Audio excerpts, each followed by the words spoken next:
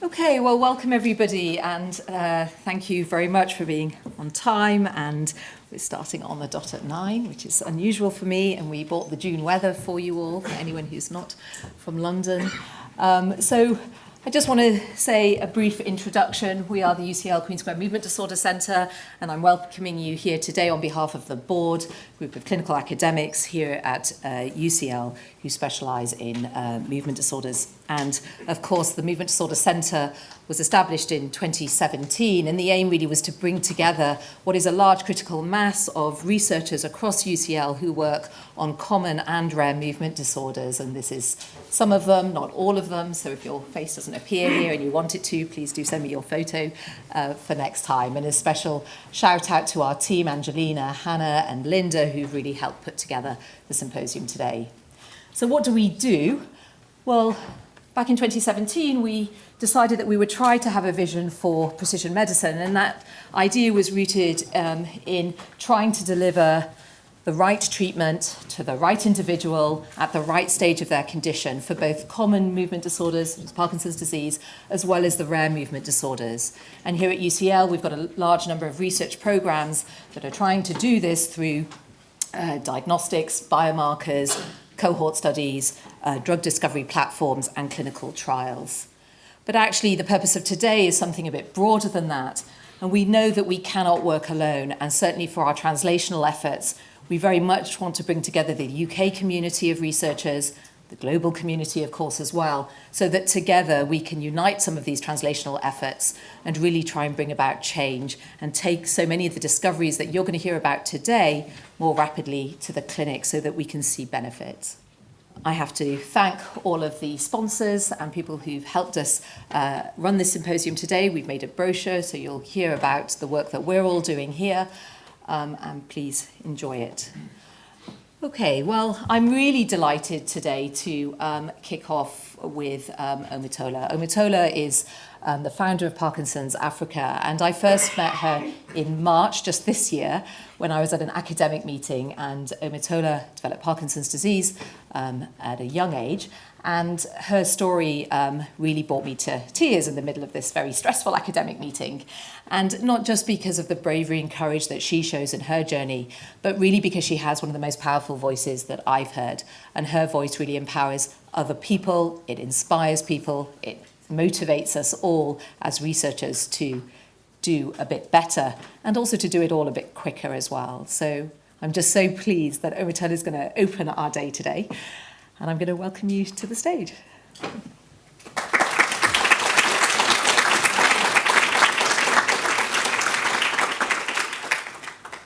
Good morning, everyone. Thank you for that wonderful introduction, Sonia. I'm struggling a bit with Parkinson's this morning, so you'll bear with me. What Sonia didn't mention was that she was blown away by my talk because I was accompanied by my 14-year-old daughter who stole the show, and she's not here today, so we'll see how this goes without her. Okay. Imagine waking up every day not knowing if your body will cooperate, if your mind will stay clear, or if you'll be able to perform the simplest of tasks, if your voice will be audible enough for people to hear the words that are coming out of your mouth, if you will be able to think and type fast enough to submit that report before the deadline your boss gave you, or if you'll be able to walk steadily without the fear of falling. This is the reality of millions of people with Parkinson's disease across the globe, myself included, and today is a prime example of the uncertainties and the unpredictability that is Parkinson's disease. I'm not nervous, but I'm just shaking because my symptoms are flaring up and I've taken my medication. Each day is a battle with uncertainty. There are times that my symptoms are so overwhelming that even communicating with my family becomes a challenge. On other days, I struggle to maintain the professional standards that I set for myself because my cognitive functions just won't cooperate. The emotional toll of not knowing what each day, sometimes each hour, will bring can be just as debilitating as the physical symptoms themselves. This is why the work that you're all doing is so crucial. The research you conduct and the tests and the treatments you develop offer hope to millions of people across the globe who are living with this unpredictable and relentless disease. By understanding the complexities of Parkinson's, from hormonal fluctuations to cognitive impairments, you are helping create a future where we can have more control over our lives and symptoms. Today, I'm going to share with you my story and some highlights. I'm going to share with you my story and highlight some of the challenges people living with Parkinson's face on a daily basis. My hope is that this will give you more insight into our lives and help make you a more informed researcher, clinician, or scientist. Today marks an important anniversary on my journey with Parkinson's disease. I'm being here on UCL grounds. Next slide, please. Today marks an important anniversary in my journey with Parkinson's disease. I'm being here today on UCL grounds. On this particular day, the second Monday in the month of June, is profoundly significant to me.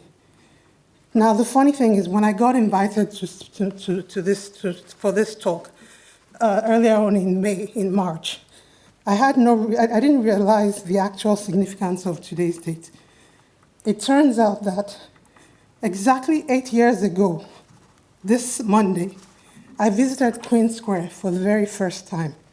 I had traveled a long way to get here, all the way from Johannesburg, South Africa, which is where my family and I were residing at the time. For almost 6 years before that, I had been searching for a name, a diagnosis for an unknown condition that had presented itself through what felt like a plethora of unpleasant symptoms. Over those 6 years, I saw many doctors and underwent many, many more, countless tests, but they all ended at the same bus stop: no diagnosis. It was a frustrating, unnerving, and upsetting time for me. Finally, in January 2016, the neurologist I was seeing in South Africa strongly encouraged me to travel here to UCL to be clinically assessed and by one of your very own movement disorder specialists, who is sitting here today, Professor Kyla Shabatia. And so, next slide, please. Exactly 8 years ago, similarly, on the second Monday in that month of June in 2016, I sat across from Professor Bhatia as he tried to describe to me what was going on in my brain by drawing and scribbling what you can now see on the screen now. The prevailing thought in my mind as he expertly tried to explain to me the synaptic transmission process was this: this gentleman may be a brilliant movement disorder specialist, and he very likely excelled in medical school, but he definitely, most certainly did not pay any attention in art class, or handwriting class for that matter. On a more serious note, that week, Professor Bhatia would bring my 6-year search for an elusive diagnosis to a conclusive end. I had Parkinson's disease, young onset Parkinson's disease to be precise. I was 35 years old, with 2 small children who were aged 6 and 9. I had no other choice as I left his office but to promise myself that day that I would never let Parkinson's disease get the best of me. That moment marked the beginning of a transformative chapter in my life, one defined by deliberate resilience and an unwavering hope, reckless optimism. That's how I chose to define it. Next slide, please. The reckless optimism would lead me to believe that despite having Parkinson's disease, I could still do anything that I put my mind to. And so in 2020, I established a charity called Parkinson's Africa to support and empower Africans affected by Parkinson's disease.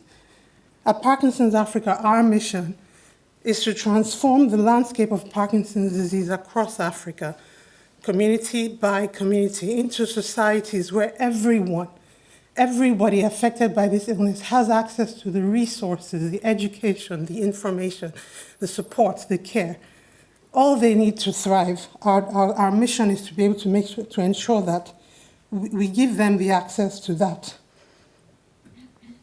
This is the point in my talk where I usually where I usually delve deeper into the work that Parkinson's Africa is doing. I love talking about Parkinson's Africa, what we've done since our inception, the collaborative work we have had, and our future aspirations. When I'm not talking about Parkinson's Africa, you will often hear me talking about and highlighting the need for equitable access to medicines and treatment options, as well as equitable access to research and clinical trials. However, today, I am tired. And I honestly didn't have the cognitive capacity or the physical ability to piece together all the information that I wanted to put together to be able to present that to you.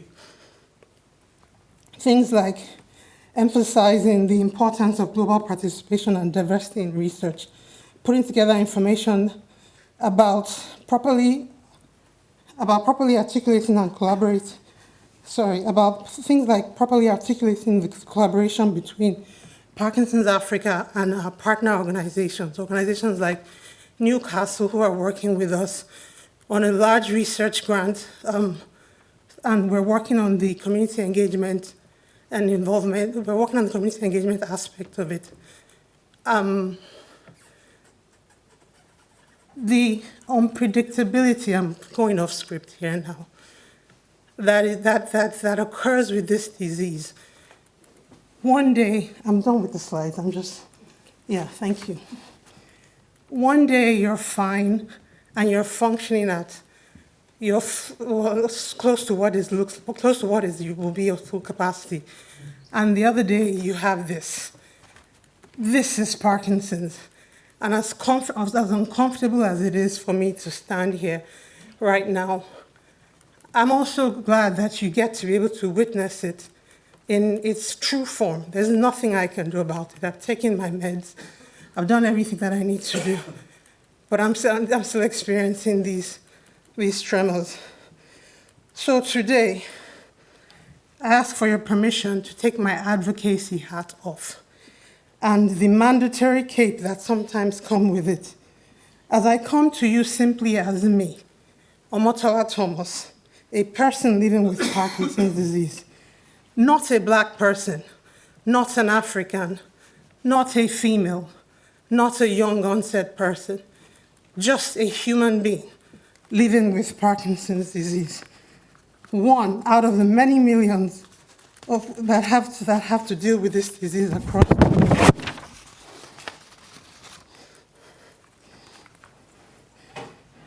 Now, of course, I am all of those things. I am a young, Black, African female with the illness. So it's not possible to share my story without touching on elements of those things that I just talked about. But it's important to me to highlight to you that for the rest of my time here, I've chosen to focus on the patient within me and to try to speak to you from my heart as much as possible.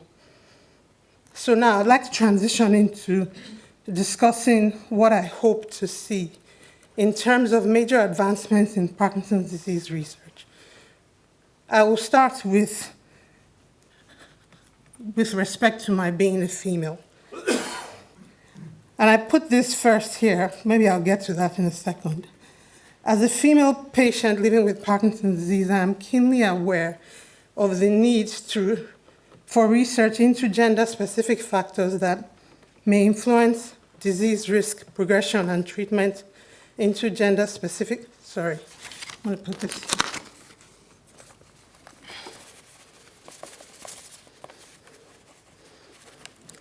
As a female patient living with Parkinson's disease, I'm keenly aware of the need for research into gender-specific factors that may influence disease risk, progression, and treatment outcomes. While Parkinson's affects both men and women, there is growing evidence to suggest that gender differences exist in the presentation and trajectory of the disease. I hope to see research focused on understanding the role that hormones, genetic factors, and other gender-specific variables in Parkinson's disease. By gaining a better understanding of these factors, we can develop more personalized and effective treatments that take into account the unique needs and experiences of female patients. For me, personally, my symptoms are the absolute worst during my monthly cycle. Does anybody want to guess what part of that monthly cycle I'm in right now? My tremor goes on steroids and starts to do this elaborate dance, and my stiffness and rigidity are so bad, they make walking feel like I'm wading through water that is neck high with ankle weights and weights on my wrists. That is what it feels like this time of the month when I'm walking. It is not fun. Your work in this area could mean fewer bad days for me, more consistency in my symptoms, and a better understanding of how to manage my disease on a day-to-day basis. By focusing on hormonal influences, we can develop targeted therapies and that address the specific challenges, offering relief and stability to many patients like myself. And I'll speak next about with respect to me being a mother. As a mother, Parkinson's disease does not just affect me. It makes me worry about my kids and future generations. In the future, I hope research focuses more on finding ways to prevent Parkinson's by identifying things that we can change or avoid to reduce the risk of getting this disease. Research into how genes and the environment interact can help us understand Parkinson's disease better. By finding people who are more likely to develop Parkinson's and helping them early, we can delay or even prevent this disease. Research into healthy lifestyle changes and reducing environmental risks can give people the tools to lower their chances of getting Parkinson's. As a mother, my biggest hope is for a future where my children and future generations don't have to deal with this illness. By focusing on prevention and early action, we can move towards a world where Parkinson's is no longer a threat to our loved ones. As a Black African living with Parkinson's disease, I am acutely aware of the disparities and the inequities that still exist in access to care, resources, research opportunities across different regions and communities. In the future of your research, I'm imploring you to reach out to organizations like Parkinson's Africa to explore ways in which we could collaborate and partner.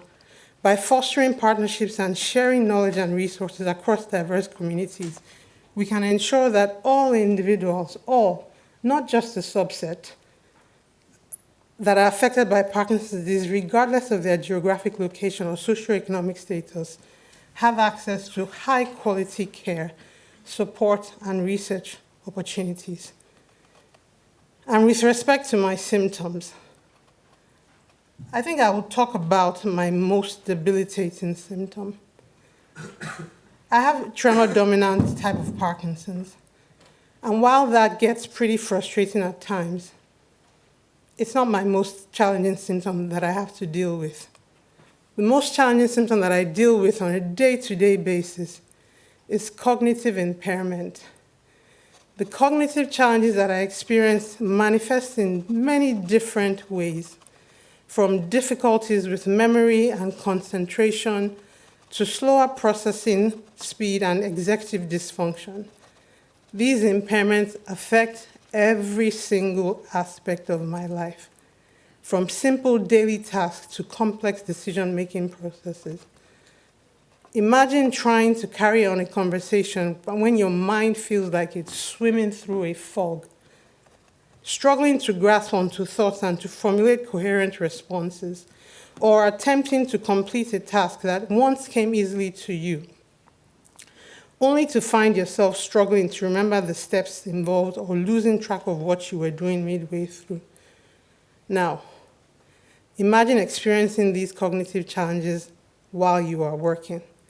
As a professional, the cognitive demands of my job can be overwhelming at times. Simple tasks that used to be second nature suddenly become more daunting obstacles, requiring immense efforts and concentration to overcome. The fear of making mistakes or being unable to meet expectation looms large every day for me, adding an extra layer of stress and anxiety to an already challenging situation. For me, cognitive impairment is not just a symptom of Parkinson's, it's a constant battle fought on multiple fronts, impacting not only my ability to perform independently, but also my personal and professional identity. I want you to know that I don't know how to deal with cognitive impairment. I want you to know that it worries me and it upsets me and it makes me feel vulnerable and stupid. That it makes me acquiesce to circumstances and people that I would never have in the past.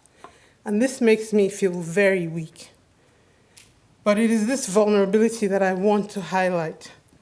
It is in these moments of our struggle that your work as researchers and clinicians becomes so vital. The development of therapies and interventions that address cognitive impairment is absolutely crucial. Your efforts can provide patients like me with tools to reclaim our independence and our confidence. Please remember that behind every clinical trial and research paper is a person like me that is desperately hoping for a breakthrough.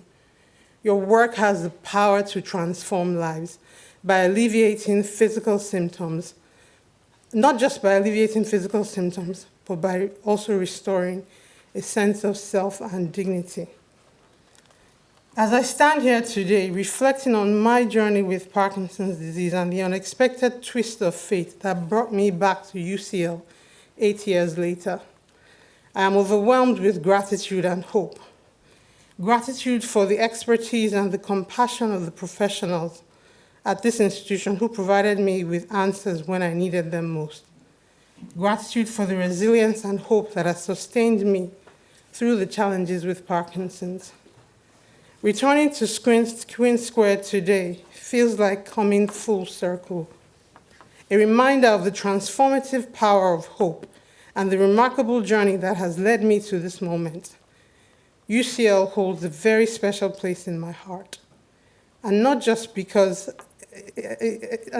as a beacon of medical excellence, but as a symbol of resilience and possibility.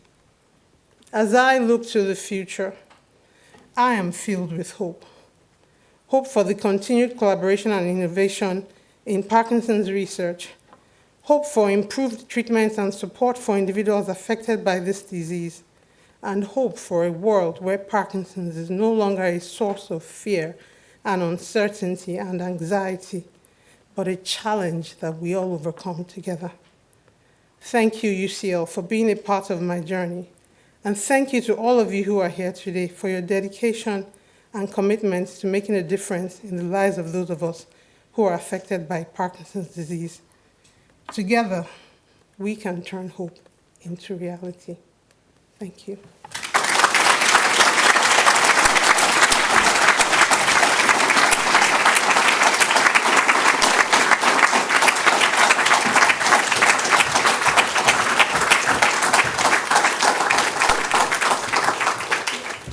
Wow, Omotola, thank you so much. And again, blown away this time as well by the power of your voice. We will take questions later. Omotola will be with us all day. So if you have questions, we're very, very keen to make links with Parkinson's Africa and to continue the advocacy work that Omotola does with many of the initiatives here. So please do reach out and connect in the breaks. Thank you so much. Okay, without further ado then, let's move on. Francesca. Good morning, everyone. My name is Francesca Magrinelli. I'm a clinical research fellow in movement disorders and neurogenetics at UCL. And I'm very pleased and honored to introduce the first session of this symposium about genetics. And I'm honored to introduce two professors at UCL who certainly do not need any presentation. The first speaker today is Professor Nicholas Wood. He is a Galton Professor of Genetics and the Director of the UCLH BRC Neuroscience Program.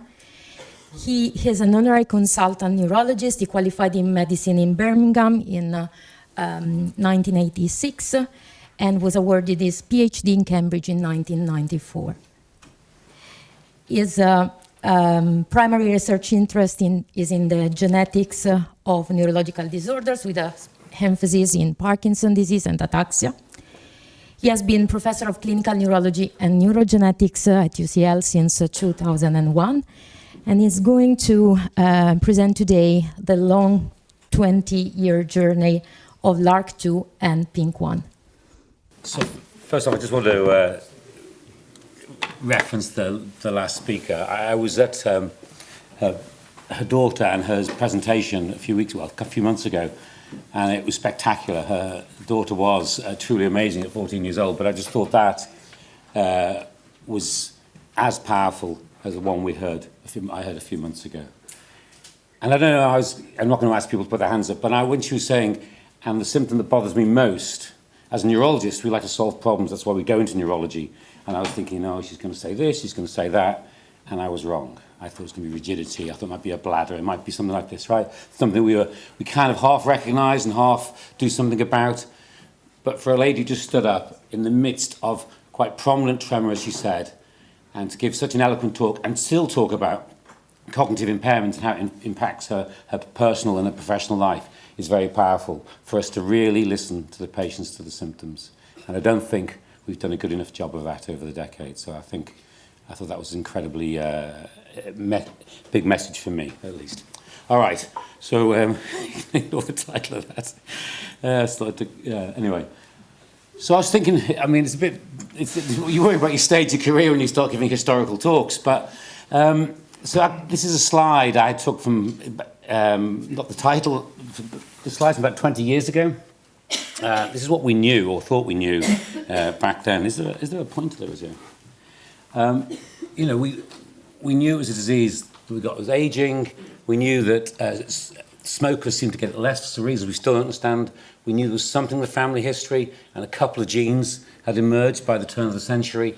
But the massive story at the time really was, what had happened in the 80s with the epidemiological studies, and it was bad stuff in the environment interacting with our genes that gave you this disease. And so that's sort of where we were. And not much had happened for quite a while on these couple of genes, really. So an excellent present PhD student, who was a student of mine at the time, Enza Maria Valenti, from Italy, had found this family from the Marsala region in Sicily. And we were doing a lot of, back then, doing linkage, which for those who are not geneticists, basically means trying to identify where in the genome the abnormality lies, was a big deal. Henry Holden was in the lab at the time. Hugh Morris was in the lab at the time.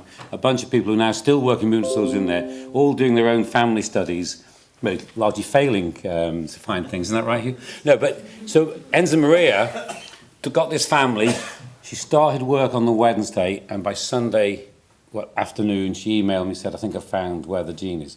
And that was a sort of seismic change in the speed of doing it. And the reason for being able to do that was the consanguinity. Those consanguineous loops allowed us to apply a panel of markers across the genome and find out which markers continued to segregate with the disease over a number of meioses that could show you where in the genome it was. Well, 2 years later, Enza Maria and Patrick Abu-Slayman in the lab, through a lot of work, identified the gene PINK1. And shown here are the two different mutations, two different families that we were able to identify, showing the homozygote, the heterozygote, and the wild type. You can see the homozygous change, different mutations for different families. There were two Italian families who did not know each other at all. There was no known connection between them. But again, using a panel of genetic markers, which is what this box down here shows you, is that the two families have identical markers spanning the PINK1 gene. So they are ancestrally linked. They know that they do have a common ancestor, probably multiple generations back. We're not quite sure when. The other thing that is still standard practice, of course, is to say if it changes an amino acid, if something stays the same amino acid through different species, it's probably an important thing for biology to have kept that amino acid in place. And if it changes a conserved amino acid, that may well be a signal for bad news. And you can see here that the amino acid goes down to different, very basic species. So we thought it was probably important. Now I'm labouring that point because finding two mutations, three different families, was just about evidence of proof. It was just on the edge of proving it. But even then, you're still a bit nervous because there's quite a lot of variation in our human genomes, and so we weren't sure. Well, time then went on, and now a whole host, this is an incomplete thing, but a whole host of mutations have found these stop mutations in the kinase domain and a whole bunch of missense mutations. So this is where we sort of were about 20 years ago when the paper came out, and maybe shortly afterwards when more mutations came out. You could put the amino acid sequence into a database as was. Obviously, these are way more sophisticated now as we move forward. You could see that it had a kinase domain, and so it was likely to be important in putting phosphate groups onto something. We didn't know what. We had no idea what the targets of the PINK1 molecule would be. We could tell that part of the sequence had a mitochondrial targeting domain, so we thought it was likely to be important in mitochondrial function. And we speculated about a few other things, which may or may not have turned out to be true. So this is some work by the, this is your work, isn't it, Sonia? I think this is some of your Western blots, is it, I don't know? And Maratal Muckets from Dundee, again from some years ago, showing that actually it did locate in the mitochondria. It was enriched in the mitochondrial fraction in the Western blot, and we could do some fairly basic biochemistry and molecular biology to show that it had an impact on mitochondrial stress responses in SHSY5Y, which was and to some degree still is the workhorse, but nowadays you would not be able to get that into a paper in Science on an SHSY5Y with this basic stuff, but back then that was as good as we could get to. Subsequent work by Michael Dukan, Sonia, Andrei Abramov here did some very nice work about 15 years ago showing its important role in mitochondrial physiology. Mitochondria are important for making energy, as we all know, but also they're very important as calcium regulators in the cell, and that was one of the outcomes of this paper, that maybe this was going to be important for Parkinson's disease as well. Now, mitochondria have been in and out of favour a bit, and Tony, I don't know if Tony's in the audience yet, but Tony Shapiro back in the late 80s, turn of 1990, had speculated and done some work on mitochondrial dysfunction in Parkinson's disease. But to be honest, people had it had lost a bit of impact, and nobody really paid much attention to that for well over a decade, because no mutations have been found in anything. And finding this gene was the first strong evidence that something going wrong with your mitochondria could be a primary motivator to Parkinson's disease pathology. Did I move on spontaneously? Okay. Now that had happened, the mitochondrial story had broken because MPTP in the 80s, this was somebody was design a drug on the west coast of the States, and by mistake had produced a contaminant MPTP in this amphetamine-like molecule. Some drug users had used it and then poisoned their own Nigra inadvertently and developed Parkinson's disease. And so that was the big environmental idea for Parkinson's disease.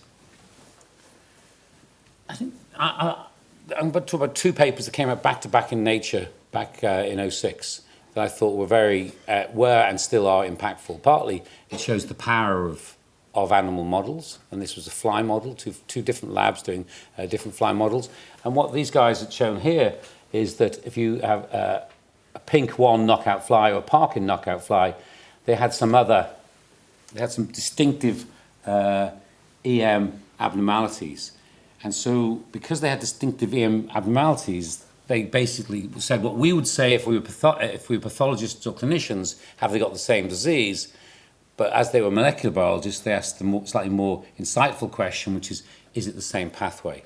And I think we need to think like that as clinical neuroscientists, is more often saying, is this the gene for Parkinson's? Is a mistake. I mean, I've used it myself already in this talk. That's a mistake. You've got to think about the pathways that are perturbed in the abnormalities.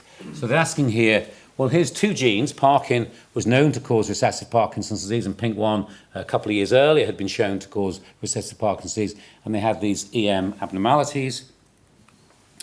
And so I won't go through the whole work, but essentially they showed that if you, the wild type is shown in blue, the PINK1 knockout is shown in sort of fuchsia pink, and the sort of orangey colour is the rescue. By overexpressing PINK1, they could correct the abnormality. Importantly down here, though, they showed, here's the wild type, the 4X, here's the abnormal PINK1 4X, and here's the rescue. But here the rescue isn't rescued by PINK1, which would be a sort of kind of morphological correlate of the biochemical story I just mentioned there, but they corrected it by overexpressing Parkin. So these flies here are still deficient in PINK1, but Parkin could rescue it. But the inverse experiment didn't work. You couldn't rescue the Parkin knockout by overexpressing PINK1. So you could get a linear sort of vertical relationship between PINK1 and Parkin. And that put these two prominent recessive Parkinson's disease genes in the same pathway for the first time.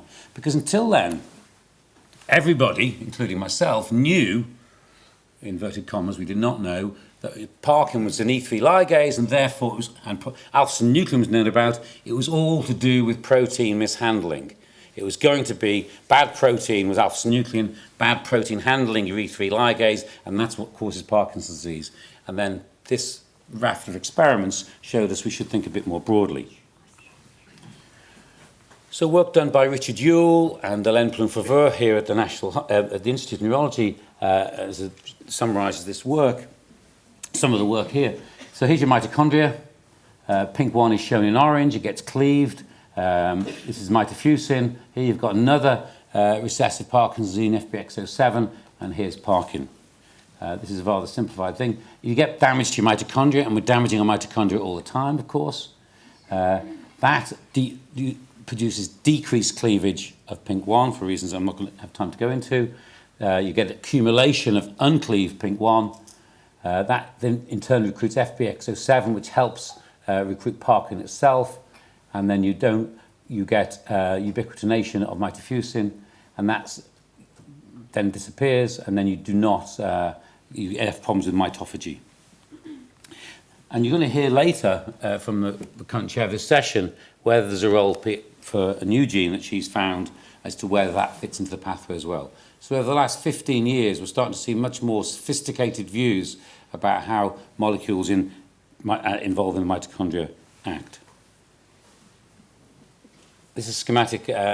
These slides, Maratal Muckett has kindly sent to me to help with the talk. And this just summarises the really quite complicated picture that now emerges for PINK1 and Parkinson's disease. PINK1 is involved in the phosphorylation of Parkin, it's involved in the phosphorylation of ubiquitin, and there's a cycle involvement to do with mitochondrial quality control, which I just alluded to on the previous slide. Now, the thing that was lacking for many years until, just the last few years, was a structure. And it had proven really, really difficult. And we collaborated with a bunch of scientists and biochemists over the years to try and get a crystal structure of PINK1 and failed. But Maratal and others have done a very nice job now. And we can now we have a structure, you can map on where the mutations are and start to get a much more concrete and solid picture of what happens when things go wrong with this loss of function mutations. And one of the things that's emerged once we've understood the structure is that it's involved rather crucially and centrally in the TOM complexes. Most of the proteins that are operating on mitochondria are encoded by nuclear genes. So they encode outside the mitochondria, are made into proteins in the cytosol, and they have to be imported through molecules like the TOM and TIMs. And these basically essentially pour molecules that allow the proteins through.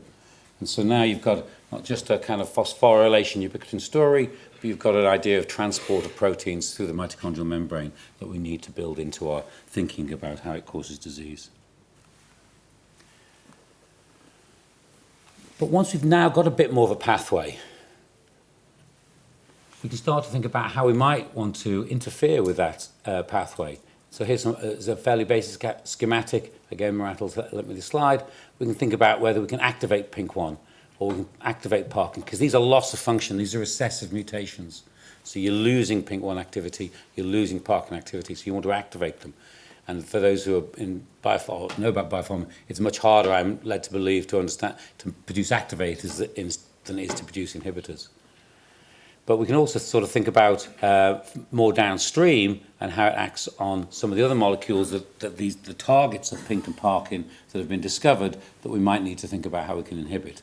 So even though this is on a timer, I think, maybe. I'm pressing something inadvertently. So this is actually real life. Things are actually happening in this space now. There are drug companies and biotech involved in activating or finding inhibitors for PINK and Parkin. So I am optimistic about some of these small molecule approaches.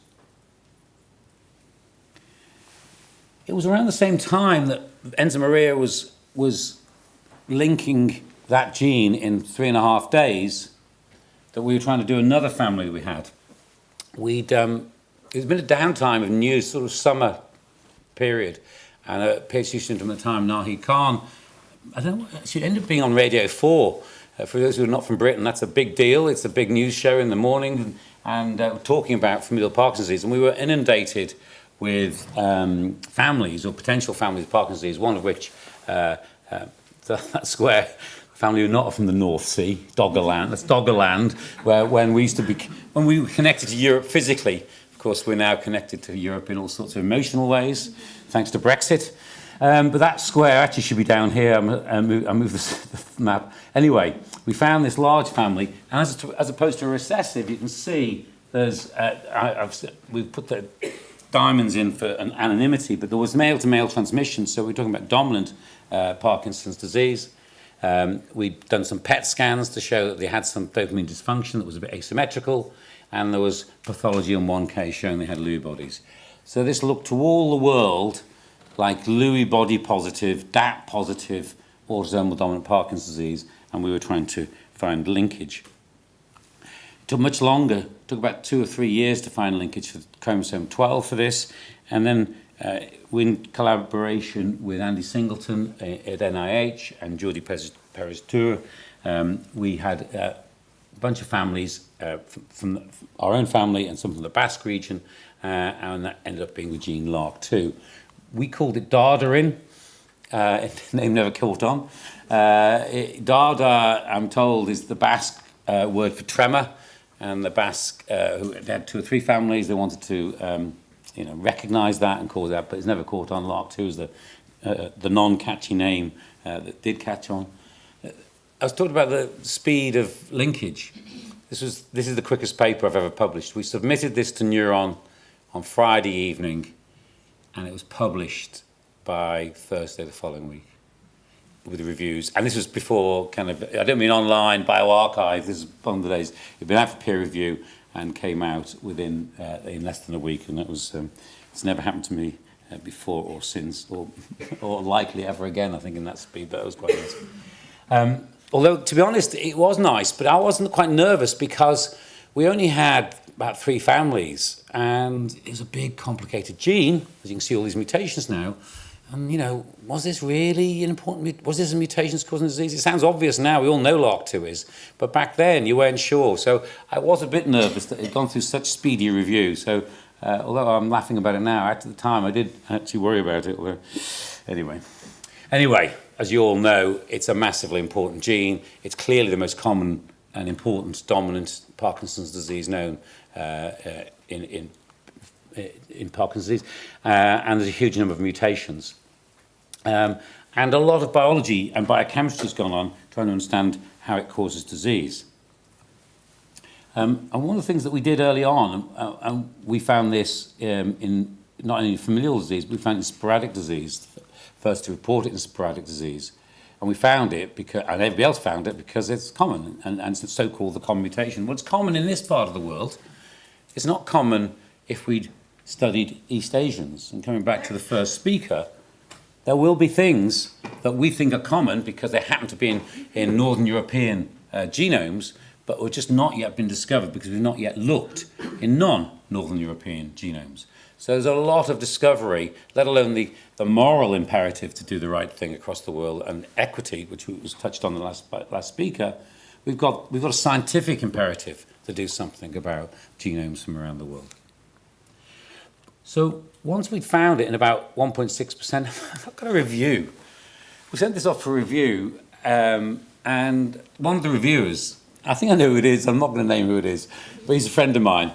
Anyway, and he wrote back and saying, well, 1.6, that doesn't sound very important. 1.6% is really important. This is, I'm obviously getting up for time.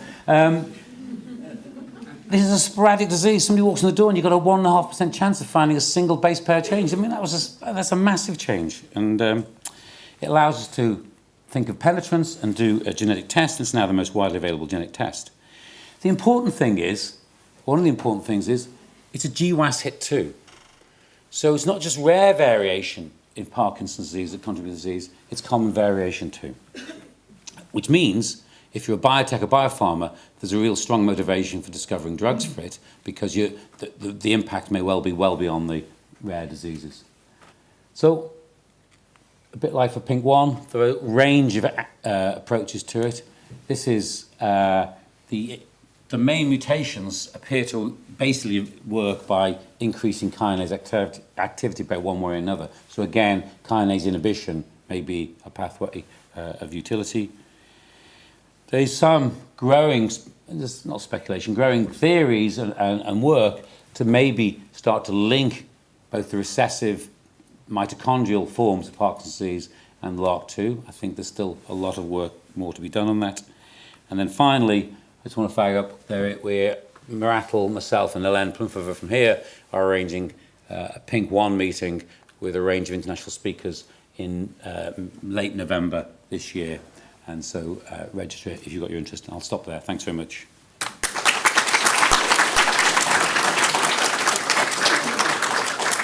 I'm over on that. Thank you, Professor Wood. And I'm happy now to introduce Professor Morris.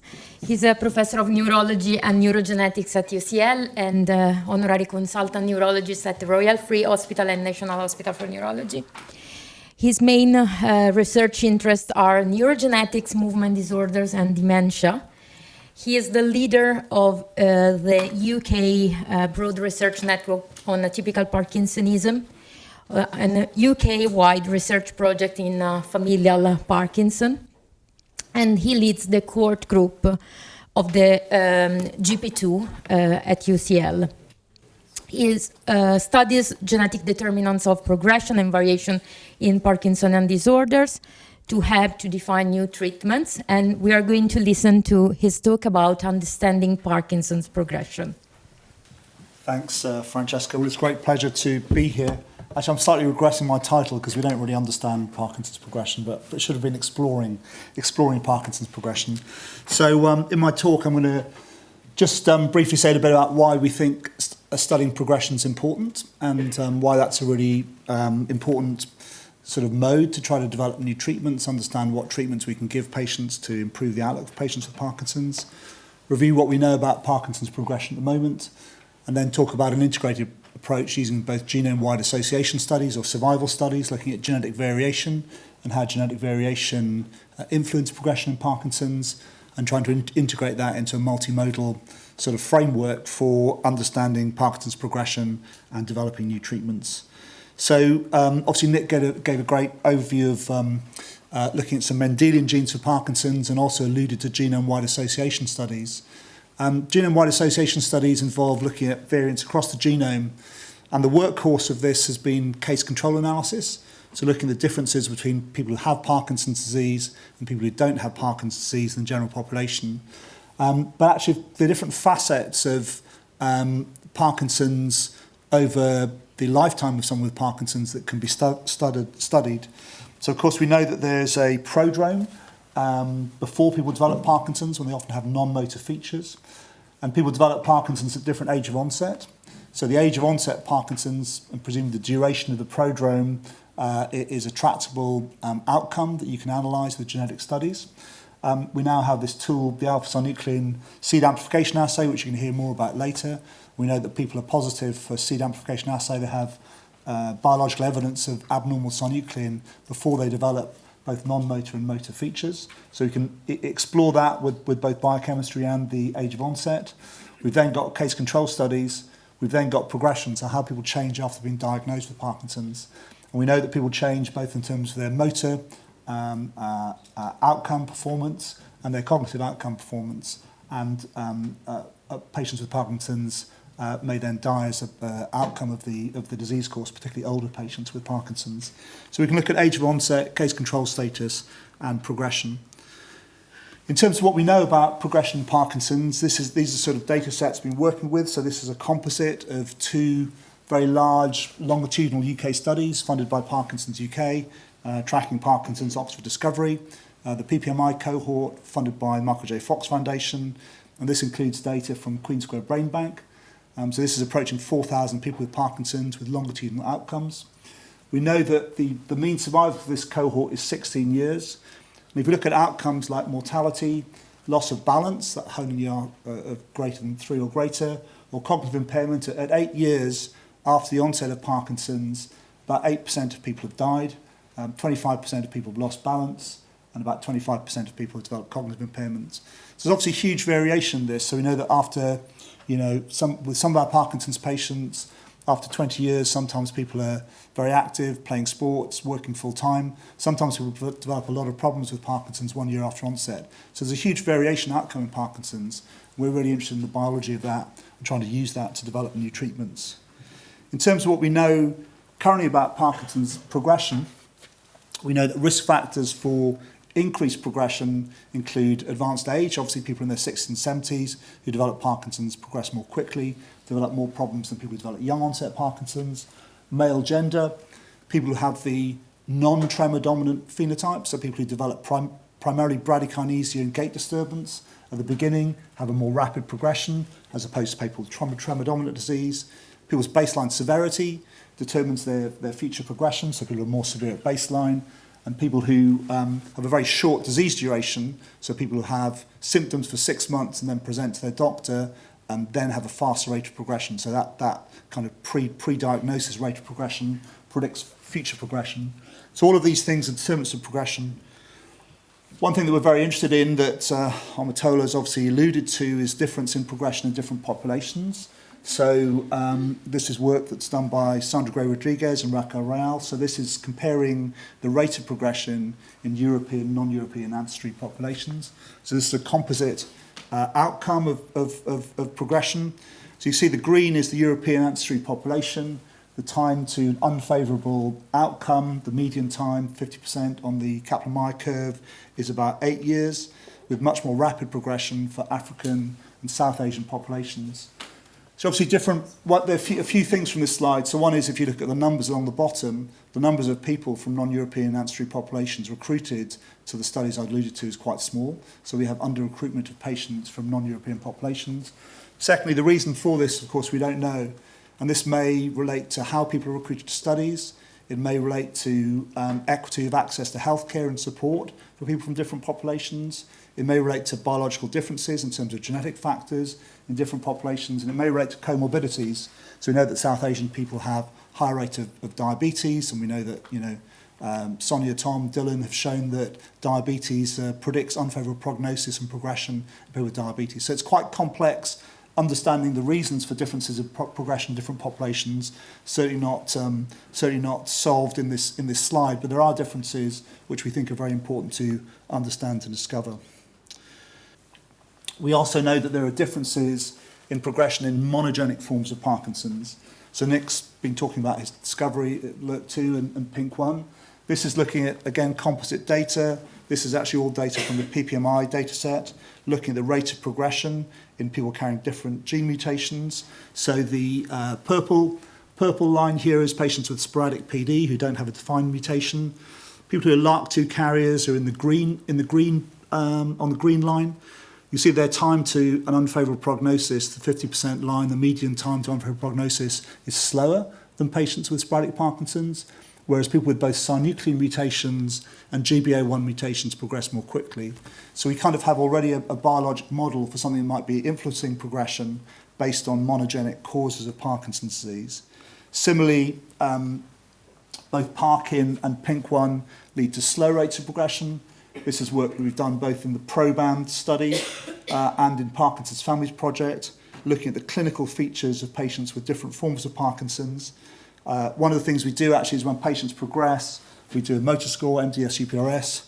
We divide it by the amount of time people have had symptoms to get a kind of surrogate rate of change based on the duration of the symptoms and their cross-sectional motor examination. Patients with Parkinson's disease have Parkin disease with mutations of the Parkin gene, linked, as Nick alluded to mitochondrial function and to PINK1 mutations in terms of biochemistry, have a much slower rate of progression than patients with LRRK2, patients with GBA, or patients who don't carry a mutation known Parkinson's disease gene. So there's quite a variation in rate of progression linked to monogenic causes of Parkinson's.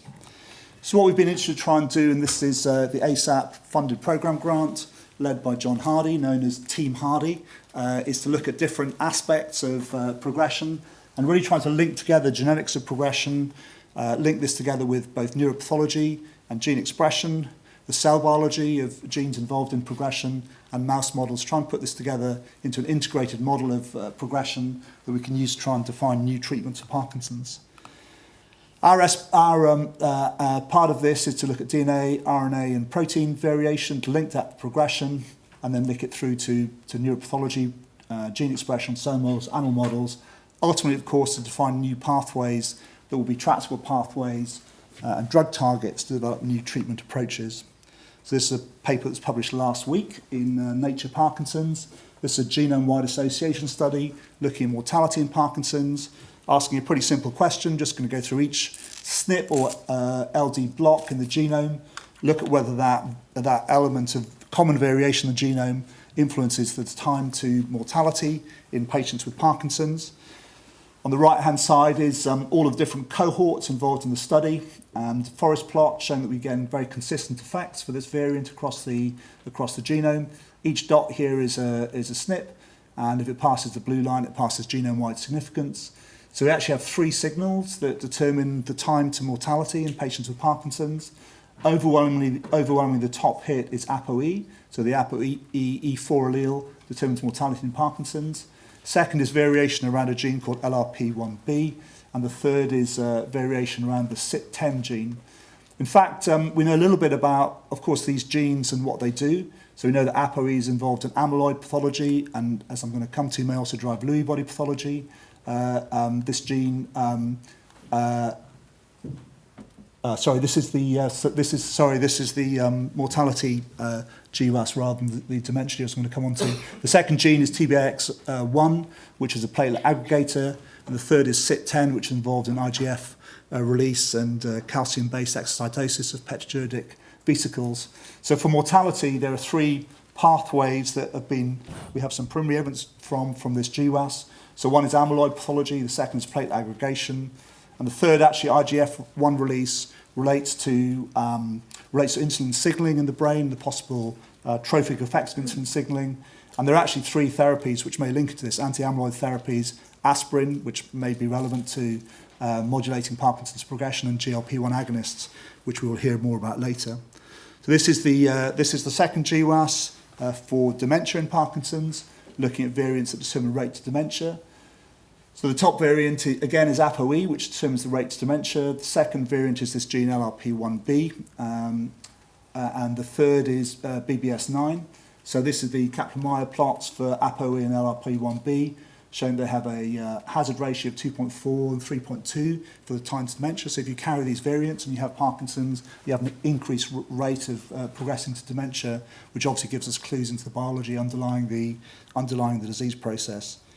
LRP1B is particularly interesting because it's both an APOE and an APP receptor. So our top two hits from our GWAS for dementia and Parkinson's linked to the same pathway, to the amyloid-based pathway. In fact, the LRP1B receptor is homologous to LRP1, but actually what it seems to do is to internalize amyloid much more slowly at the cell membrane. So it may represent a break in the processing of amyloid and the development of amyloid pathology in patients with Parkinson's. The obvious way to take this forward is to link this to pathology. So this is composite data from multiple brain banks where we've obtained summary pathology records. The top two, this compares actually Parkinson's disease, PD dementia, and dementia of the Lewy bodies. The top two measures are semi-quantitative scales for Lewy body pathology, both the McKeith and the Braak scale. And you'll see that patients with PD dementia and dementia of Lewy bodies have a higher rate of Lewy body pathology. We also then have two measures for amyloid pathology, so CRAD and the TAL scale looking at amyloid pathology. And not only do patients with Parkinson's dementia have a higher rate of Lewy body pathology in the cortex, but they also have a higher rate of amyloid and Alzheimer's pathology, which links into our GWAS studies. This is not new data. Similar work was done in Queen Square Brain Bank by Jaco Compton and Andrew Lees about 15 years ago, but this is larger scale with composite from multiple brain banks across the UK and more broadly. We can then drill into that more deeply. So this is quantitative pathology, looking at different brain areas, led by Zane Jam-Katane, looking at the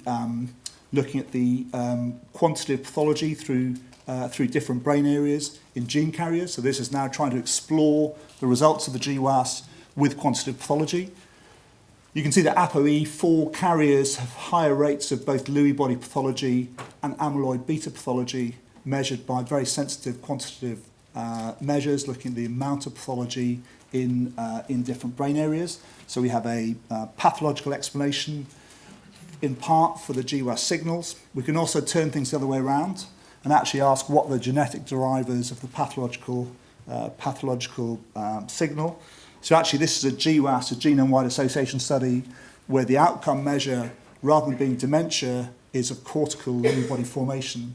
So this is looking at about 2,400 patients from brain banks in which we've just looked at people who have cortical Lewy body pathology as compared to no cortical Lewy body pathology, corrected by age at death, principal components and gender.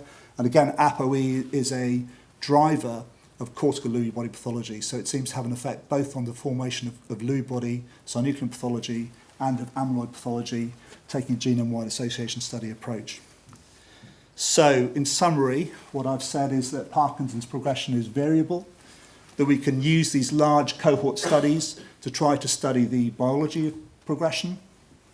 I think obviously gene expression is very important, understanding how these variants change gene expression, which is work that's ongoing. But at a simple level, we can actually look at these variants and correlate these variants with neuropathology and try to understand what is happening with these genetic variants in terms of regional pathology in patients with Parkinson's with different outcomes. We can also turn it on its head and use neuropathology as a quantitative trait, ask what the genetic drivers are of different facets of the neuropathology.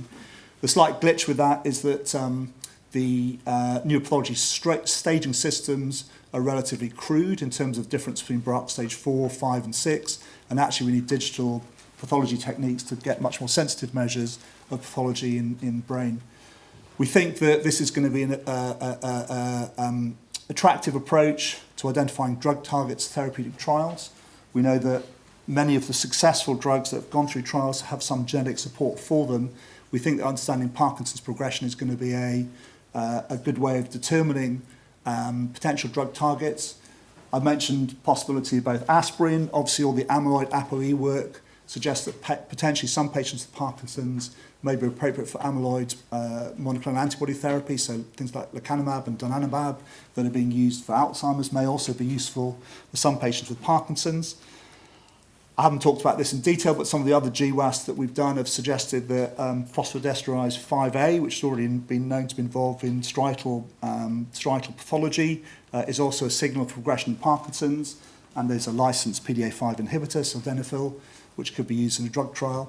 And then we also have some genetic evidence for the adenosine 2A receptor, DORA2A, is being involved in Parkinson's progression. And again, there's a licensed drug for this, estradefilin, which is available.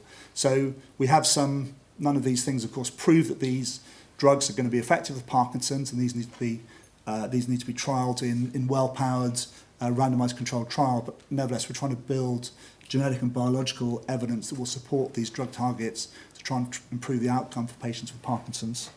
So I'd like to thank all of our funders.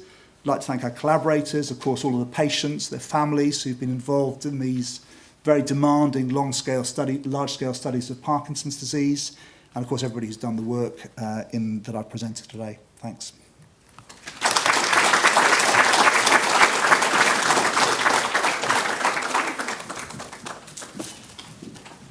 Thank you, Yu. We have time for 2 very quick questions, and I invite you to keep the remaining ones for the coffee break. Any question for Professor Wood and Professor Morris? Yu, thanks, great talk. The progression, I mean, it's clear that the monogenic forms which have the mitochondrial basis seem to be the slowest in progression. What do you think about that? It's very clear in that regard, isn't it? Yeah, well, we know, of course, again, going back to neuropathology, we know that patients with Parkinson's have got much lower levels of Lewy body formation, synuclein pathology. And so I think that the neuropathological level, the pathology is different.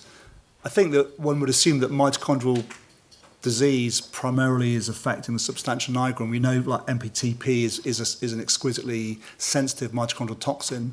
So obviously substantia nigra is extremely sensitive to mitochondrial damage, and for some patients that's a disease process that remains largely restricted to the mitochondria. Where we're slightly struggling, I think it's fair to say, is to link that together with sporadic Parkinson's. So there have been attempts to do like a mitochondrial polygenic risk score to add in all the variants that may have an effect on mitochondrial function, which have not, I don't think, shown any conclusive evidence one way or the other whether there's a mitochondrial role in sporadic Parkinson's that influence progression. I suspect that's to do with our annotation of the genome, and actually if we had better ways to functionally predict the outcomes of different bits of the genome, we would be able to delve into this a bit more deeply. But undoubtedly there's a really important clue there in terms of why mitochondrial patients with Parkinson and PINK1 have slower progression for sure. Fantastic, thank you. So my name is Chris Lambert. It gives me a great pleasure to introduce the Biomarkers session. We have 3 fantastic talks coming up. If we have time at the end of each talk, we'll have some questions, but because we've got so much content, we'll try and keep things moving along. So if you don't have time to ask your questions, please find the speakers in the break. So first up, we have Dr. Cynthia Sandor. She is a group leader at the UK DRI at Imperial and an Edmond J lecturer and UK Research and Innovation Future Leaders Fellow at Imperial College. Her current research aims to identify accessible and early biomarkers that can help detect individuals living with Parkinson's and other dementia disorders in the general populations. Hi everyone, my name is Cynthia and I'm working in Imperial. First, I would like to thank the organizer to invite me. It's my first time here. I'm going to talk about digital marker, and I'm going to try to demonstrate how they are great to identify Parkinson early inside of the general population. As you probably know, Parkinson don't start at the time of the clinical diagnostic when a patient reaches the 4 hallmark of the motor symptom. And one of the challenge is at the time of the diagnostic, patient has already lost 50% of the neuron. And this for the reason is extremely important to understand the phase that precedes the clinical phase, that we call this phase prodromal. And we know that the patient has shown already some slight motor symptom, but lot of non-motor symptom. One of the most famous prodromal symptoms of Parkinson is probably the REM sleep disorder, but we know that there is a lot of other non-motor symptoms like depression, autonomic dysfunction, and we think that they can precede this motor symptom. And why it's really important to identify these people inside of the population is because it's probably going to be one of the key that we get some drug successful. If we give a drug early, probably we will have more chance to stop the disease progression. And it's probably one of the reasons that perhaps we fail in some clinical trial. But the big problem is currently we don't have this marker. And how we identify this is we use this clinical questionnaire. Sorry, people use this questionnaire where I'm sorry, just try to put the video. It's a questionnaire where we feel to try to evaluate what are the risks that someone has Parkinson. We already saw in the previous talk different risks. For example, if you are male, if you are smoking, and if you are, for example, you are exposed to pesticide, or if you are carrying some mutation like GBA or LRRK2. Obviously, one of the most important markers that are going to drive this score, if you see a neurologist consultant and he can evaluate UEPDR score. And of course, if you pass that scan, or if you pass a polysomnography to detect if you have RBD, is probably what's going to drive this score. You have two problems, as I say, is this questionnaire is probably driven by the most time-consuming test, like the polysomnography. And the second problem is the majority are non-specific markers for Parkinson. And actually, you cannot repeat this questionnaire every day. And you need an alternative. And this alternative is, sorry, I'm really bad with it, is a digital biomarker.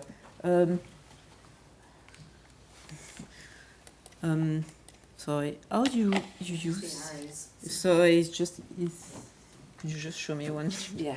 Because every time I'm going to play with So it's okay, it's just this. Thank you. and Thank you so much. Thank you. this one. This Okay. button for the. You good? So it's good. Thank you. Okay.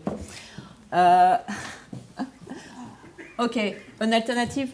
What would be? Imagine that you have one patient that arrived in January 2019, and you have this UPDR score, and he coming back 9 months later.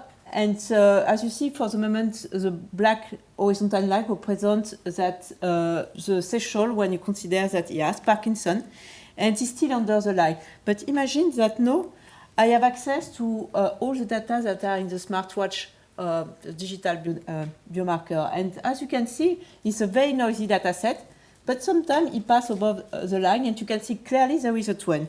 Imagine he's coming back tomorrow, 2 days later, and you can see that probably it will be above this threshold. But the problem is we don't have necessarily the opportunity to see this individual every day, and this probably will detect much more later.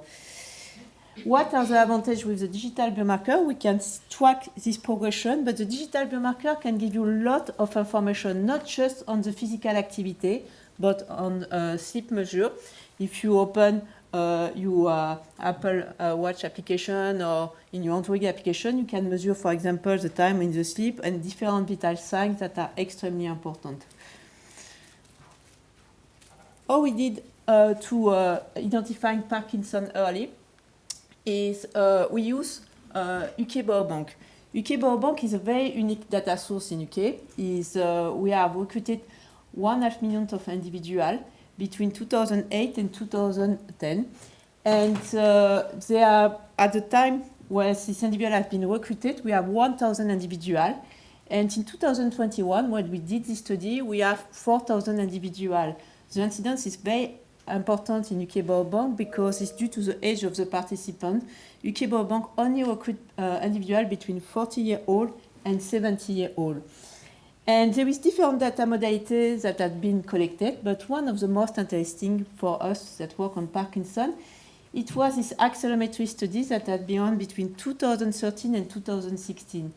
And we tracked during 1 week for 100,000 participants the movement of the arm with this accelerometry study. And what we did was to consider 3 groups. One group that had never been diagnosed with Parkinson, one group in green that had been diagnostic to Parkinson before or 2 years after this accelerometry study.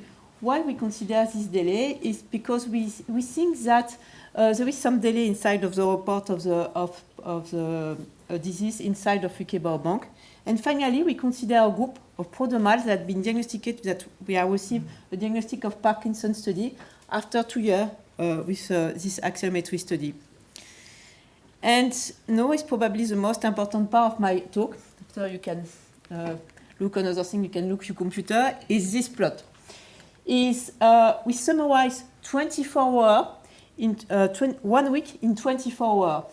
And the first part corresponds to midnight, and that is the first part corresponds to the night, while this part corresponds to the day. As you can see, people don't move during the night, but you can see during the day you have a lot of movement, and we consider these three groups, diagnostic in green, prodromal group, and we consider two groups of controls that match the prodromal and the diagnostic group. And that was absolutely remarkable. We didn't see, but actually, people that receive a diagnostic 2 years after the accelerometry study move less, like people that I already received a diagnostic of Parkinson's disease. And you can see that the shadow represents the confidential interval that is significant. It's very, very significant.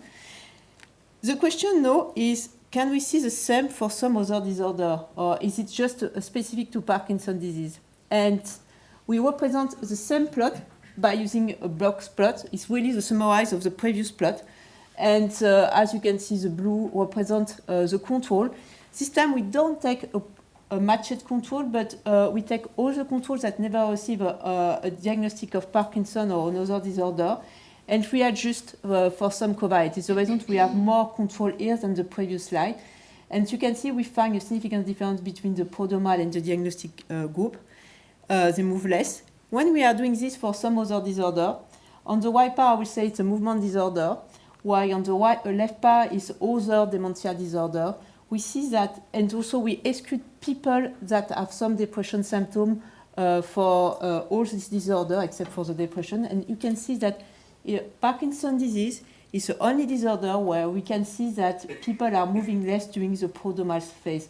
We don't find obviously the same thing for dementia, for the other dementia disorder. And we find some difference for the depression, but for the depression it was only between people that receive a diagnostic of depression versus a control. One of the reasons that we see this is because Parkinson has a very, very, very, very long prodromal phase that we don't find in some other disorder. Now the question is how we can leverage more this data set. If you go to the gym, you have probably observed that sometimes your smartwatch, you say, you are going to make some specific exercise, and actually the accelerometry, you can extract much more information that you think. For example, here you can extract the moment where you have some moment of height activity, MPVT, and also you can extract the number of the time where people wake up during the night, for example, this here. Or you can extract also when people have some slow movement, for example, they are cooking. And the thing that we did was also, we have this diagnostic group, we have this control group, and the idea was to try to help to train a model and to classify people that are at risk inside of the prodromal group. Just to show you how it's interesting to extract this this fissure is here. Here you have this fissure is the number of the time where people are waking up during the night.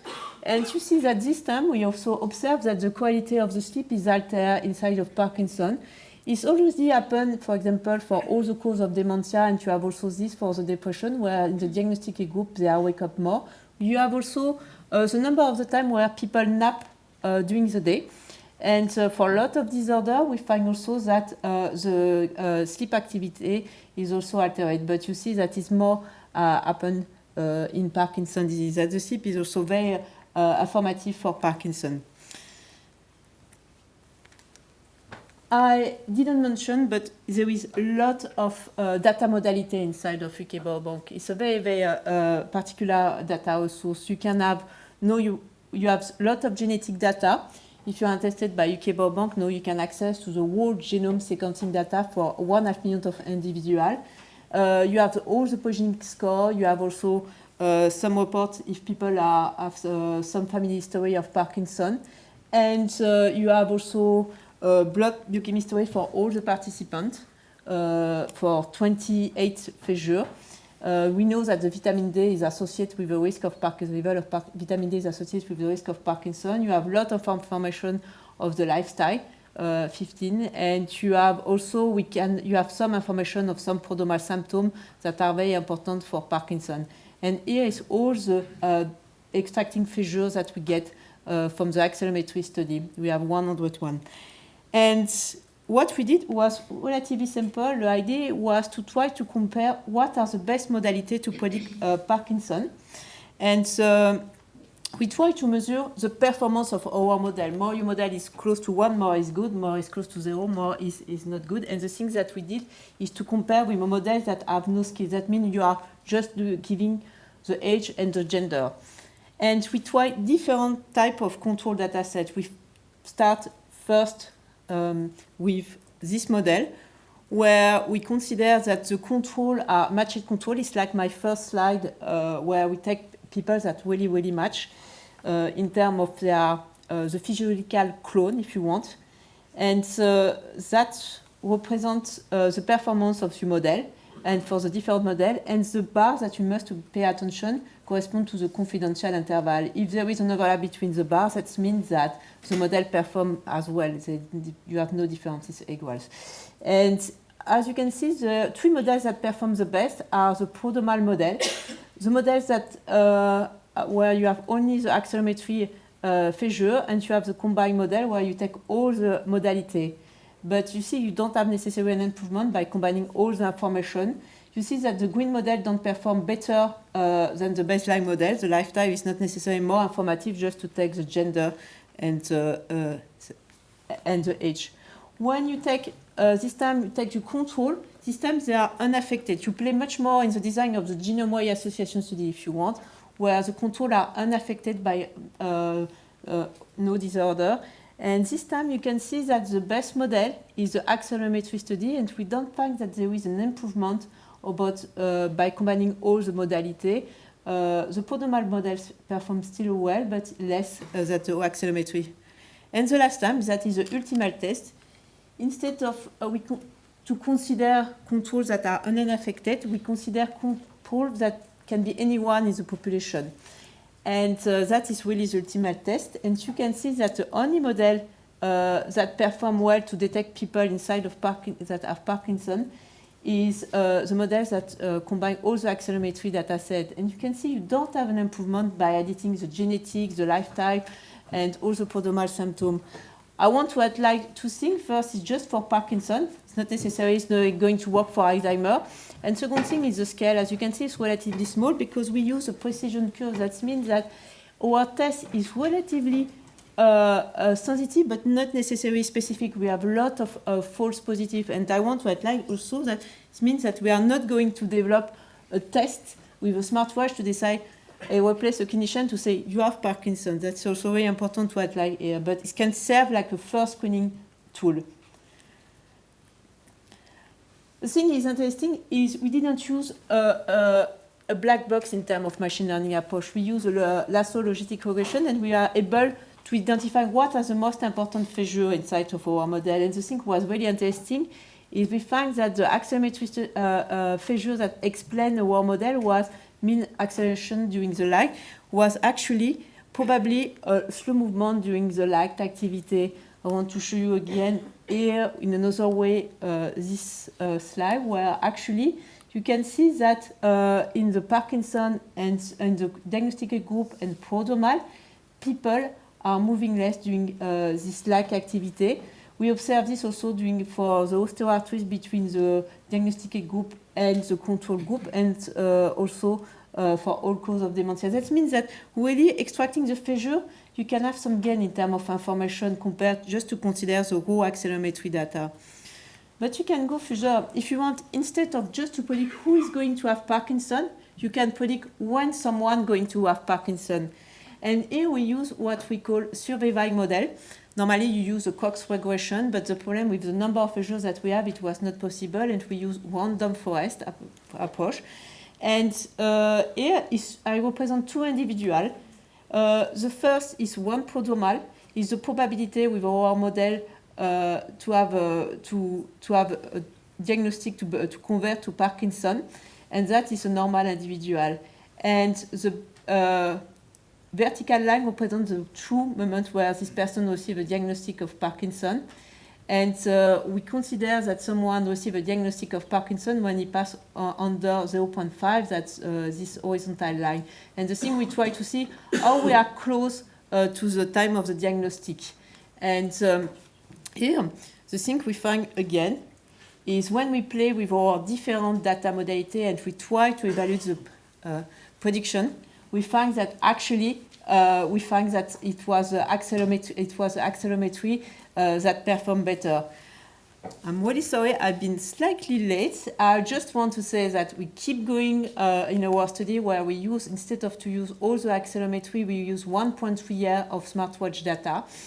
And instead of to try to predict, we don't have a converter inside of this PPMI cohort, but the thing is very interesting here is actually with all this information we are able, sorry, I'm a bit late, we are able to use the smartwatch data to try to predict different important promising risk marker for Parkinson. For example, we are predicting the alpha-synuclein CDC, we are predicting the DAT scan, and we find they are correlated to each other. That is also very important because the digital biomarker can help you to identify who is at risk inside of the population and who should to pass a DAT scan and who should pass a CSF alpha-synuclein marker. They are passive, they are not very specific. You have a lot of false positive, and you have probably to use to pass some other clinical test.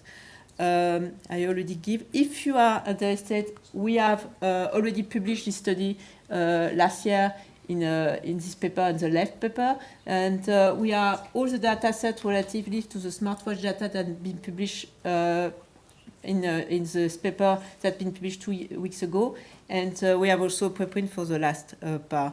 I would like to thank first all the participants and researchers that contribute to UK Biobank and also Parkinson Progression Marker Initiative. Is for us extremely important to access to this data set.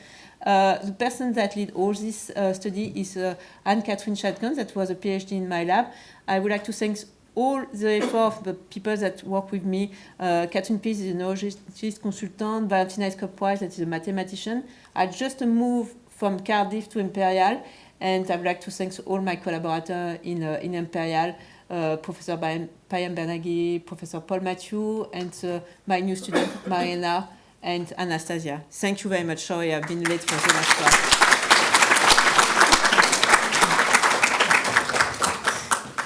I think you did wonderfully to time. I think we've got time for one quick question, one or two.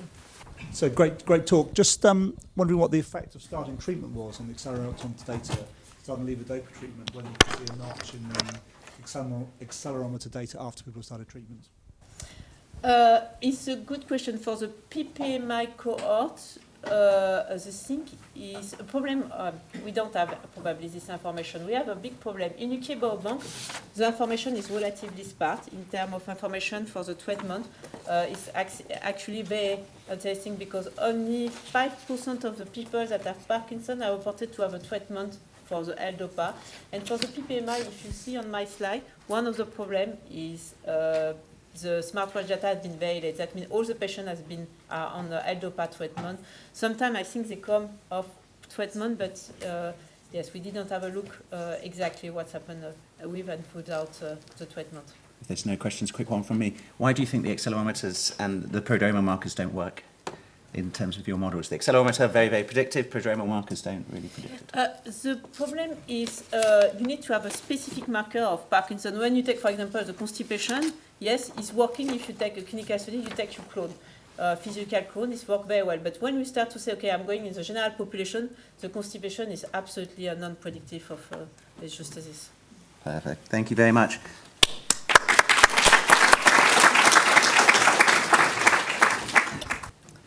Fantastic. Thank you very much. That was fantastic. Right, we're on to the last talk in our series of 3. It gives me a great delight and pleasure to introduce Professor Rimona Weil, Professor of Neurology here at UCL and an Honorary Consultant Neurologist at the National Hospital. She leads a Wellcome-funded programme looking at dementia in Parkinson's disease, and she's going to be talking to us today about the use of MRI for predicting dementia in Parkinson's. Thank you.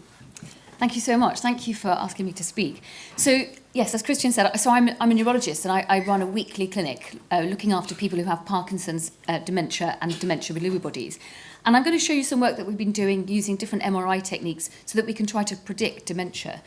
We think of Parkinson's as a movement disorder, but it was Jean-Martin Charcot who observed that actually at a given point the mind becomes cloudy and memory is lost. And as Omotola, as you said this morning, that actually, and I hear this as very much in my clinic as well from patients I speak to in clinic, that actually it's this worry about cognitive change, and it's not just a worry, it's a reality that really is one of the main concerns from patients.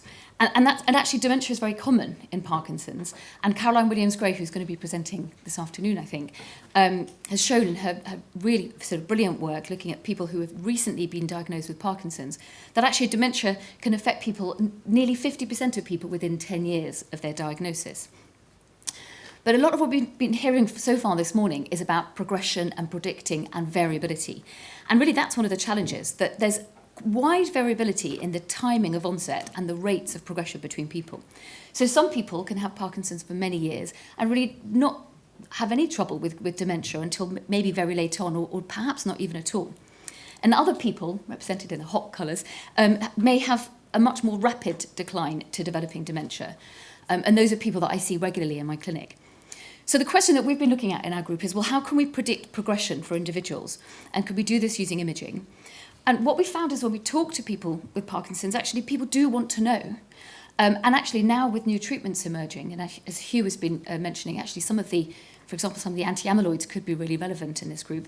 Early intervention for rapid progressors could really be a motivation and a reason that we might want to know early. So as well as imaging, and I will get to imaging, there's started to be quite a lot of work from different groups around the world that has shown that if you have Parkinson's and you have visual problems, that you're more likely to develop dementia. So Julius Anang, working in Canada, showed that people with Parkinson's who make errors organising visual coloured squares or circles, when he followed them over time, they were more likely to make to develop dementia. Caroline Williams-Gray, she took people who were recently diagnosed with Parkinson's disease and got them to do a whole bunch of different tests. And the ones who made errors copying intersecting pentagons were at double the risk of developing dementia at 10 years. And if she's here, I mean, this is something it's just so striking. It's such a striking and incredible finding.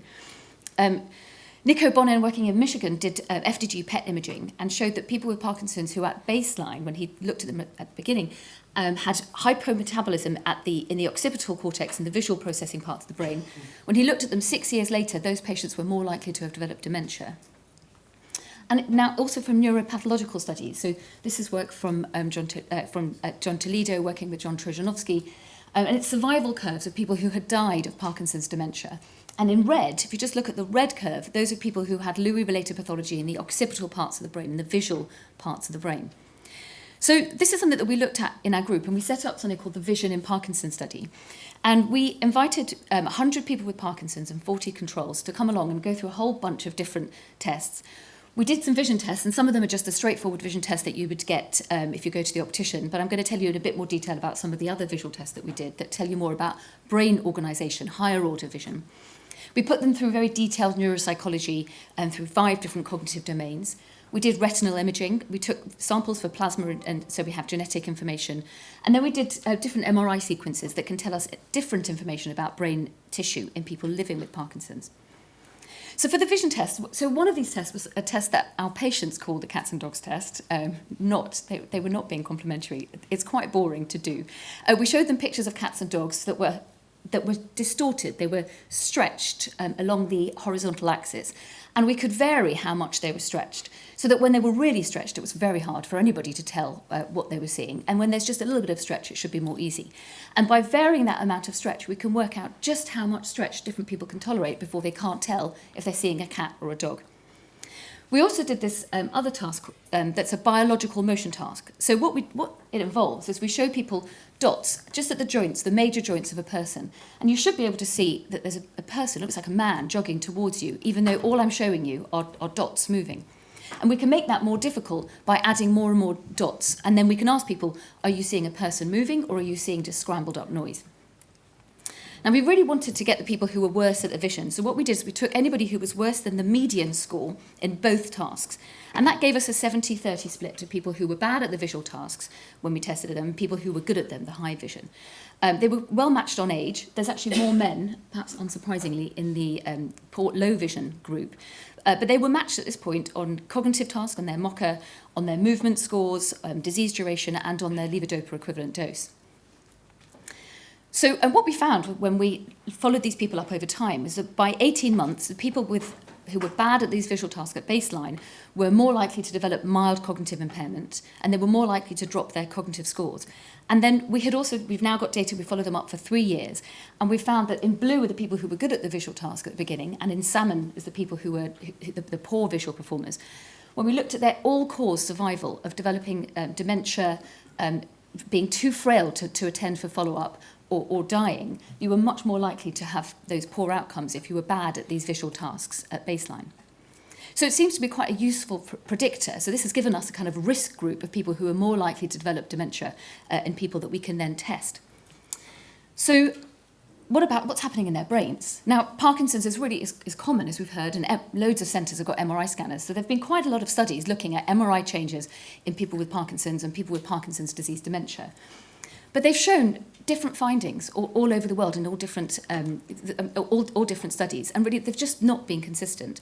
And this is actually even more striking at the earlier stages, at Parkinson's with mild cognitive impairment. So what I'm going to show you is 3 different ways that we've used more advanced techniques. So we've gone really beyond the conventional MRI measures. And so the first one is looking at differences from normal. The second one is looking at brain connections, and then the third type of technique I'm going to show you is to do with brain iron.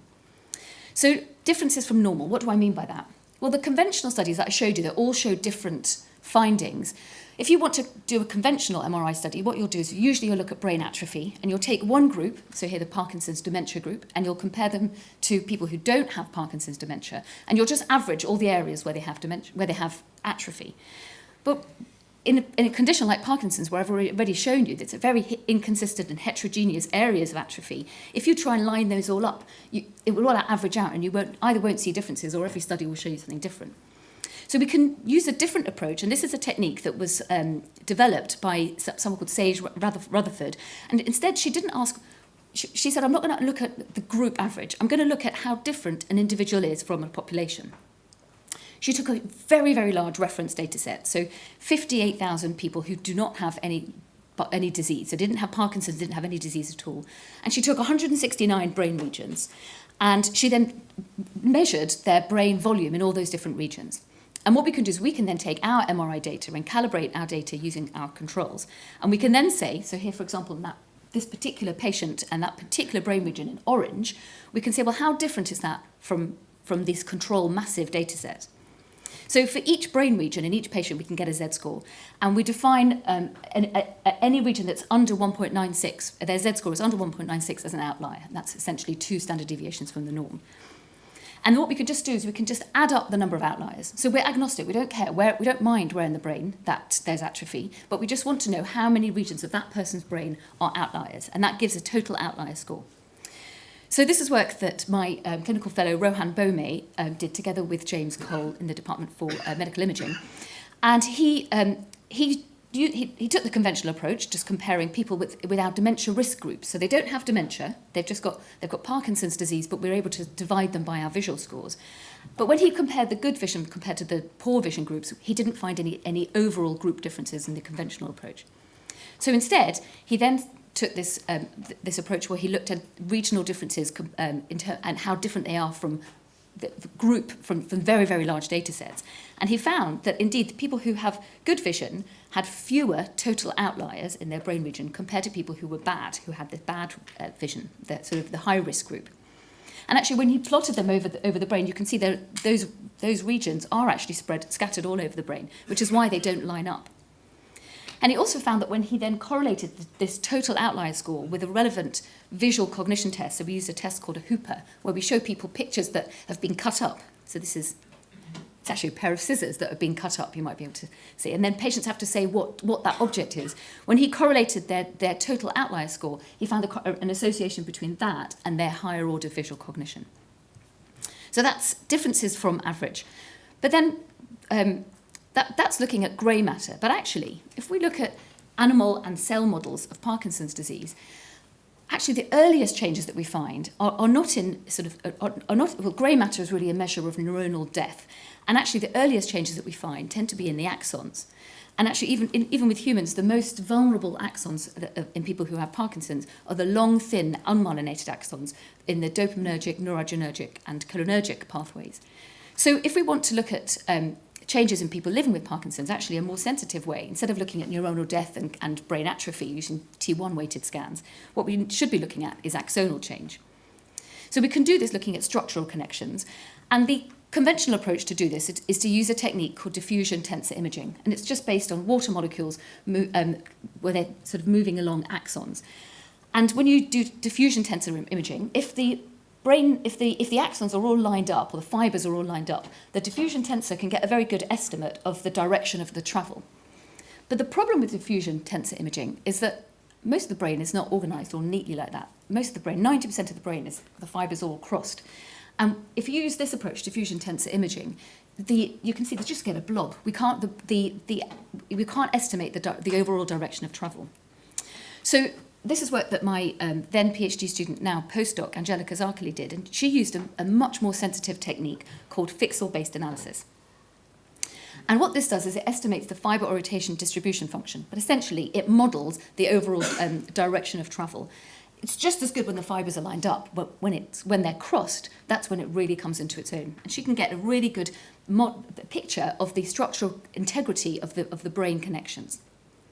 Now, when she compared people with Parkinson's overall against controls, she didn't find very much in the way of difference, just a few ditzels in the midbrain, actually.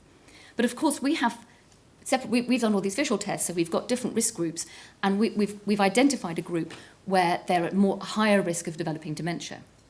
This time, when she compared the structural brain connections in people who were at risk of dementia, our low vision group, compared to people who were at high risk, who were not at risk of dementia, she found quite striking changes in their white matter integrity. And then when she looked over time, it became even more striking. So here's what we found at baseline, even more changes after 18 months, but really quite striking, widespread loss of structural integrity when she then imaged patients after 36 months. But she also had plasma measures. And one of the measures that we had was neurofilament light, which is a measure of axonal proteins, essentially. And what she found was that the proportion, the amount of loss of structural integrity also related to their plasma mean NFL concentration. So actually we could combine our brain imaging with plasma measures to show that there's actually, this all makes sense, there's a real world connection between our brain atrophy measures and a measure that we can get from the plasma. So just finishing off with iron. So why do we care about iron in Parkinson's? Well, all of us are accumulating iron in our brains as we get older, but iron particularly accumulates in the brain in Parkinson's disease, and it particularly accumulates in particular brain structures, actually, including specifically the basal ganglia. And there's several interesting relationships between iron and Parkinson's. And one of them is that alpha-synuclein aggregation is triggered by ferric iron. And this then leads to this sort of vicious cycle of free radicals that then cause further oxidative stress. So it'd be great if we could measure iron in the brain. And we can using this quality called susceptibility. And that's a measure of any material. If you put any material into a magnetic field, which an MRI scanner is, then how that tissue interacts with it is called susceptibility. And the main source of susceptibility in the brain is tissue iron. There are other sources as well, but the main source is iron. And we can capture that in the phase image of a type of sequence called a susceptibility-weighted imaging that we can acquire, which we've done. So to actually measure this, we use a process called quantitative susceptibility mapping, and it's actually the physics involved is quite intricate, and I won't put any equations up, but just to show you that, so this is work that was done by my then PhD student, now postdoc George Thomas, together with Julio Acosta Cabronero. But actually, the SWI, the susceptibility weighted image that comes off the scanner, is really ugly. It's got all these wraps. So you have to unwrap it, and then we need to remove the background field. And what you can start to see kind of coming through is the underlying differences in susceptibility between the different brain regions. So what George did was he said, okay, there's differences in brain regions in susceptibility. How do they correlate with relevant clinical measures? So he related these to motor scores and cognitive scores and found that the areas in the brain that when he looked at patients who had worse motor scores, there was higher levels of susceptibility or brain iron in the basal ganglia.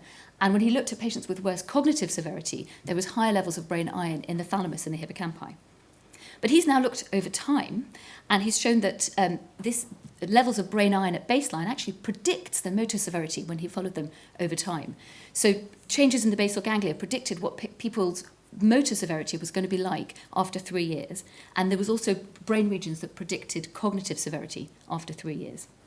So, bringing everything together, how can we use imaging to help predict Parkinson's dementia? Well, I've shown you we need to go beyond conventional types of MRI scanning. But actually, when we do that, there is some very useful information that we can get. So we can look at differences from normal and look at the total outlier counts in individuals. We can look at loss of white matter integrity, and that actually also can relate to plasma neurofilament light. And finally, we can use brain techniques that are sensitive to brain iron that detect changes in the brain that also predict clinical severity over time. So just to say thank you to Rohan Bome, Angelica Zarkali and George Thomas, who did each of the experiments that I've shown you. And thanks so much for listening. And I think there's coffee next.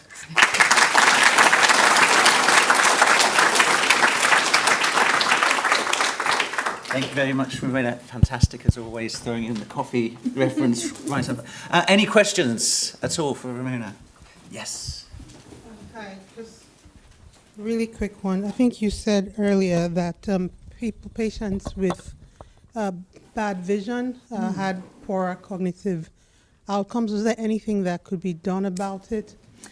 Yeah, so the first thing I'd say is this bad vision is usually people are not aware of it, so we need to use these quite relatively sophisticated tests to measure it. But is there anything that can be done about it? So a very simple thing, and this is more applies to older people, but actually if older people have cataracts, they're more likely to develop hallucinations, and there is some work that shows that treating cataracts can even improve hallucinations. But I think for sort of more generally, is there anything we can do about it? I would say this is more a sort of marker. So if we know that someone's likely to be at risk of developing dementia, and we know that their vision is affected, then we use that as an opportunity to intervene. And this is where a lot of the work that we're seeing here and that's being done in different groups around the world about sort of intervening early, using more general things like the different approaches that Hugh mentioned, maybe possibly anti-amyloid and some of the other approaches. And actually also in my clinic, I talk about things like exercise. So the activity certainly improves outcomes in Parkinson's. So I would intervene early with sort of very active exercise in people where there's visual changes. Okay, can I ask one 10-second follow-up question? So I'm going to try and articulate this the best way I can. Whatever is causing the eye issue, is that what is causing the cognitive problem? Or is it the case of, there's some people, if you sit down too close to the TV or you don't wear your glasses, does the cause of the eye problem matter in terms of the cognitive outcome? It's such a great question. I love the way you said it's a 10-second question, because actually that's I don't know. Okay. I think it's in the brain, not in the eye. Okay. But yeah, is it correlation or causality? We don't know, but it does seem to relate. It was 10 seconds for me to ask. Yeah. And then a lifetime to work on it. Yes. Thank you. Thank you. Thanks for a super talk. I wonder if you looked at cerebrovascular disorder regulation and the impact of blood pressure control. So I'm so pleased you asked about that, because I wanted to mention it to Omotola, and I thought, well, I can't say loads of things. So we're really interested in cerebral small vessel disease. And actually, what I'd been feeling is that we hadn't looked at it in the work that I showed you from Angelica, and it was like an elephant in the room that's completely missing. So we're looking at it now, and I mean, there's different MRI sequences that you need, so FLAIR, but actually the susceptibility weighted imaging can also give us that information. So that's a whole program of work that we're looking at.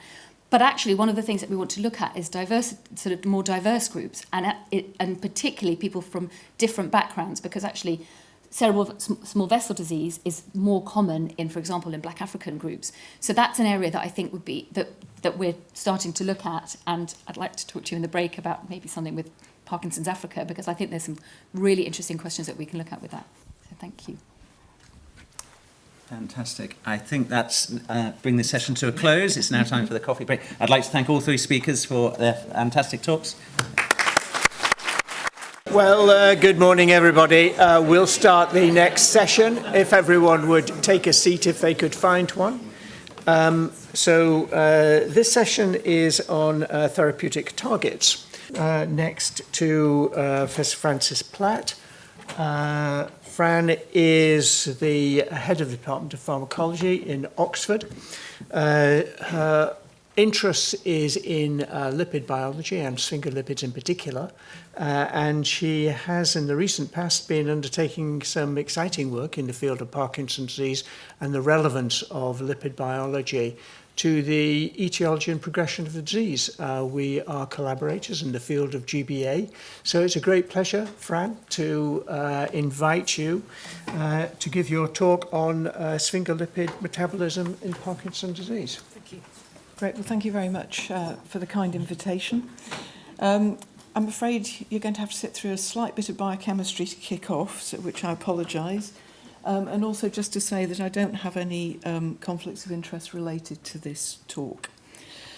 So our interest has been in sphingolipid metabolism for a number of years, particularly inborn errors of sphingolipid metabolism. And just to remind you of something you'd probably rather forget, this is the structures of sphingolipids. They have a sphingoid-based backbone.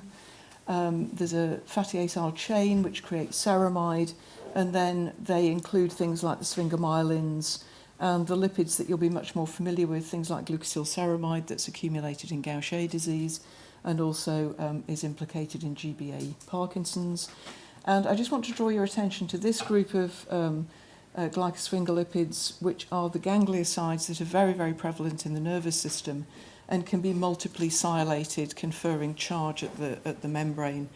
And they're likely to be involved in a number of neuronal functions, including signal propagation. So a complicated group.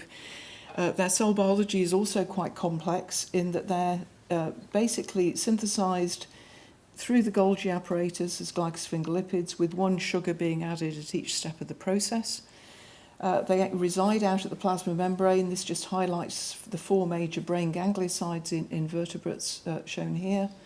And then periodically these get routed back into the cell to the lysosome for degradation, and the catabolism of these lipids is the removal of each sugar at a time. So lots of enzymes involved in biosynthesis, lots of enzymes involved in catabolism, and also a lot of proteins that are involved in the trafficking, both vesicular and non-vesicular pathways, to allow these substrates to move through the Golgi apparatus. So quite a complicated biology. Now, this is the enormity of what we're dealing with. And if you want to run screaming from the room, I quite understand. And one of the problems with this is that there are different classes of glycosphingolipids. There's probably about 200 plus in mammalian systems.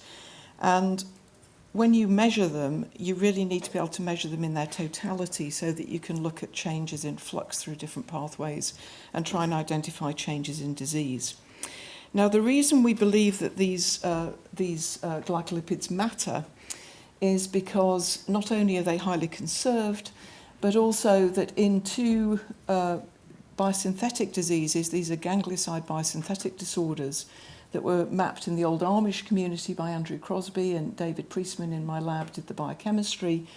GM3 synthase deficiency, you lack all complex gangliosides, and in GM2 synthase deficiency, you basically lose a subset of them. And one is a very severe epilepsy, and the other is a spastic paraplegia. So this kind of illustrates that when you have a major loss of function in one of these pathways, it has neurological consequences. Now, the other thing that's what I spend most of my life working on are lysosomal storage diseases that affect the sphingolipid pathway, particularly the glycolipid pathway.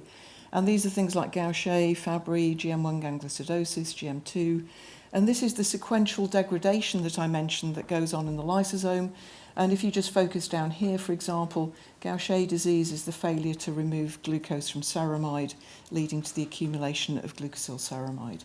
So complicated pathways, again, most of these are neurological in their manifestations, again suggesting that the balance of different glycosphingolipids in the brain matters for normal brain homeostasis.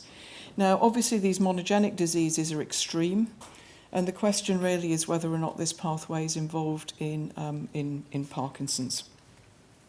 And I don't really need to tell this audience that GBA is a risk factor for heterozygous carriers of Gaucher disease, have an enhanced risk of Parkinson's, and mutant GBA alleles have been found in many different Parkinson's populations. And the question is really, what's the mechanism of that? Because heterozygosity does not normally confer disease in terms of Gaucher symptoms, but confers this risk to PD. Now, one of the papers that got our attention was from Josh Schulman's group, where they looked in sporadic Parkinson's and found that if you went and hunted for the genes that are responsible for the lysosomal storage diseases, over half of those sporadic patients had 1 to 4 heterozygous mutations in genes that we know cause lysosomal storage diseases. So our first foray from the lysosomal field into Parkinson's was funded by Parkinson's UK and was a studentship to Mylene, and this was a collaboration with Ola Isaacson and Penny Hellett at Harvard. And this just illustrates the fact that this is the substantia nigra in human. This is looking at GBA, which is the risk for Parkinson's, and a non-lysosomal enzyme that does something very similar. What we found was that in normal aging, you find a decline in the activity of these enzymes, and that was lower in the Parkinson's group, and that applied to both GBA and GBA2. In addition, we found that there were many other enzymes, lysosomal enzymes, that decline in PD. So many of these enzymes decline in aging, and we found that there were many different enzymes, for example, neuraminidase down here, that has quite a dramatic reduction in Parkinson's patients. So this was suggestive that with normal aging, there is a decline in lysosomal function. And what Mylene did was look to see whether or not she could see any biochemical consequences of this. And the first one was that in PD in general, there was an increase in glucosylceramide, which is that stored lipid in Gaucher. There was also an increase in lactosylceramide. But very interestingly and very reproducibly, we've consistently seen a reduction in those complex gangliosides that live out at the plasma membrane in our neurons. And this has been something that we've seen in other cohorts. So we've got a complex picture of lysosomal decline, biochemical changes, and a reduction in some of those key gangliosides that I mentioned previously. And that's just really just summarising those Parkinson's changes here. Now, we had the opportunity, quite uniquely because of Tim Cox's MRC grant on looking at the Gaucher cohort of the UK, MRC-funded grant called Gaucherite. We were able to work with the UK cohort. We have the biobank in my lab. And what we did was we glycolipid profiled the plasmas of these individuals, and we compared it to a cohort from Per Svenningsson at the Karolinska of well-phenotyped Parkinson's patients. The analysis has been done by Kerry and Danielle in my lab. The Gaucherite study is very well powered for a rare disease. We had 205 patients, reasonable male-female balance. The Swedish cohort is about 80 Parkinson's patients, more male balance, but biased as you might imagine. And so I'll just show you the key findings from this. This is unpublished data. So at the top is Gaucher. And these patients are all on enzyme replacement therapy, so perhaps not surprisingly, there's no net increase in glucosylceramide. But if you look at glucosylsphingosine, which is generated by acid ceramidase when glucosylceramide builds up in the lysosome, you can see that most of these patients, even though they're on active enzyme replacement therapy, have an abnormal level of glucosylsphingosine relative to the healthy control. So this is consistent with some glucosylceramide still building up in the lysosome and being converted into glucosylsphingosine in the Gaucher population. But what was really unexpected was that we also see an increase in total glycosphingolipids in these individuals, and we see a lot of increase in these complex gangliosides that I mentioned. And this is in plasma. And one of the things that's particularly interesting is that normally, even in those GM3 synthase deficient patients, their absolute levels of glycolipids are unchanged, but the composition is changed. But here we're actually seeing a net dysregulation of glycosphingolipids. So the question we were asking was, does Parkinson's look like Gaucher, but at a more minimalistic level? And the answer is no, it doesn't. It looks very, very different in a number of ways. So first of all, they have an elevation of glucosylceramide in at least some of the patients. Some are indistinguishable from the control group, but some have an elevation. Interestingly, their glycolipid levels as a class are down in these individuals. Again, these are plasmas from the Swedish cohort at the Karolinska, and we have a reduction in complex gangliosides. And we cannot detect any glucosylsphingosine in this cohort at all, which again was a surprise. And that almost implies that perhaps one explanation is that this glucosylceramide that's building up is actually not in the lysosome, because you would predict it would be converted to glucosylsphingosine as it is in Gaucher. So the take-home message from this is that Gaucher and PD look quite different, and that there is a reduction in complex gangliosides in PD. So with Per Svenningsson, we explored the relationship between Gluxer levels and reduced gangliosides. Did you have to have a high Gluxer in order to have reduced gangliosides? And the answer is no, you don't.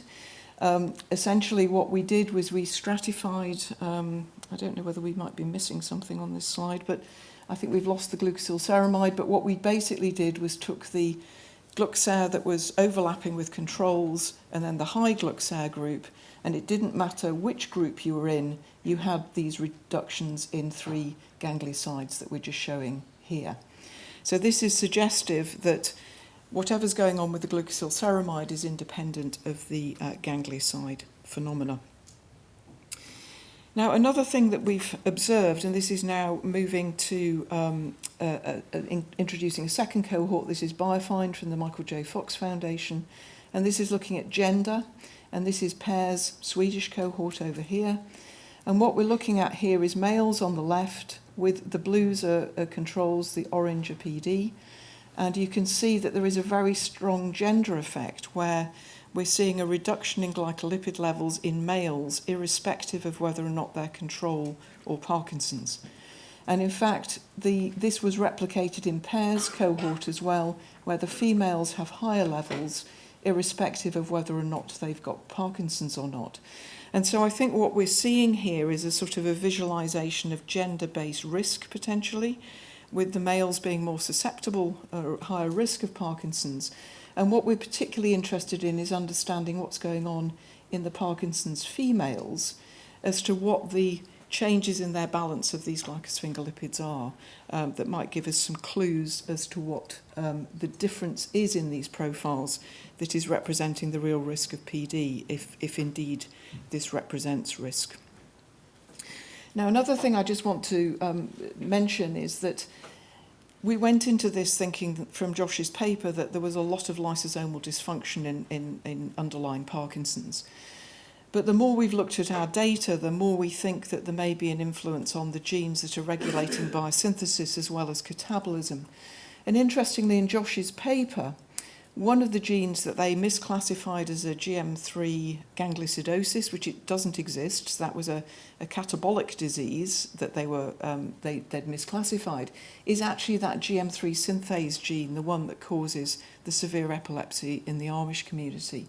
And so the fact that one of these biosynthetic genes crept into that study is making us now very interested in what's going on with the genes that are involved in biosynthesis. And the number of genes is ever expanding, because this just sort of summarizes the major classes of genes that are involved in different aspects of glycolipid homeostasis. Don't worry about the details of this, but just take away that there are a lot of them, and some of these map to catabolism, some to biosynthesis, and a lot of them are to do with trafficking, both vesicular and non-vesicular. And so we've now got a new fellow in the lab, Dan, who's funded by the Silverstein through a Silverstein Fellowship from the Silverstein Foundation. And Dan and my lab are collaborating with Mina Wrighton in Cambridge to really marry up now the biochemical analysis of these glycolipids. We've got iPSCs from Ricardo Feldman's lab, who's also got a Silverstein Fellow in his lab. And then we're examining gene expression data sets to try and understand which enzymes involved in this may be variants in Parkinson's. Now, I think if you imagine that previous slide I showed, which let me just go back to it, there's many, many ways in which you could hypothetically get these imbalances in glycolipids that I've just been describing. And so there's many, many routes to this. So therefore, we may find that individual patients have quite an individual set of changes in gene expression or their enzyme activity that could get them to the same reduced gangliosides, higher glucocerebrosidase levels that we've seen in the biochemical data in plasma. And so it means that it's going to be quite a difficult thing to unpick, but this is why we're hoping to now make real progress moving on from the biochemistry and trying to understand how each of these individuals is ending up with the biochemical profiles that they've got. So just to conclude, we've got changes in glycolipid levels and composition in rare monogenic diseases that result in severe neurological impairment, underlying the importance of this pathway. We've got multiple changes in the glycolipids in the plasma in PD. The glycolipid changes in PD differ quite significantly from Gaucher disease, suggesting that the glucocerebrosidase in PD is perhaps not even in the lysosome. We have reduced gangliosides in Parkinson's that I think could be a plausible risk for developing neurological signs later in life, and it's independent of the glucosylceramide levels based on the study with the Karolinska. We've got a significant gender effect, and that was the most significant change that we saw in Biofind and also in Pear's cohort, with males having lower GSL levels than females. We did CSF in the Biofind cohort. We've also done it in the Karolinska samples, and that analysis is in progress. And what we're trying to really get at is the mechanisms and the role, their role in Parkinson's pathogenesis, because if you don't understand that, you can't really plausibly tackle this from a therapeutic point of view, because depending on what actually turns out to be the problem, whether it's a ratiometric change of neutral to charged or something else, those would require very different interventions. And we're basically focusing on genes involved in glycolipid biosynthesis, catabolism and trafficking through this work with the Silverstein Foundation. So just to finish up, I'd just like to thank everybody involved and thank you for your patience in listening to a bit of biochemistry before lunch. Thank you.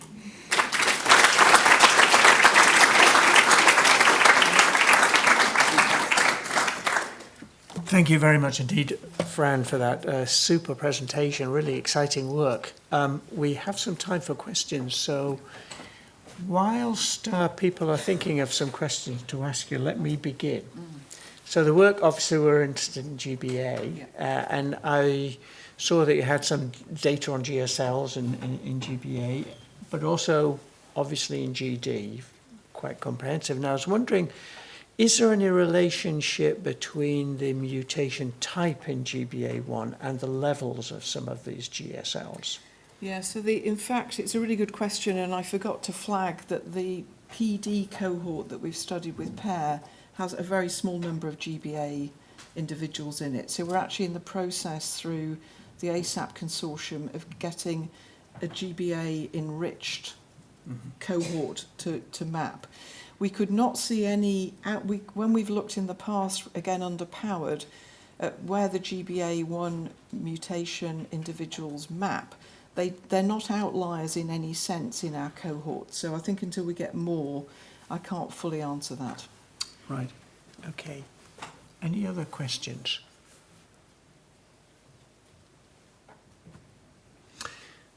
Then I'm going to ask you another one. So again, it's orientated towards the GBA field. Now, I think the risk variance in GBA will be particularly interesting to look at because they the sex differences, though, between controls and male-female, let alone PD. Any idea what that's due to? No, I think that the only sex differences that have been reported in the literature to do with glycolipids were to do with quite specifically the kidney. And there was a literature showing that there were gender differences there. But this plasma profiling, where we've kind of got the total picture, if you like, where you can measure total and then the different, the charged, more neutral pathways, I think it's the first time it's been done on this scale. And we're assuming that when we do our analysis with Dan and with Mina, we might start unpicking what's going on in males versus females, but we haven't got to that point yet, and I think that'll be really interesting. Yeah. But I would assume that there are there are also there are some influences we know from our work historically in things like Tay-Sachs mouse models, where we found that in that case, that bypass pathway through neuraminidase and Hex B was actually affected in female mice through pregnancy and lactation. So we know that there is a hormonal regulation of certain catabolic enzymes in that case. And whether that's something, there's an underlying hormonal thing, or whether there is something else going on, we don't yet know. But we'll have to keep an open mind on that. Yeah, obviously an important flag for people working with rodent models of these diseases, whether they choose male or female. Yeah, definitely. Nice. Yeah. Okay. Mona. Thank you. It's a fascinating talk, and yes, I just so much to think about. Something I wondered was whether any of this could be affecting myelin, because I'm just wondering about whether we can pick this up through imaging at all. Yeah, so I sort of ignored the fact that there's another pathway of glycolipids, which are the gal-ceramide-based glycolipids that are very rich in myelin, but also gangliosides matter for myelin as well. And certainly in some of the lysosomal storage diseases that we work on, things like Niemann-Pick-C, that were not really seen as primary myelin disorders because they're not. There's still a large myelin component, hypomyelination in that case, which has been imaged very nicely in that field by Mark Walterfang's group in Australia. So I think it's something that's well worth considering, because we are looking at the genetics of the gal-ceramide pathway and wider pathway, but we haven't measured gal-ceramide in CSF, for example. We've stuck to the major gluxare pathways. Very good. Well, Fran, thank you very much indeed. That was super.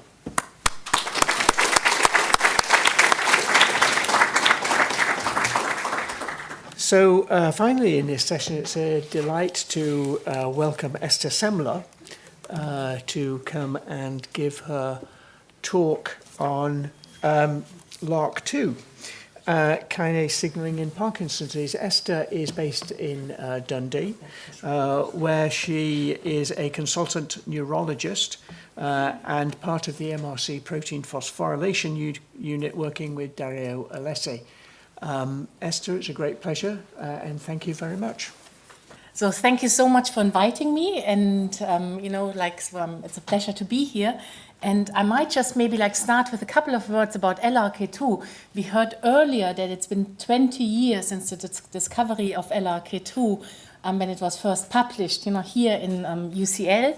But then also, how quickly it was to submit and then publish a paper in Neuron. I think that's what we are all dreaming about. But I think, the reasons behind this, there was also a second group, and it was actually published back to back with Thomas Gasser and Alexander Zimbrich. So that was exciting, but also because the pharmaceutical industry realized that there is a neurodegenerative condition that involves a kinase that is potentially druggable. And I think that explains why actually drug discovery in LRRK2 maybe has sped forward, and understanding the biology has lagged behind. But basically, LRRK2, before I start with LRRK2, I mean, like, I don't have to tell all of you that Parkinson's disease is very common, that there's an urgency to develop treatments. We don't really have a test. And, you know, despite everything what we've already learned about Parkinson's disease, we really don't know what the underlying cause is to completion. So we know that environmental factors as well as genetics play a role here. And here, like, LRRK2 has already been mentioned as one of a monogenetic disease, but it's also relevant in as a GWAS risk factor in idiopathic Parkinson's disease. So that's really, like, quite important. And I think, like, we've seen this slide here earlier on as well in a talk. But, you know, so we know quite a lot about LRRK2. It's really common, and, you know, we understand a little bit more about penetrance. But actually, all this data goes mainly back to G2019S, which is only like one mutation in LRRK2, albeit the most common one. What we know about LRRK2 in terms of signaling is basically depicted, you know, like here. So you have LRRK2, which is a really large protein. It contains like 2,527 amino acids, lots of different protein domains with an enzymatic core, so a ROC core, GTPase domain, and the kinase domain. And really all those variants or mutations that we consider as pathogenic cluster in this enzymatic core, really only like 5 across 5 residues. And what we now know is that all of these variants activate LRRK2 kinase pathway activity. And then, like in 2016, Dario discovered with the international consortium that the phosphorylation target of LRRK2 are a subgroup of RAP GTPases. And that's really quite important because that gives us a way of measuring LRRK2 in cellular models and also in patients, because the phosphorylation levels of RAP proteins corresponds to LRRK2 kinase activity. And at the moment, like, there's a lot of interest to understand the downstream biology, so by phosphorylation of RAP GTPases, and then say change their cognate effectors, and, like, you know, you see things like a lot of downstream biology. And I just want to somehow point out that the lysosome is quite important here. What we've also discovered in Dundee was that actually another autosomal dominant Parkinson's disease gene, so VPS35, in particular this mutation, D620N, also activates LRRK2 kinase activity by a mechanism that we are not completely understanding at the moment. And this to date is really like the only you know, like endogenous activator of LRRK2, genetic activator of LRRK2 other than mutations in LRRK2. And then, like also in Dundee, Karen Bernston, a PhD student of Dario Alessi, discovered the phosphatase PPM1H as the, you know, that counteracts LRRK2 phosphorylation of RAP GTPases. And then obviously, like what I already mentioned, this is highly interesting because we can actually target LRRK2 with kinase inhibitors and actually also other strategies. What I'm really interested in is like the translation and discovery of mechanistic understanding of LRRK2. So what I've told you, like gain of kinase function variants in LRRK2 are associated with Parkinson's disease. There is an interplay with other monogenetic or risk factors in Parkinson's disease. I should have mentioned on my slide also GBA, because I think that goes back to Dimitri Krein's work, who showed that LRRK2 kinase activity in GCase enzymatic activity are inversely related, and since then there has been a lot of work on this as well. Then obviously a big interest, the role of LRRK2 in idiopathic Parkinson's disease, and currently the LUMA study, a phase 2 clinical trial, is focusing mainly in idiopathic LRRK2 kinase inhibition in idiopathic Parkinson's disease. And then, like, you know, so I'm very, very interested, how can we actually measure and interrogate LRRK2 kinase activity in human samples? What is the best biomatrix? Is it blood? Is it urine? In blood, what cells is it? And what is the best assay? And what is also like feasible in the clinical setting? So my lab really is interested in the functional impact, understanding the functional impact of genetic variation in humans to understand and annotate pathogenicity. And then also, like, because of this convergence onto the lysosome, we want to really decipher dysregulated LRRK2 and lysosomal signaling in Parkinson patients. So in a way, it's I'm lucky that LRRK2 is highly expressed in peripheral immune cells, also kidney and lung, and that gives me traction to look at at blood to study LRRK2, especially when I look at post-translational modifications that are quite sensible. Like, so for example, looking at post-translational modifications in terms of phosphorylation is very, very hard. Possibly impossible in postmortem brain samples. But when you look at like the expression of LRRK2 and then one of its substrates, RAB10, in peripheral white blood cells, you see here like PBMCs, like you see that it's really like only like monocytes that express relatively high levels of LRRK2 and RAB10. But actually those cells that we don't collect routinely as part of PBMCs, which are neutrophils, is another highly prevalent and homogeneous cell population that express LRRK2 as well as RAB10. And this is why I'm concentrating mainly on neutrophils as well as like monocytes for my LRRK2 research. And then like, we've come a long way with regards to tool developments, and what has been super useful for me is an antibody that was developed in Dundee, so that's now one of the upcoming antibodies that everybody uses for phosphorylated RAB10 at threonine 73. So this is in neutrophils, and what you can see is that you see a signal for phospho-RAB10 that completely is abolished when you treat ex vivo neutrophils with a specific LRRK2 kinase inhibitor. And this was a study in collaboration with Eduardo Tolosa's group in Barcelona. And what we did is we collected fresh peripheral blood for neutrophil isolation that we then treated ex vivo plus and minus a specific LRRK2 kinase inhibitor to then measure this by quantitative immunoplotting, but also by mass spectrometry. And what we did for this is like, so we had our neutrophil samples, we had to run a gel, we cut out the bun for RAB proteins because the phosphorylation is really like only like a couple of %. So you need to enrich, and we did that by gel-based enrichment. Then we spiked in heavy labeled peptides for phospho-RAB10.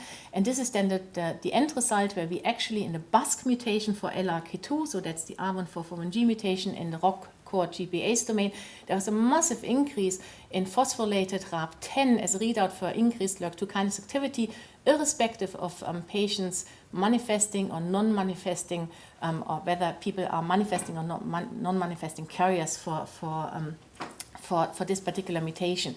In comparison to controls in idiopathic Parkinson's disease. And this was really like specific for the LRRK2 kinase is shown here because the signal completely disappeared when I treated the cells ex vivo with the specific LRRK2 kinase inhibitor. We did not really see a signal or increase in G2019S. It was a little bit, like above idiopathic Parkinson's disease in controls, but like not significant. And that is not a surprise. So patients obviously like carry these mutations mainly in the heterozygous state, and you have a differential effect depending on mutation on LRRK2 kinase activity. So this is like all in mouse embryonic fibroblasts, just to illustrate this. So here you see the R144one-Z, which is biochemically very similar to R144one-G, to its wild type, and then G2019S. So you see that like, this mutation is much more activating. And actually here, also like in context with VPS35, you see that this is actually an even more activating mutation in in terms of LRRK2 kinase pathway activation. So what I then spent on, or rather not me, but my postdoc, Sarah, so we've developed methods to really develop high throughput and expanded readouts for LRRK2 kinase pathway activity by setting up a liquid handling platform to enrich by immunoprecipitation for phosphorylated RABs, also total LRRK2 and phosphorylated serine 935 and serine 910. These are biomarkers for LRRK2. We enrich for these, we digest on beads, then we spike in heavy labeled peptides for all of our readouts, and we do that in a 96-well plate assay, so that allows us to really do all of this automated, reduce technical variability and increase throughput, and then via the EVO step directly measure this by mass spectrometry. So this is something that's taken us forever, but we are now in the process of measuring all these different cohorts that we've collected over the last few years. And what you can see here, so we have the PHOSLAB study where we collected 3 different cell types, neutrophils, monocytes, and PBMCs in mainly the common LRRK2 mutations, as well as VPS35 and a few GBA mutation carriers. Then, funded by the Michael J. Fox Foundation, really a large number of LRRK2 G29S mutations and idiopathic PD and controls. Then here with Roy Alkali, more GBA and G2019S mutations. And then very, very interestingly, this is just like a collection that we've just completed together with IHUI in Malaysia, so focusing on the Asian variants in LRRK2. So this is I'm not going to show you all of these results. We don't have the results as yet. We are measuring this, but this will be really quite exciting. But what you can see here, lots of effort. We always need fresh blood.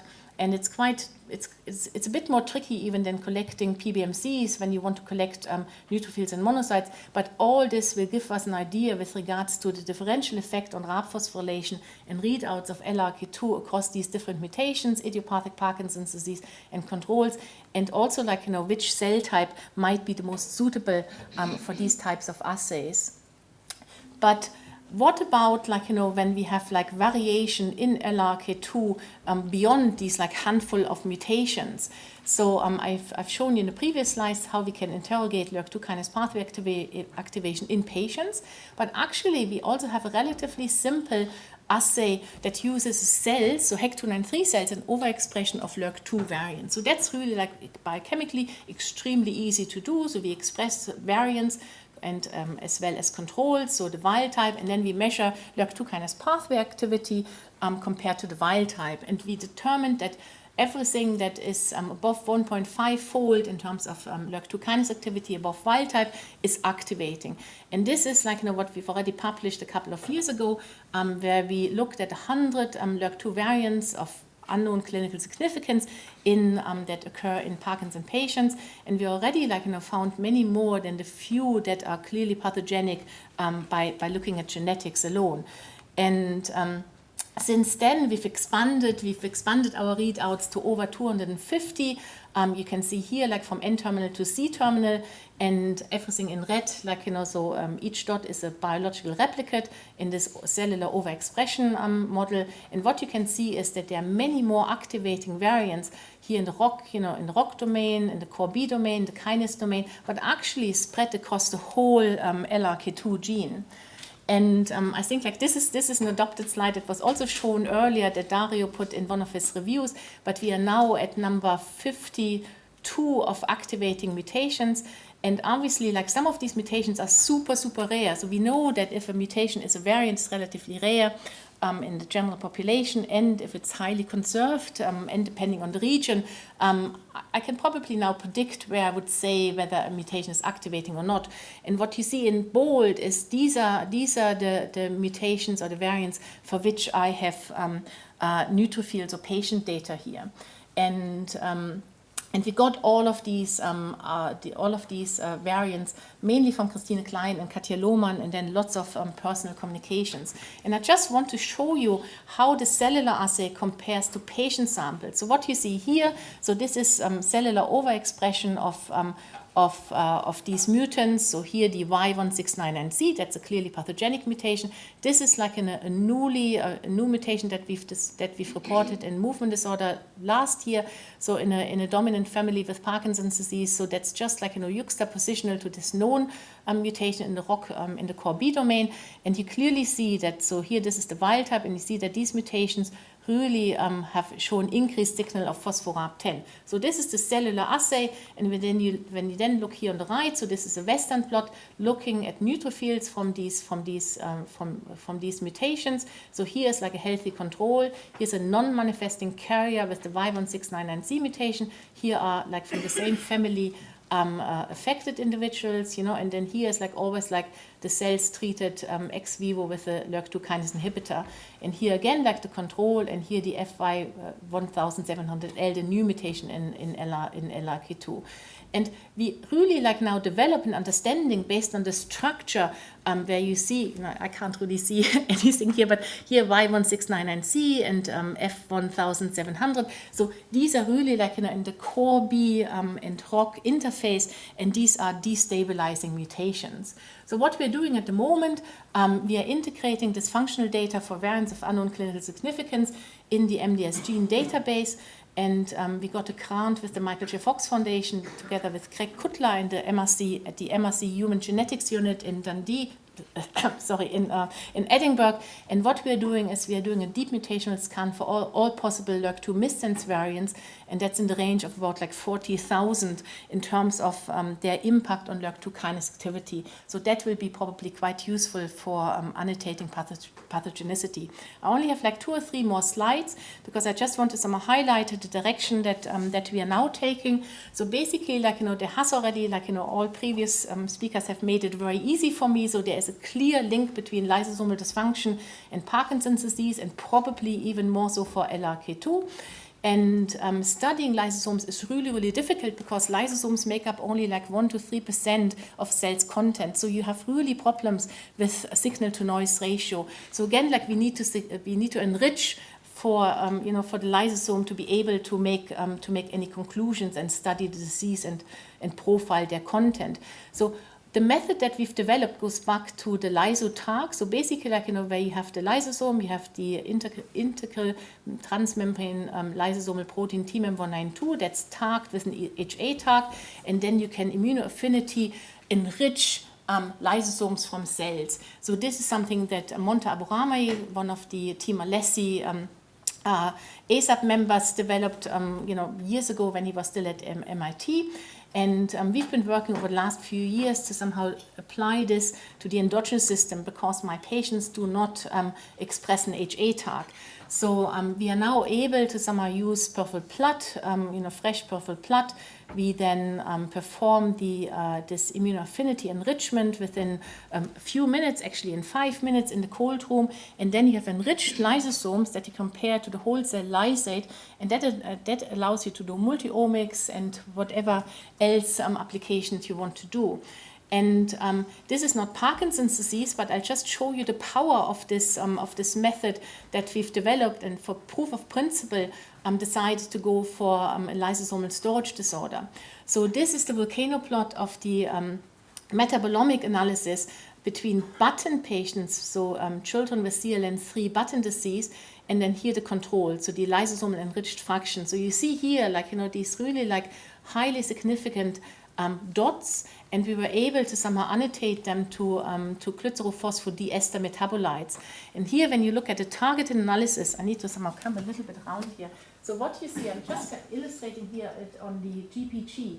So what you see at the whole cell lysate level, when you compare controls to the patients, you don't see any significant difference. But when you look at the enriched lysosomal fraction, there's a massive, up to 1,000-fold difference between the patients and the control. And I think this is really like the power of this methodology that we are now going forward applied to LRRK2 Parkinson's disease. So, and basically, like, this brings me to my summary. So we have a very unique way of interrogating LRRK2 in terms of its function, in terms of a cellular assay and in vivo in patients. This is probably important for patient stratification, making sense out of a next generation sequencing in terms of variants of unknown clinical significance. We are doing this deep mutational screen not only for LRRK2 but also like together with Miratul and Dario for Parkin and GBA. And I think that the tagless lyso-IP will be a really powerful method to look at lysosomal changes of LRRK2-associated Parkinson's disease. And I would like to thank all our collaborators and my lab members, and then all the different funders and patients and volunteers. Thank you very much.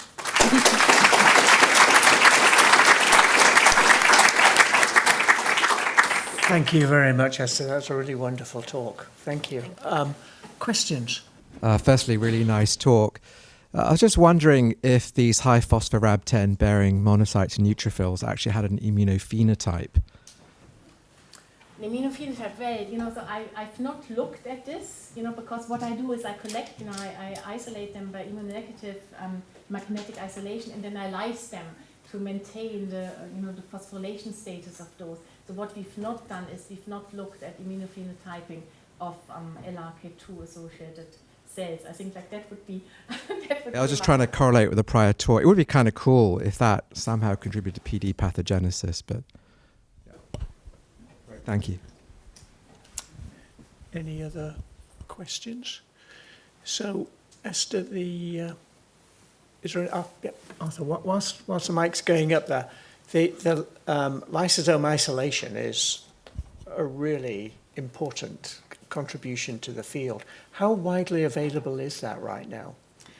So there has been a huge interest, because we've been developing this method for the last 2 or 3 years, and like the last 1.5 years, me working on the translation into human cells. So I think we have an IO protocol published. So the method is now in bioRxiv. We have a training video for people who are interested in it, and I mean so for people who work in biochemistry, doing an IP and crushing cells open is really not difficult. I think the difficulty comes when you want to do it in patients at different sites and so on. But I think so the main question at the moment would then be with the availability of the antibody. The antibody is a commercial antibody from Akram, but we are now working with the Michael J. Fox Foundation. That's like Dario's work, to find alternative and possible even better antibodies. And we also are targeting other organelles. And I think the implication for people, in maybe basic research is also you can use that in iPSC cells. Yeah, excellent. Thank you, Arthur. Thanks. As we mentioned that there are therapeutic approaches based on kinase inhibition, but also others based on different technologies to reduce the amount of the LRRK2 protein. For all the activities you've described, does this tell us there's some mutations for which one method might be better than the other, or can you generalize? Yeah. So for example, so the LRRK2 kinase inhibitors that are currently in clinical trials are type 1 inhibitors, and they also inhibit seri-935 phosphorylation. Other, other type 2 and type 3 inhibitors that are not yet in clinical practice, so they would not do that. Then with regards to the PROTAC, so towards the degraders, so actually because the degrader that Alessio Ciulli is using, so the Dundee group is using, that's based on the inhibitor binding of LRRK2, so MLI2. And actually what we found is that this degrader degrades G2019S preferentially over wild type, and again, that might be of interest, to G2019S mutation carriers. Thanks. Any other questions? No. So Esther, thank you very much indeed. That was really super. Thank you very much.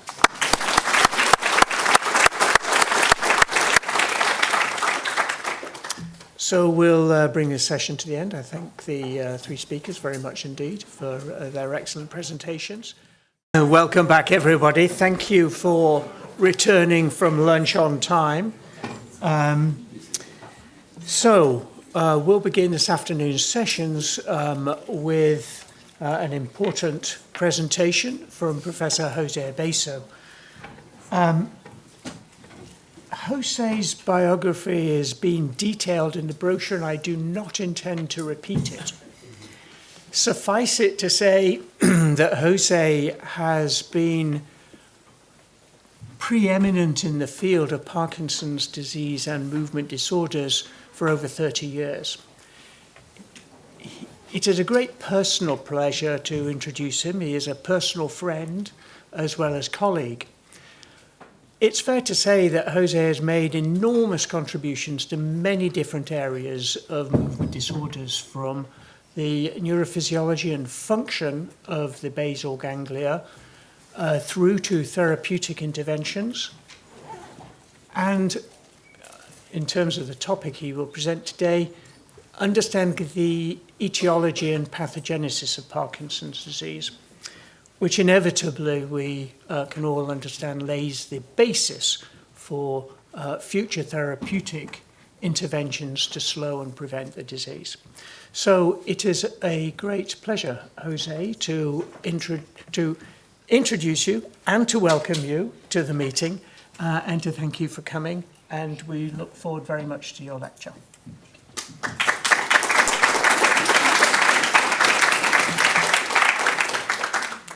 Thank you very much, Professor Shapira, everybody.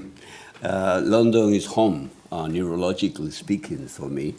I got my initial training in movement disorder south of the river in the Institute of Psychiatry with the late Professor Marsden, and did witness in third hand when he moved here and developed what gave rise to what it is today, the movement disorders area in Queen Square, at the time with Anita Harding, and then Kailash Bhatia came in, etc.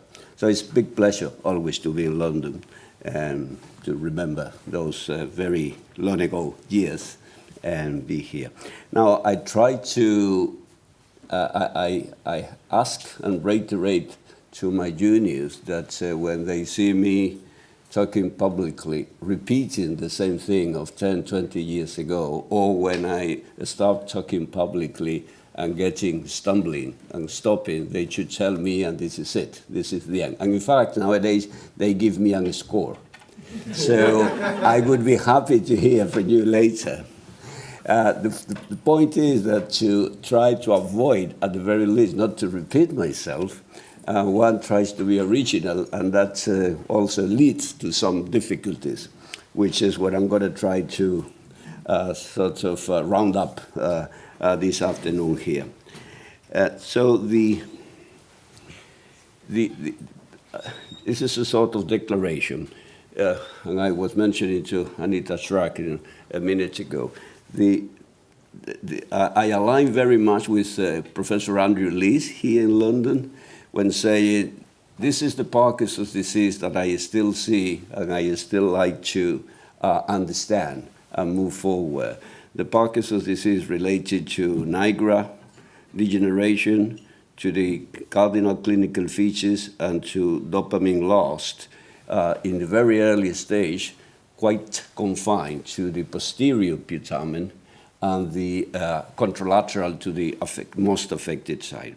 Of course, I realized that there are several patients, perhaps the majority of patients, particularly as people become older or PD of later onset, in whom the disease is much more abundant semiologically, phenomenologically, pathologically, and here is where all this business about RBD and constipation and periphery and synuclein, molecules secretly moving up and down and all that things come about.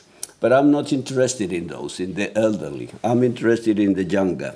So all what I'm going to talk and all what we are thinking and working on are the patients who have PD onset below 65.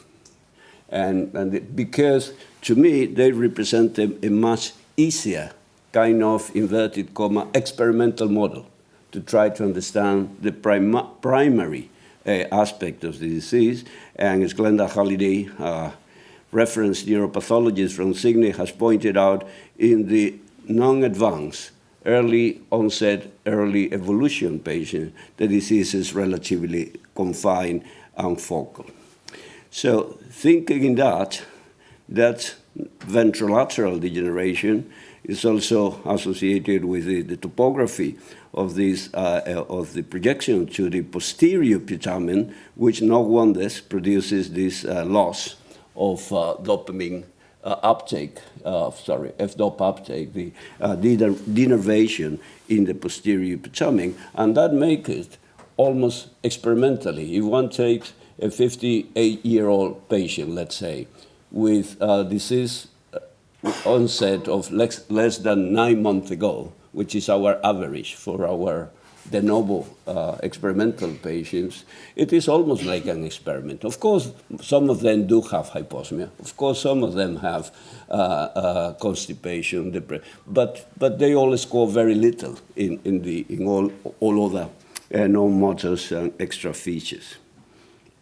And that local, relatively focal, and relatively selective nature of the neurodegeneration initially, I think makes a very critical constraint to understand the beginning and the origin of PD conceptually. With all the constraints that I already mentioned, I'm not going to repeat. So the question is, where does PD start? Those PD, not any PD. Those PD I just defined, right? And so the first part is this study by this squad. Álvaro Sánchez Ferro and Mariana Monge are no longer with us. They did the first study. Michele Matarasso and Agustina Ruiz-Jansi are with us, and with the second study, and Jose Pineda is the neuroimaging guy doing the PET. And we have had 2 cohorts. The first one was 21 patients that Mariana followed. They had a median time of 7 months since the diagnosis. So they were really early, and they were 57-year-old of age. And then a second one who we are following in more detail currently. And so they have this study of kinematics to do more proper evaluation, and then the F-DOPA PET. This is Michele Matarasso, those of you who know him, very nice chap that we got from Naples in Italy, and doing all these studies, which essentially are aiming to quantify movement of the upper and lower limb, proximal versus distal. The question being is, where is the Parkinson is most noticeable and earliest? And to make the story relatively short, this is upper limb versus lower limb, and you can see here that this is the clinically non-affected side, the LAS, less affected side, but in fact, it's clinically, they score 1, 2, 0 in that side, and the clinically affected, most affected side. And what you see here, this is essentially normal, although a little bit more in the lower limb for the stepping than in the upper limb. But here, where in the clinically affected side, it is the upper limb, which is significantly lower. Now, if one goes to the proximal upper limb versus distal upper limb, you can see that again is the proximal, what is the arm angle, so the swinging, what is most detectable here. And that fits with normal experience. This is one of those, not someone in this study, but someone I always show, typical reduction or no arm swinging as he shows, then the shoulder, as you will see in a minute. And so we are heading into the idea that the proximal upper limb is the kind of hot spot somatically. Mind you, we have not had a good way to quantify the face. And the face is tricky, as you know, the clinicians here know. I do think the face is highly sensitive also to dopamine depletion, but it's very bilateral. I mean, some patients are asymmetrical, but it's much more difficult. I mean, people reduce eye blinking, for instance, etc. So this is a pending thing. We need to look at the face. But here was clearly. So in the first study, we did get this clear result for the upper limb predominance. Here, the hand is always easier to test, but that's why we did the second study. So the upper limb and the F-DOPA reduction contralateral clearly here. Although, of course, statistically, the non-clinically affected side is also. In effect, those patients, the non-clinically affected side represents asymptomatic PD. And again, conceptually, I take that side as somebody who still is not going to go to the doctor, because that side, if we could split it in two halves, and so that side is already evolving, but it's not yet clinically apparent. And in fact, there is a 2-3 years gap between the onset on one side and the onset on the other. So it's interesting. And for the affected side, cluster analysis of Jose Pineda. Were you editor of Brain already when this paper got accepted, Professor Falstein? I'm not sure, but anyway, thank you. We were happy to have the paper in Brain, my home journal. And the cluster analysis, this is the sagittal view. So this is dorsal, ventral, and rostral, caudal. So this is the middle of the putamen, and here is where the loss of uptake is maximal. If you look at the less affected side, there is a glimpse of the same thing. Now, 2 years later, as you'll see in a second, 5 years later, this side is like this side earlier on. In other words, this side follows the same pattern, almost exactly the same pattern, except with a delay. To me, this is a lot against the idea that an exogenous mechanism, whether a toxin or a traveling protein or a virus, could produce Parkinson's disease as primary mechanism. I don't negate the factor, but to reproduce so specifically the same pattern in the same subject with a separation of years, I think speak a lot about endogenous constitutional aspect of the vulnerability. And this is the loss of uptake at baseline 2 years and 5 years. Interestingly, it actually wasn't or accentuate in the same region because this is rostral to caudal in the middle of the putamen. So it is not like it is spread. We, in the Brain paper, we speculate that it could be like a drop oil mechanism, with spreading, like to Earth periphery, like a drop. But it's not, doesn't seem to. This is preliminary. So we have to consider, therefore, the putamen and the very focal onset, the cortical input into the putamen, and the nigrostriatal projection to understand. One interesting point is, as far as it is known, the nigrostriatal dopaminergic projection has no somatotopic arrangement. But this is not being 100% shown. It's still missing a critical experiment in monkeys, which has not been done. And the projection could therefore be injured or attacked, let's say, either by mechanisms occurring here in the putamen, at the projection site, or here in the soma. And I would have thought both. And then we have the mechanism and the circuities occurring as a consequence of the initial dopamine loss, or even just because of activity. And the other hypothesis that I may come or may not come to explain is that the afference to the nigra plays an important part. So, a little bit of classic anatomy here. This is the nigra. An important aspect, is that the dorsal nigra is calbindin positive, the calcium binding protein, and the ventral nigra is calbindin negative. And then this generates these clusters of neurons here called nigrosomes. And nigrosomes, where there is a classic article, also in Brain, by the way, 1999, from the Paris, from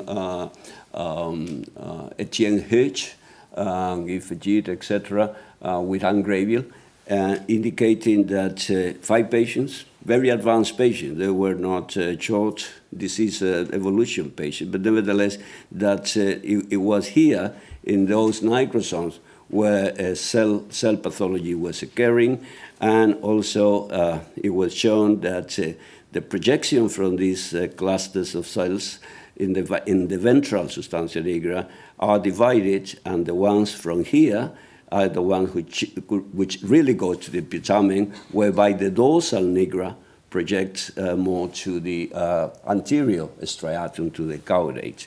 Therefore, all that would suggest that this is the region of the greatest vulnerability. And we have been looking at that. Javier Blesa has been looking at that in the MPTP monkey model, where we give very little MPTP just to knock down the cells which are most vulnerable. Because, of course, if you give a lot, then they all go. And here, very interestingly, you can see that these cells here, the ones in the nigrosomes, these are here. These are the calvinding neurons are preserved, where the ones they are preserved, while the ones which go down are the ones in the nigrosomes, which we'll see a little. Now there are a number in the mice, a relatively high number, several markers associated with these cells have been described, have been encountered. The mice is very productive producing markers and being able to manipulate. Most of these markers then fail to be shown or to be revealed in the primate brain. And so we struggle with doing labeling, and most of them don't work. Not that they are not there, but it doesn't work. So we have come across, or we have now two good candidates. These two candidates, one is GIR2, which is a potassium channel gene, and the other one, which comes in a minute, are our candidates, not the only ones, but our candidates for picturing probably markers, constitutional markers in the soma and the dendritic bundles of vulnerability, because those cells are the ones which are really vulnerable. And besides the whatever science I'm telling you, the beauty of the pictures you'll have to share with me. The pictures are really these are like, I call Javier Bless, I tell him, you are the grand-grandson of Cajal. You keep the tradition of real good histology and immuno. So you can see here the GIR2 TH. So they are all TH positive, of course, I forgot to say, but calvindin positive, calvindin negative, they are all TH. You cannot distinguish them at the light microscope. But it's only when one comes down and do that, the calvindin positive do not express GIR2. It's only the ones in the nigrosomes. And the same happened for ALDH, which is aldehydo dehydrogenase, which is involved in dopamine metabolism, interesting enough. And here you have another very beautiful picture where the yellow-greenish is the one with mixed TH and ALDH. And you can see these fingers or dendritic bundles, because this is reticulata, extending into the reticulata. So the real vulnerable region are these cells and the extension towards the reticulata. A fascinating phenomenon. Why should nature evolve to have all these bundles going into the reticulata? And monkeys do not have PD normally. It's only us. But we have the same arrangement. So obviously they are missing something for the benefit that we don't. But why? I mean, that fascinates me, because the reticulata is not too involved in the primate brain with the control of appendicular behavior. Reticulata does other things. So that is a fascinating mystery at the moment that we need to understand. And here comes, of course, the combination of the ALDH and GIR2, which also combines together. And again, so essentially these two are markers of the neurons in the nigrosome, which are the most vulnerable ones. And these ALDH are highly vulnerable to MPTP, being in the ventral, while the ALDH positive and negative are not, which are here. So that fits well. And this is being found also in the brain of patients, where there is another mark, another gene, which is an angiotensin gene, which also been shown to be abnormal in the PD nigra brain. So these markers lead us to the idea that there has to be a structural characteristic of those neurons, plus their connectivity, all of which is related to their aims in life. Why have they evolved to do? There must be some functional effect, which makes them especially vulnerable. And here I come for the second part of the talk with where we are today and what can we do. Of course, what we would like to do with the data I just summarized to you is to prove causality. And so we were trying to do genetic manipulation of those markers in the monkey, but that's extremely difficult. This is not a minor goal, but we'll do. And eventually, if one proved to be causally related to cell vulnerability in the nigra, we could then deliver and modify such a vulnerability. In the real current world, we have these two tools, which are the high-frequency focus ultrasound, which essentially makes ablation, and the low-frequency focus ultrasound, which allows opening the blood-brain barrier.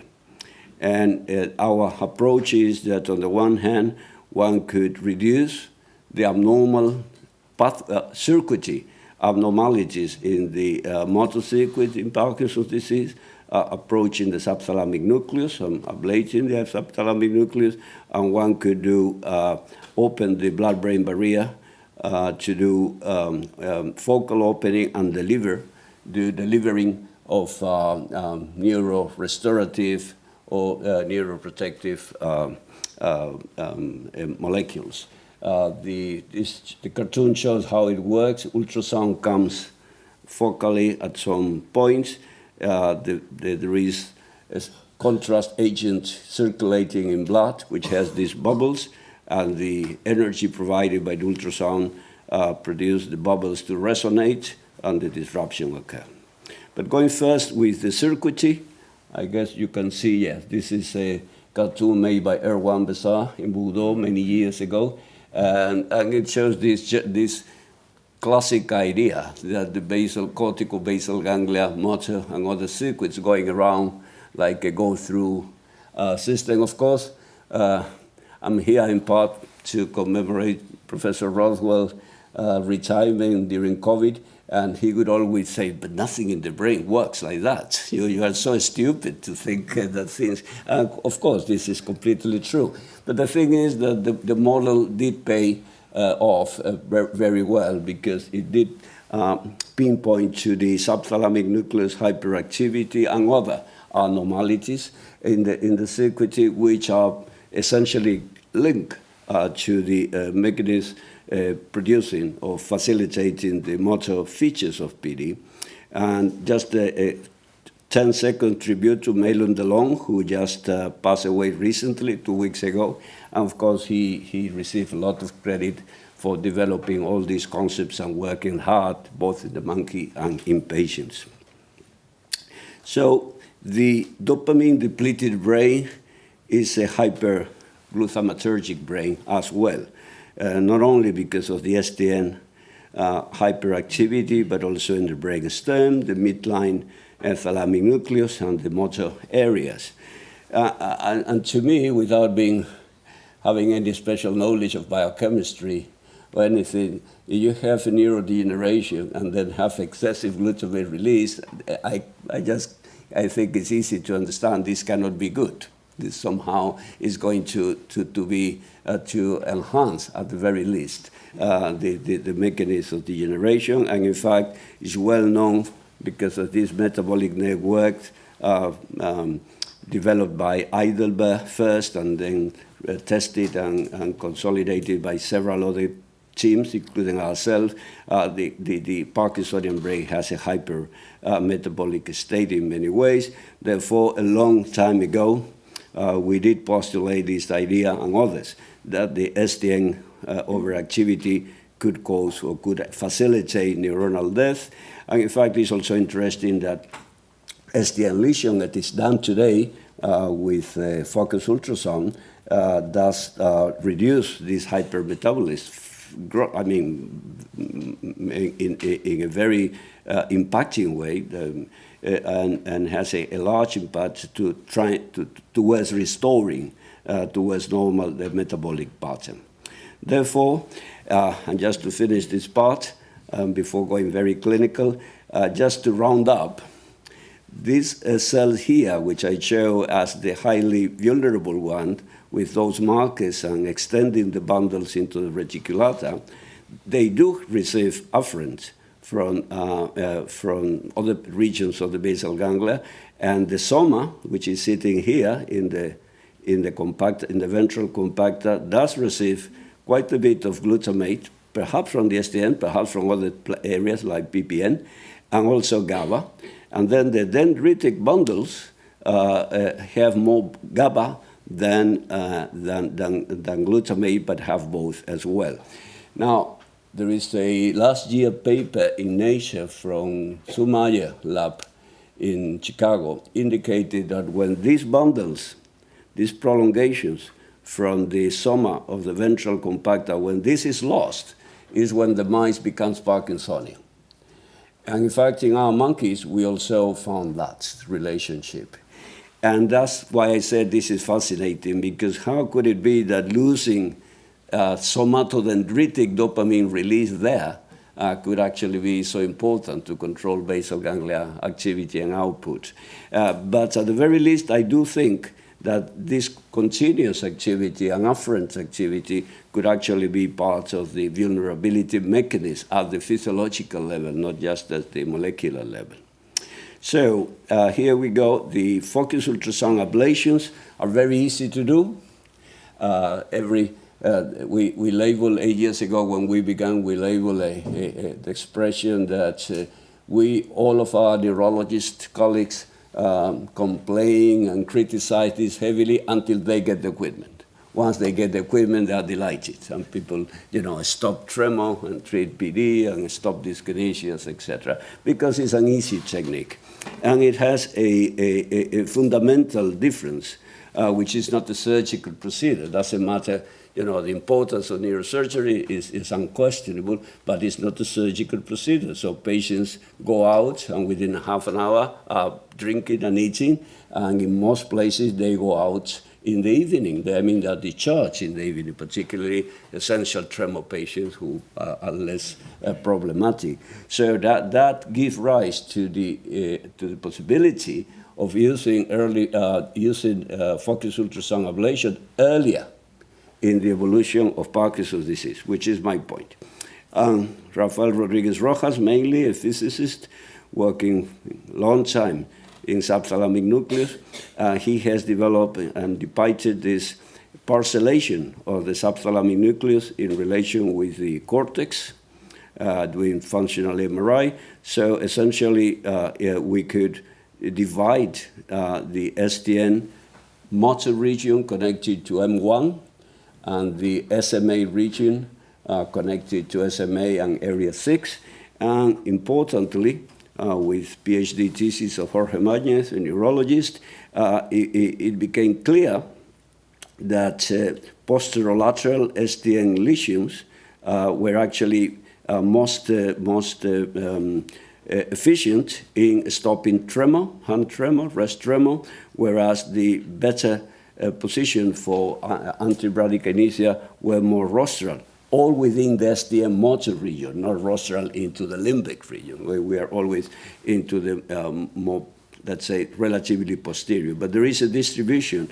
And in fact, this allows us to depict the volume of the lesion around this region. Of course, there is also this somatotopic arrangement, the upper limb being more lateral and the lower limb being medial. There's a recent paper in Nature Neuroscience from Andy Horn's group with DVS and a large number of patients. We have studied 40 patients, but they have studied 150 with DVS with the very similar result. So we went on and did 12 patients in what we call early focus 1. They are extremely asymmetrical, very focal, as they should be for this.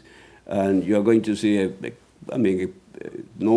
good response, of course, as you can see. And the videos are always showing the good response. This is Elena Natera, the fellow doing her thesis with that, and Raul Martinez, the leader in our HIFU program. But the fact is everybody improved a lot. The patient who improved the least improved about 47% or something like that. nearly 50%. So they all improve a lot. Some improve almost to being asymptomatic. And not the least, this is being maintained 3 years now in quality of life, in 2 scales of quality of life and happiness or satisfaction of the patient.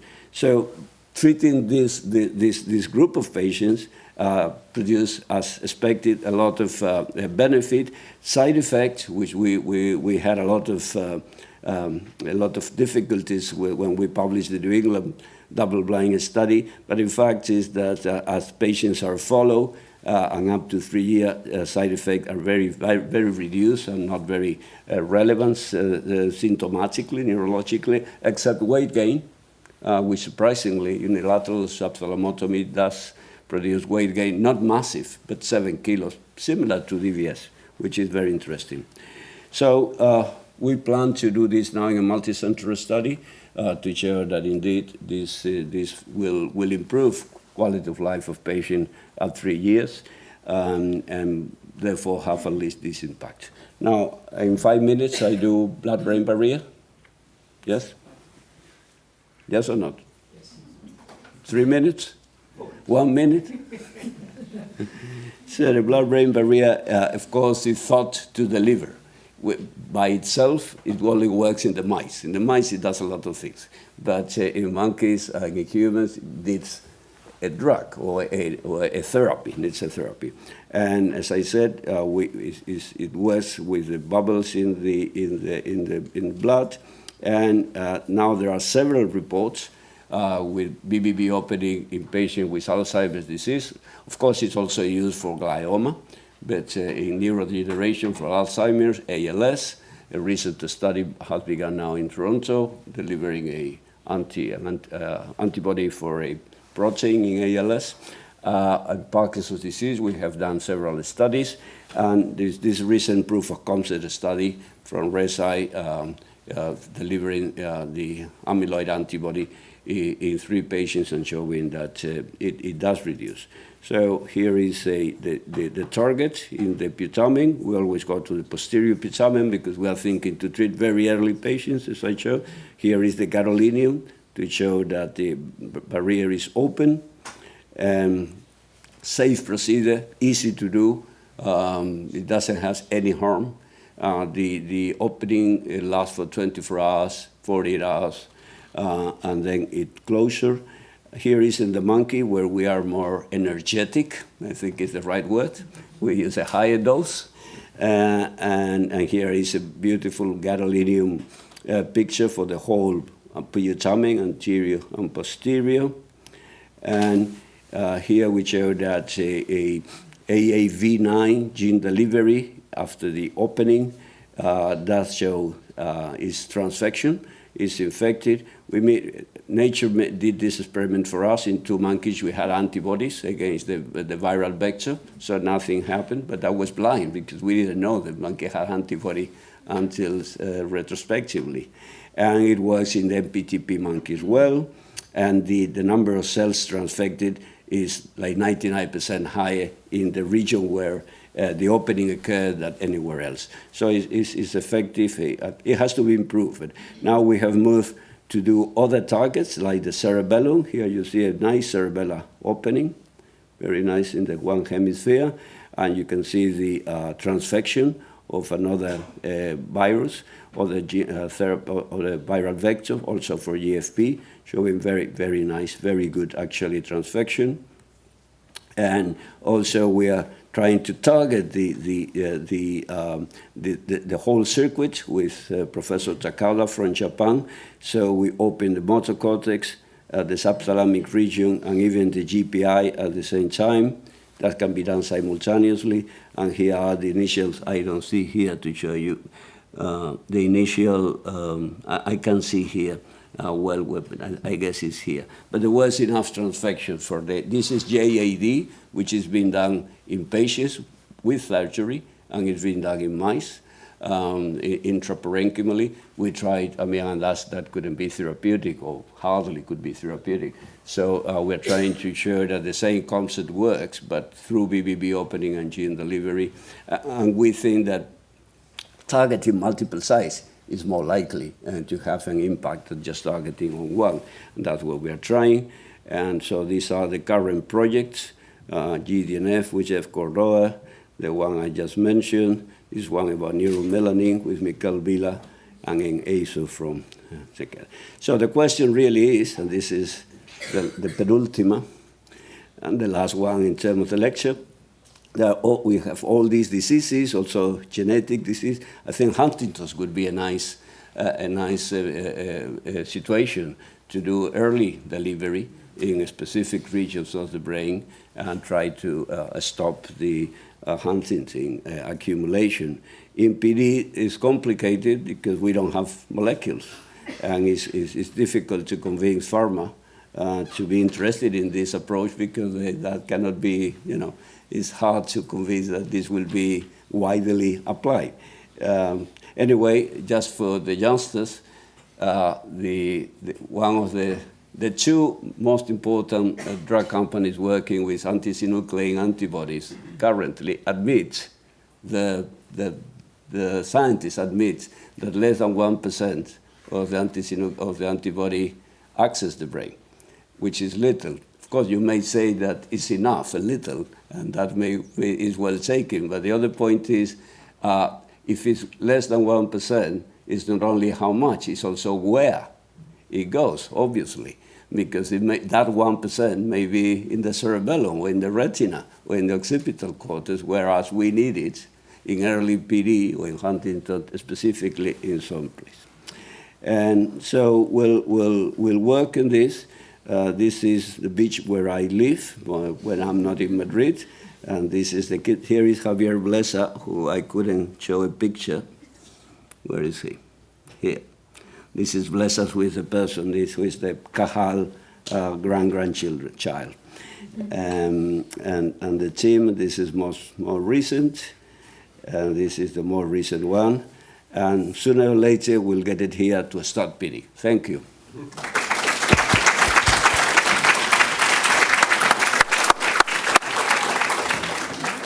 Thank you very much, Jose, for a wonderful presentation covering many different areas of Parkinson's disease and terminating in a very exciting area of therapeutics. We probably don't have time for any questions, but you'll be around for a little longer, so please do approach Jose if you have any questions. And I shall hand over to Rimona to chair the next session. Thank you. What an inspiring session to start the afternoon. So we're already thinking about therapeutics. So I'm delighted to open this section on rare movement disorders. I'm delighted for our final talk, and I love that you've kind of preempted what she's going to talk about, Professor Bartia. So Dr. Francesca Magrinelli is a neurologist and postdoctoral researcher at UCL Queen Square Institute of Neurology, and you were awarded the prestigious Michael J. Fox Edmond J. Safra Clinical Research Fellowship in Movement Disorders in 2021. You trained in neurology at the University of Verona in Italy, and then spent 4 years of your PhD on clinical genetic correlations in combined and complex dystonia, supervised by Professor Bartia and Professor Henry Holden as well. And you're working as a clinical assistant at the National Hospital for Neurology and Neurosurgery, and you're now a postdoctoral researcher with Professor Holden in his laboratory. So your main interests are on the clinical, genetic and translational aspects of monogenic movement disorders, and really dedicated to gene discovery and deep phenotyping and these genetic phenotypic relationships. So I'm delighted to hear you talk, and thank you so much for Thank you very much. Thank you, Rimona, and thank you very much to the organizer for the kind invitation. What I'm going to talk about today is a new gene discovery in the field of Parkinson's disease. So you can see here the results of my probably 4 years of work on PSMF1. And I am most grateful to the Edmond J. Safra and the Michael J. Fox Foundation for their support over these years. So as you all know, up to 50% of Parkinson's disease cases are linked to monoallelic or biallelic disease-causing or risk variants in single genes. and dissecting biological pathways unveiled by Mendelian gene discovery has enabled critical insights into the pathogenesis of Parkinson's disease.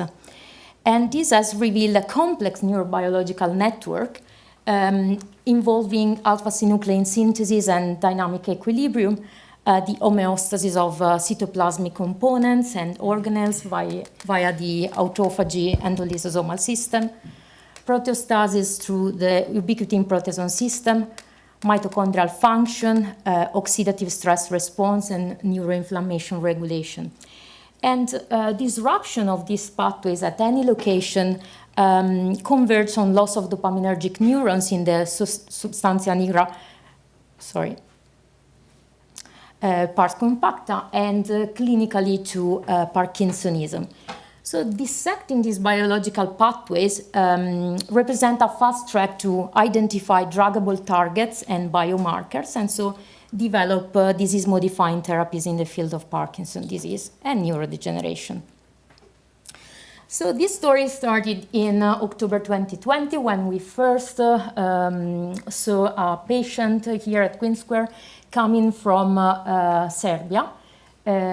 So as you can see, he had a Parkinsonian syndrome with onset of motor symptoms and severe anxiety at the age of 21 after an absolutely normal neurodevelopment and studies, normal school. He graduated from university. And as you can see from the summary, he presented with an akinetic rigid syndrome. He had pyramidal tract signs. His brain CT and MRI scan were normal. And a DAT scan performed at the age of 24 was markedly abnormal. He had partial response to dopamine agonist and levodopa, and his extensive genetic testing came back to be normal. This included an NGS panel for early onset Parkinson's disease, where only a variant of unknown significance in Parkin was detected, but we could not find any other variant, and also MLPA was negative for Parkin. So we essentially continued the genetic testing in the research setting. And I started by performing singleton exome sequencing, which was not very helpful as after the filtering, I still have nearly 2,100 variants of possible significance. So we perform a trio exome sequencing involving also the proband's parents. And again, this helped quite a lot. And after an extensive activity of variant filtering and prioritization, I reached a threshold of 20 compound heterozygous and 20 de novo variants of possible clinical significance. And among them, one which drew my attention, like two variants were in the gene PSMF1. And the main reason for that is that this gene has a connection with the FBOX7 pathway, so the pathway of another gene known to be associated with early onset Parkinsonism. And you can see the segregation analysis confirmed the two variants detected in the proband were in transconfiguration, so the proband was compound heterozygote for these two variants. What's PSMF1? PSMF1 is a proteasome regulator. It's known in the literature as PI31. It's a highly conserved proline-rich protein expressed in all human tissues, including the brain tissue. In vitro, PSMF1 has been proven to inhibit the hydrolysis of peptides by the 20S proteasome, but paradoxically, it also shown to promote the 26S proteasome-mediated proteolysis. And in vivo, it promotes proteolysis in Drosophila, yeast, mouse, and plants. It mediates the fast axonal transport of proteasomes in Drosophila and mouse, and has been proven to be essential for protein homeostasis, synapse maintenance, and neuronal survival in mice. As you can see here, structurally, there is an analogy between PSMF1 and FBOX7. They share this FP domain, aptly named domain. FP stands for FBOX7 PSMF1, and a proline-rich domain. As you can see, the prediction by AlphaFold is that of a tetramer, heterotetramers with two monomers of PSMF1 interacting with two monomers of FBOX7. And you can see from the interactum that PSMF1 is strongly connected with FBOX7 indeed. It has been recently proven that the ablation of the PSMF1-FBOX7 interaction by an FBOX7 point mutation in human fibroblast disrupts proteasome function, mitochondrial function, and reduces the expression and the stability of both proteins. PSMF1 is also known in vitro to interact directly with VCP, valusin-containing protein, so another protein well known to be associated with neurodegenerative disorders such as ALS, frontotemporal dementia, and so on. And PSMF1 and VCP antagonistically regulate the proteasome in vitro. And you can see finally here the first published model of PSMF1 knockout mice. Mice where the full knockout, the complete knockout, is embryo-liter at advanced embryonic stages, whereas the conditional knockout produces, like affecting motor neurons, produces a motor phenotype, the one you saw. And we have preliminary evidence that the transgenic expression of PSMF1 in mice completely rescue PSMF1 deficiency, but it's also able to suppress the neurological deficits showed by FBOX7 deficient mice. So based on this evidence from the literature, I went on with data mining, screening large data sets of genomic data worldwide with a genotype-first approach, so without selecting by phenotype, just looking at any possible patient with biallelic variants in this gene. And thanks to all our collaborators around the world and collaborative networks, we were able to find 22 affected subjects carrying biallelic variant in PSMF1, belonging to 15 unrelated ethnically diverse pedigrees. And you can see here a summary of the pedigrees. So 15 pedigrees. We have essentially the first row of patients with early onset Parkinson disease or Parkinsonism with pyramidal tract signs and onset of symptoms between the second decade and the age of 48. And the second row represented by patients with an intermediate phenotype or the most severe phenotype, which is perinatal lethality with neurological manifestation and defects of the corpus callosum. And we try to make our best for deep phenotyping in this cohort. And we were able to find a clear-cut genotype-phenotype correlations in our cohort, with patients carrying biallelic missense variant or at least one missense variant in PSMF1, presenting with the milder phenotype of early-onset Parkinson disease, Parkinsonism, with pyramidal tract signs, with early onset of dysphagia, psychiatric comorbidity, particularly anxiety, panic attacks, early levodopa-induced dyskinesia, evidence of severe OFF with both motor symptoms and also non-motor symptoms. And then, as you can see in the picture, evidence of a very severe presynaptic dopaminergic deficit. At the other end of the spectrum, we found fetuses or infants with arthrogryposis, lower limb spasticity, born with respiratory insufficiency, poor feeding, and dying within 1 year of age. And significantly, the infantile phenotype and the mid-childhood presentation, which is a bit of an intermediate phenotype with the global hypokinesia as the main motor feature, share these defects of the corpus callosum, either agenesis or hypoplasia. In our cohort, we detected 14 different PSMF1 variants, including 5 missense, 1 recurring in 2 families, 2 affecting the same nucleotide, and 3 affecting the same amino acid residue. We had then predicted loss of function variants, including six splice site variants, 2 contiguous, 1 recurring in 2 families, then 1 start loss, 1 frame shift, and 1 nonsense. And pathogenicity prediction tools were all consistent with the variants having a disease-causing effect.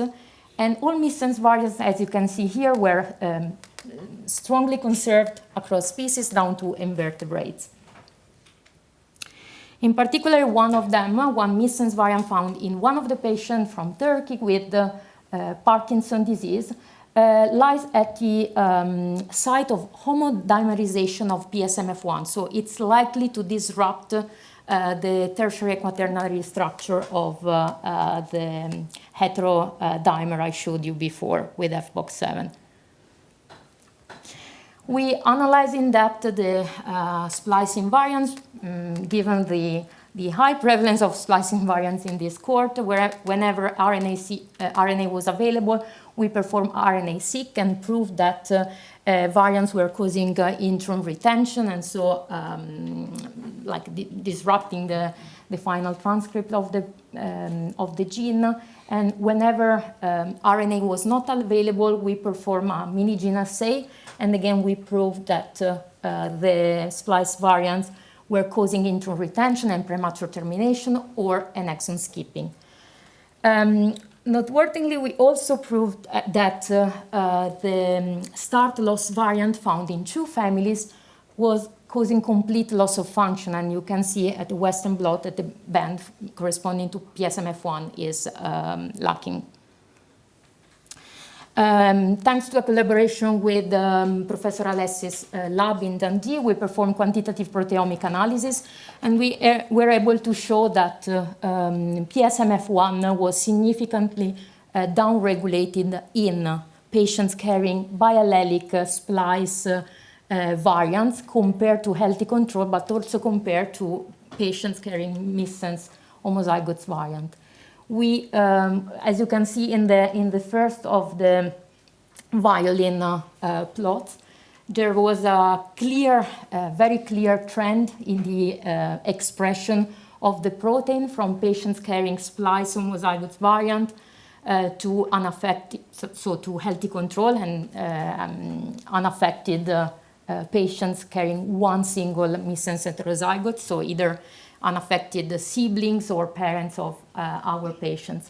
And interestingly, there was also a trend of downregulation of FBOX7 from patients carrying biallelic loss of function mutation till healthy control.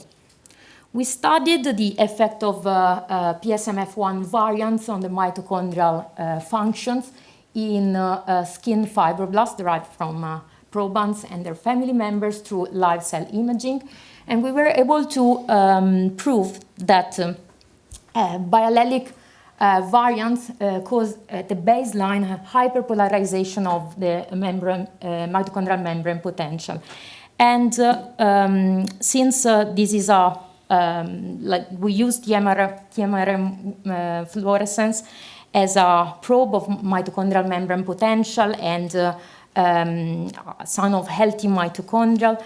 And we were able to prove by adding oligomycin and rotenone in sequence that the response to oligomycin was around 50% of depolarization of the mitochondrial membrane potential, and rotenone completed this depolarization in probants compared to healthy control.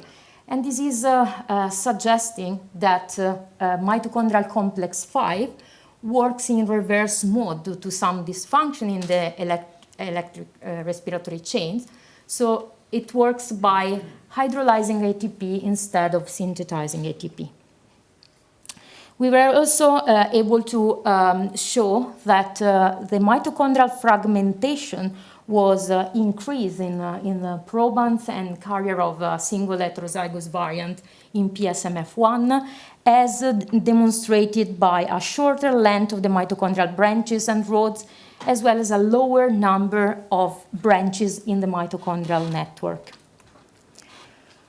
We finally studied the mitophagy, and we could find that there was a reduced baseline mitophagy in probants of PSMF1 related disorder.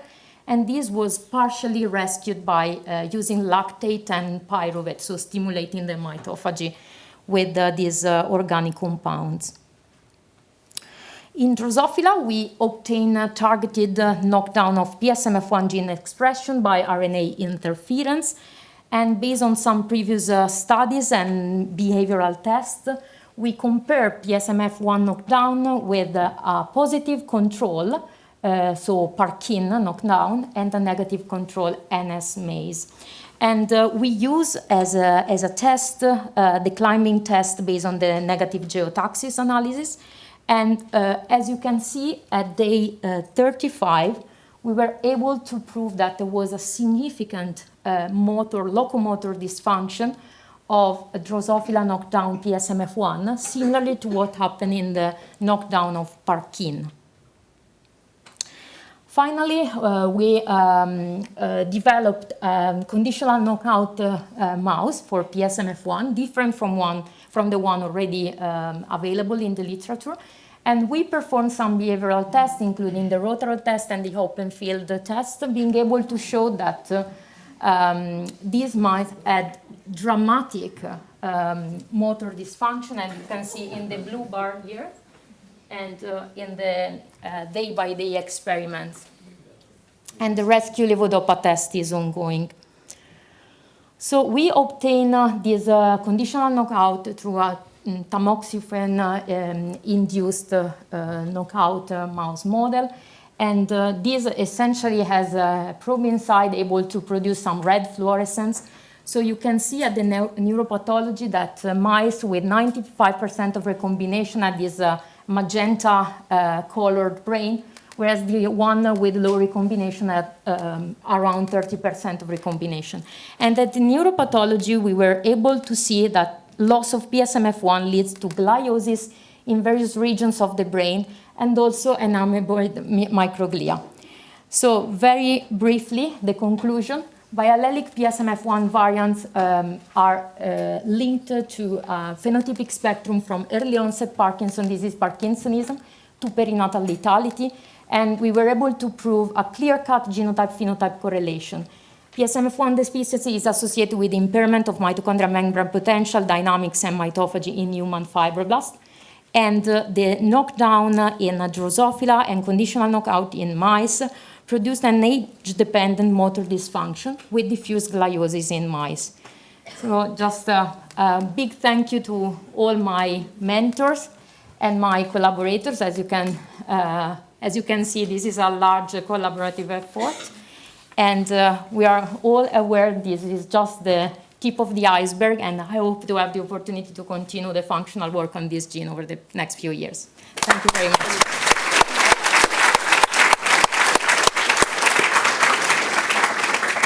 Thank you. So impressive to take it from a clinical observation in the clinic, in the middle of the pandemic, actually, and then all the way into mechanisms and bringing all those kind of groups across sort of international collaborative groups. Am I allowed to...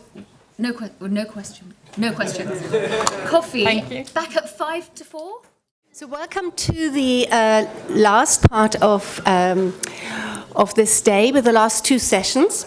This is the Therapeutics of Parkinson's session, and I think basic science or fundamental science in the last decade has really advanced at pace, as you heard this morning, and it's a very exciting time to be in Parkinson's research, where now this is being taken into clinical trials. And a number of these are either already ongoing or starting up. And you will hear about some of these trials in this next session. So the first speaker is my colleague Marco Toffoli, who is a consultant neurologist and a colleague here in the Department of Clinical and Movement Neurosciences. And he has done his research in genetics of Parkinson's, and he is now going to be the PI on the ASPro trial, which he will talk about today. Thank you for having me. It's an honor to talk in front of this audience. in the next 15-20 minutes, I'll try to convince you that Ambroxol is a good horse to bet on in the race to find the disease-modifying treatment for Parkinson's disease, and what we're trying to do in the Department of Clinical and Movement Neurosciences, led by Professor Shapira.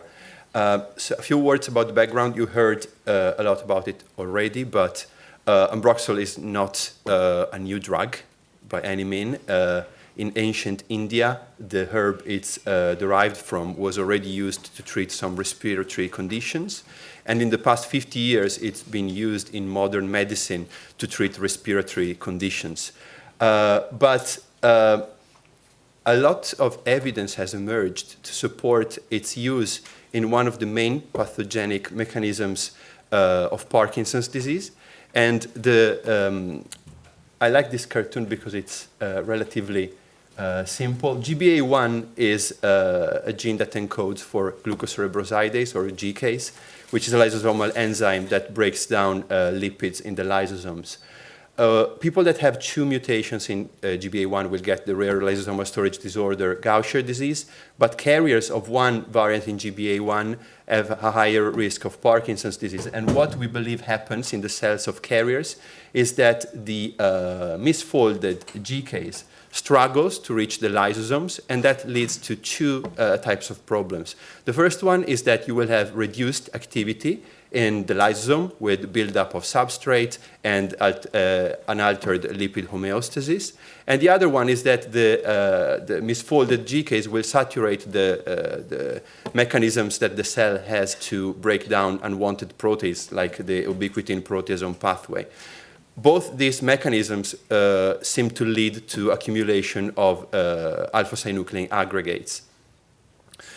And then a few words about the link between GBA and Parkinson's. It is well known in our cohort, but in many different cohorts now, that GBA1 variant carriers make up about 10% of people with Parkinson's disease, while they're relatively rare in the general population.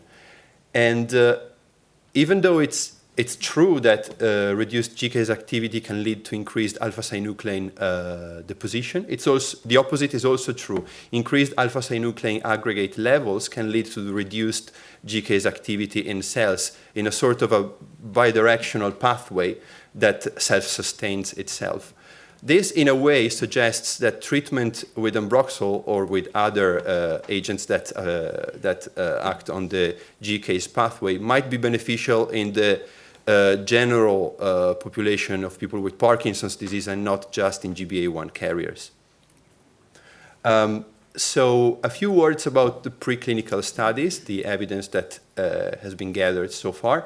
Sorry, I'm going to go back. So initially, a large study on thousands of molecules identified Ambroxol as an agent capable of rescuing GCase activity in mutant enzymes. And this was followed by a number of different studies on cell models of Gaucher disease and animal models of both Gaucher disease and Parkinson's disease. And in almost all the preclinical studies, it was shown that high-level Ambroxol treatment was able to rescue GCase activity to not normal level, but higher level than pre-treatment.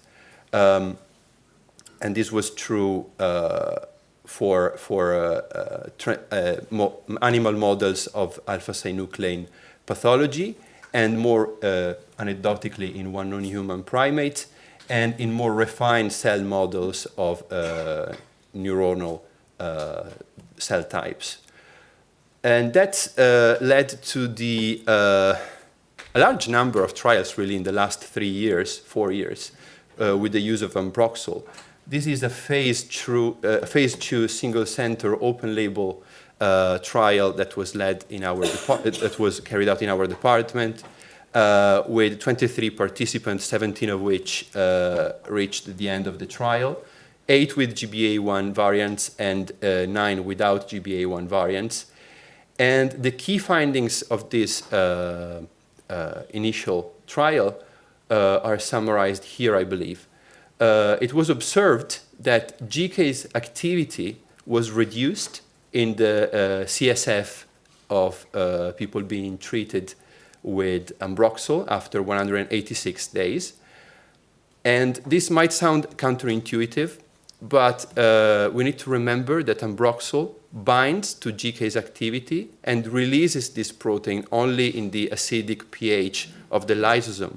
So in the non-lysosomal pH of the CSF, in a way, it is expected that Ambroxol will interact with GCase, potentially reducing GCase activity. What this shows is that there is target interaction within the CSF, most of all. We also showed an increase in alpha-synuclein concentration in the CSF, an increase in GCase protein levels in the CSF, and an increase of GCase activity in peripheral white blood cells. Another trial that is supposed to close soon is on 75 participants with mild to moderate Parkinson's disease dementia, treated with high doses versus low doses versus placebo of Ambroxol. And they use mainly cognitive clinical outcomes.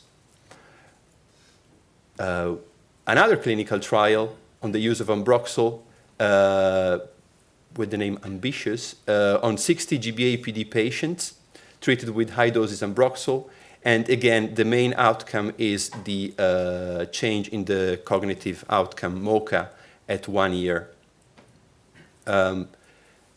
Another trial on 15 patients with Lewy body dementia treated with high doses Ambroxol, and the outcome again is a cognitive outcome at 52 weeks.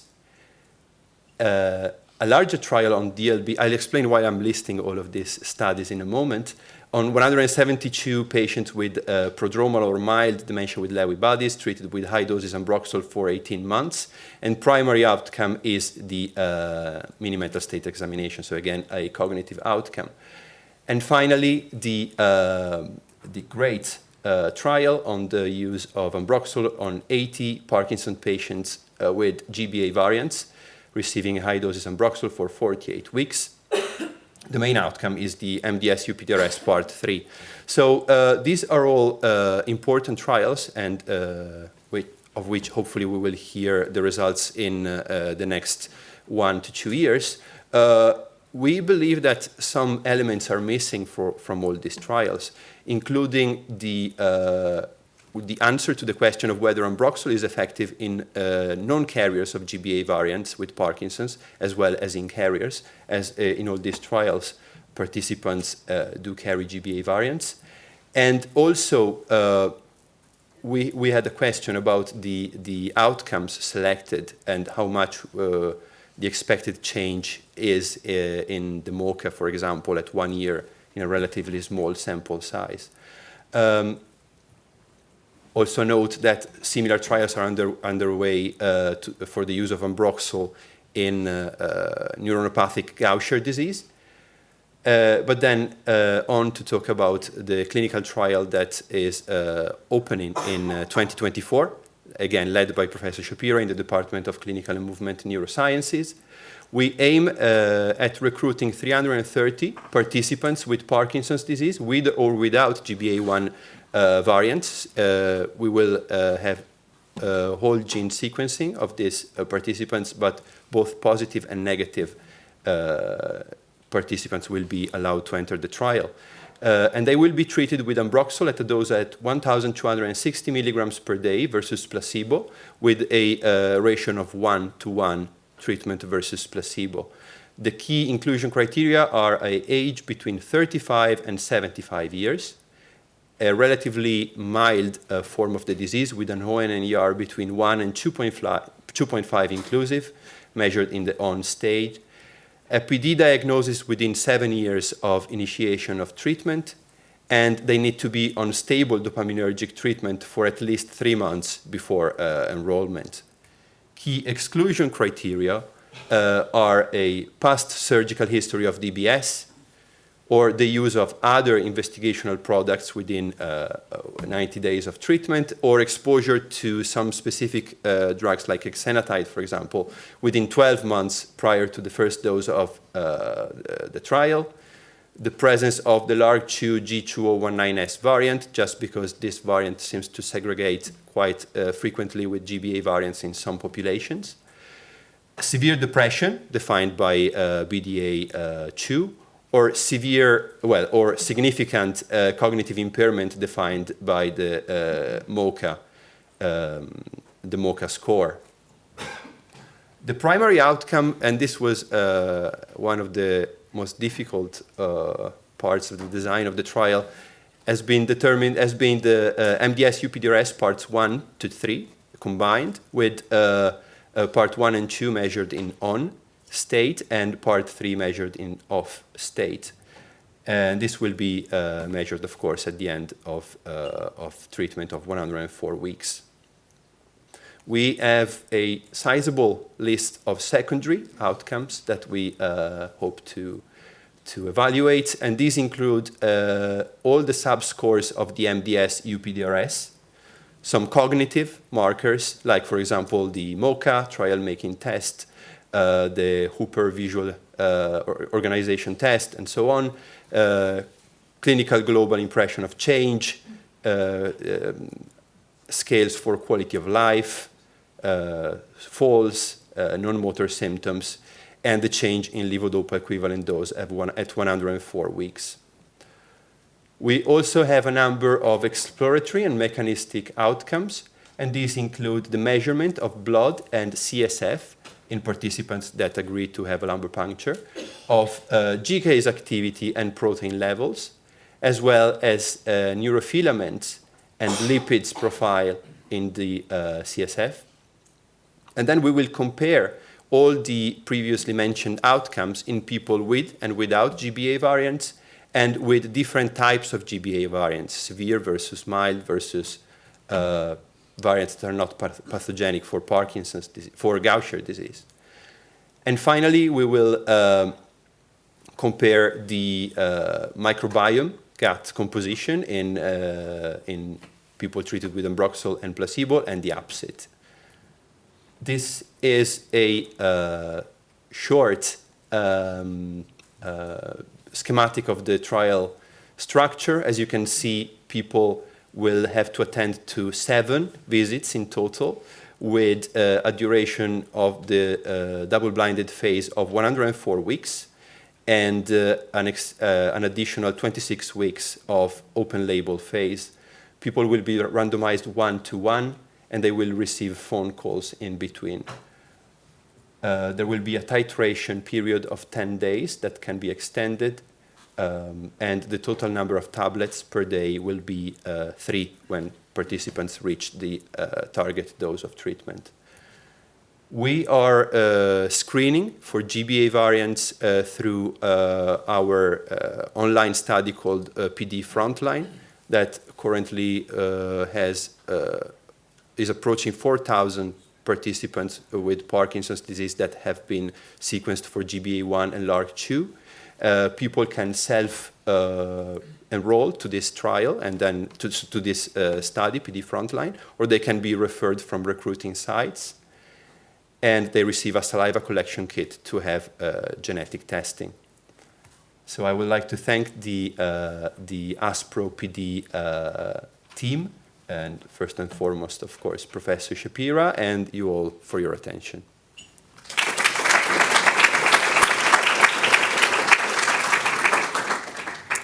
Thank you, Marco, for a really clear presentation. I think, I'm sure there will be lots of questions on the trial itself. Perhaps you could just give us information who people can contact, and also just to say that it's wonderful to see how the successful phase 2 trial has now led to this very large and very long clinical trial with Ambroxol. So it's very exciting to see this now. Thank you very much, Marco.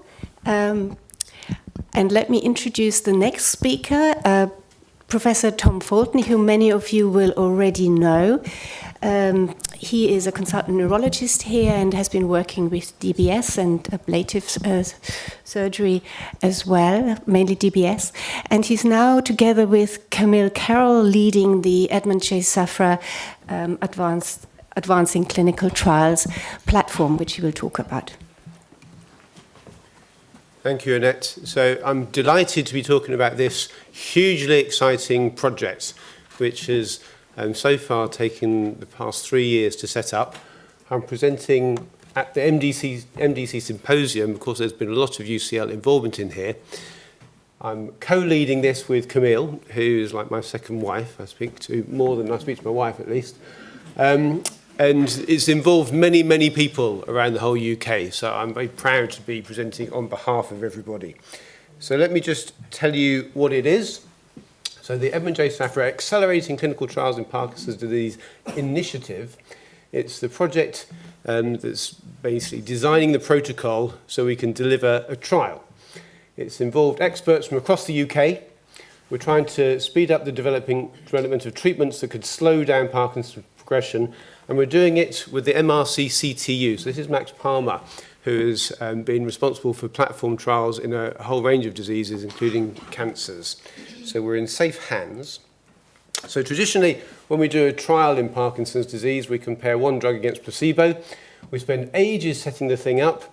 We follow up patients, we recruit them, we follow them up, and then we analyse, we report the results, and we dismantle the whole trial. And it's hugely inefficient, that setup and that dismantling phase, before we end up starting the whole process again if we have positive data. So we want to be more efficient. We want to test more drugs and test them simultaneously. And then if an interim analysis suggests that we're onto something, then we carry on recruitment, we carry on follow-up until we've got sufficient numbers of people in order to report a phase 3 quality result. So this is a way of being more efficient. As I say, we can get answers about multiple treatments at the same time. We can identify things that are futile early. We develop an infrastructure for trial recruitment and retention across the UK, which is far more efficient than we're currently doing.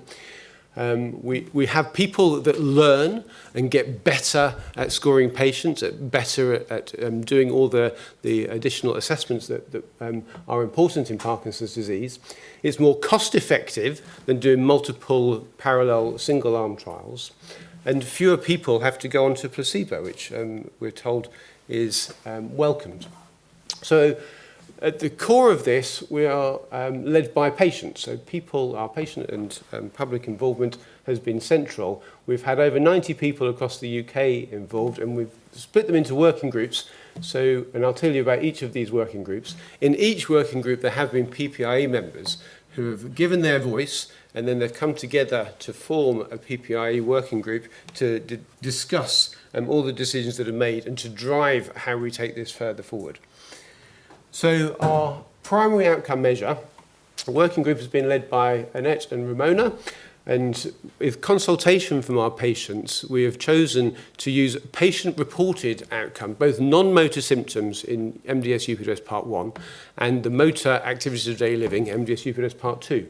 So this is different to the usual objective UPDRS Part 3, the clinician's rating. This has been driven how patients say they feel. And this is a bit of a step change. The combination of Part 1 and Part 2 has not been previously used as a primary outcome for a disease-modifying trial. But we've looked carefully at existing trial data sets, in the critical path data set in particular. And we know that this measure does change over time. We have spoken with the inventors of the scale, and this has statistical validity. And with adequate numbers of patients, we will have the power to detect meaningful effects. We have decided which treatments we're going to choose. So there was a long list of over 290 different things that were initially considered, and these were honed down to 4 treatments that we're going to prioritise. And this is through the working group led by Tony and Oliver Bandman.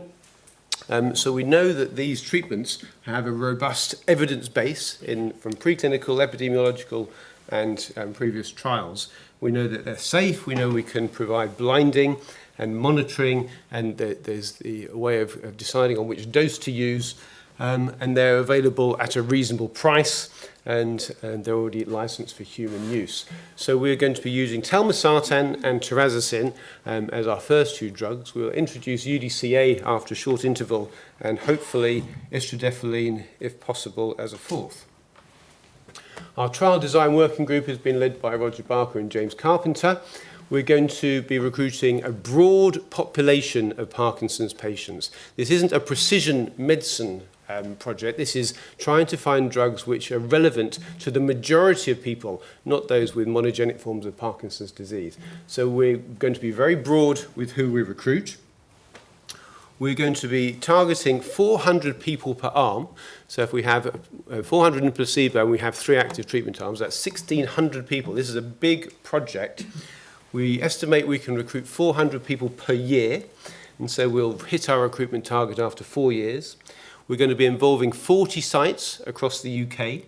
So that means that each site has to recruit between half and 1.5 people per month. Each person will be on their allocated regime for 36 months, and we'll stratify the analysis according to their biological sex, the tier of centre where they're recruited, their age, and their Hernan-Yar score. And of course, we'll be looking at their Part 1 and Part 2 as our primary endpoints. But our interim will also look into the Part 3 as well, but we'll capture that remotely. So our PPI group have changed and driven a lot of our trial design. We're going to be measuring people on medication. We're no longer interested in seeing what they're like off drug. Nobody will be on drug treatment for more than 3 years, and our PPI group have helped us greatly in our patient information sheet and how we get consent.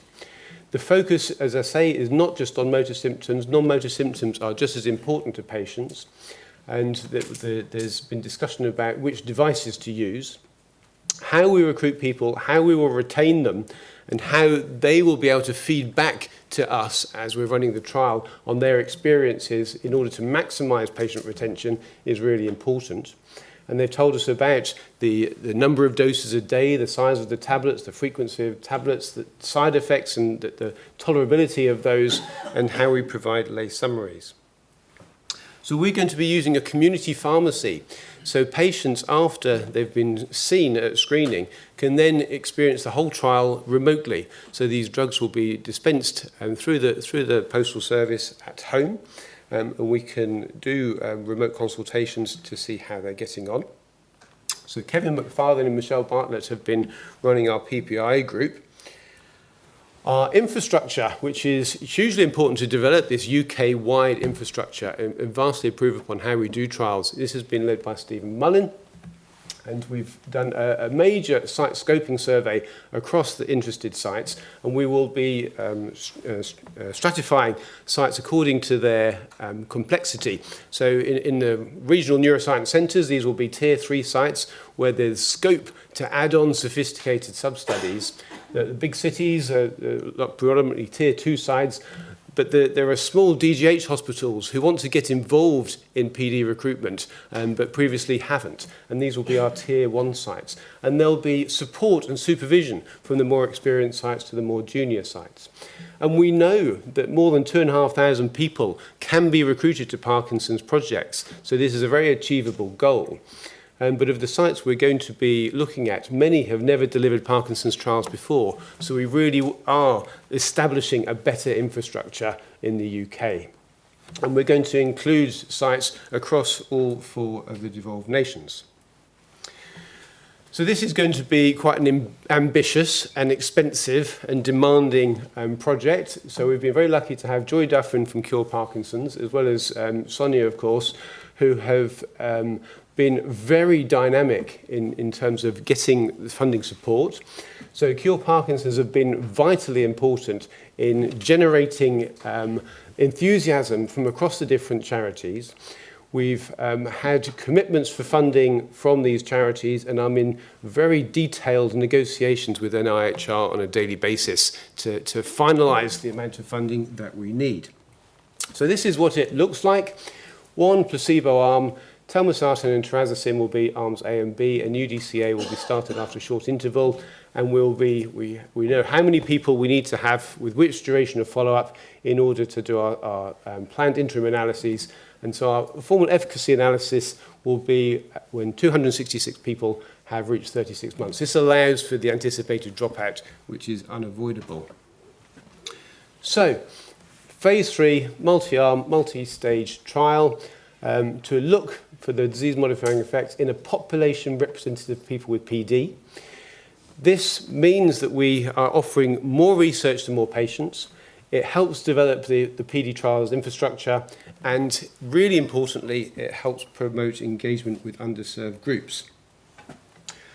So this is how the initiative has been set up. We've had funding from the Edmond J Foundation for the last 3 years, and these 6 working groups have informed on the protocol.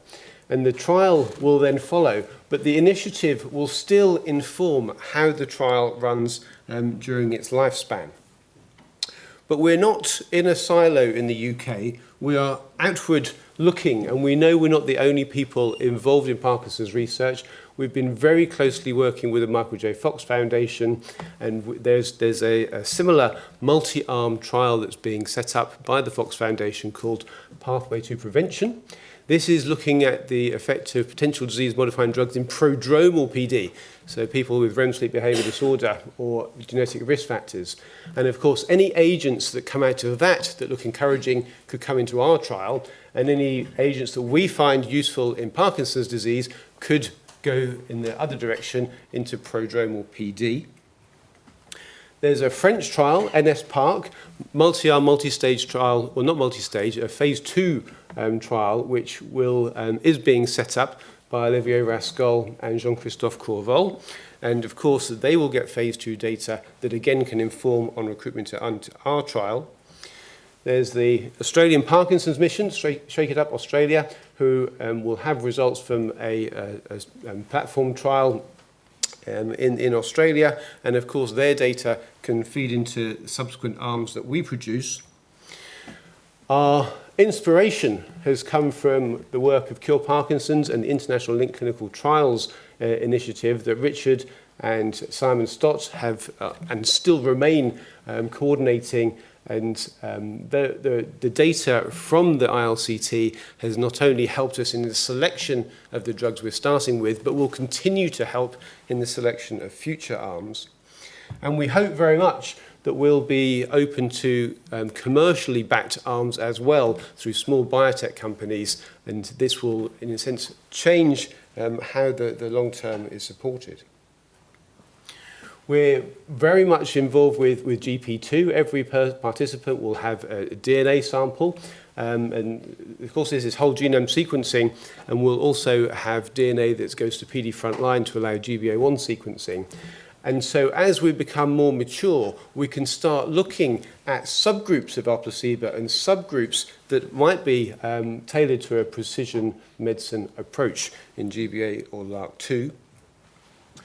We're thinking about how we can optimize our ways of assessing Parkinson's beyond the patient-reported outcome measures, and we'll be using digital wearable outcome measures, particularly harnessing all the algorithms that have been produced by the Mobilized Consortium. We know we want to get better at diagnosing Parkinson's disease. There's a big shift towards using the seed amplification assay in order to say, yes, no, you have the disease we're interested in. And we'll be collecting CSF samples on a subgroup as well as blood samples so we can develop better seed amplification assays that don't require lumbar punctures. And so we'll work with the existing companies, Amprion, to achieve this.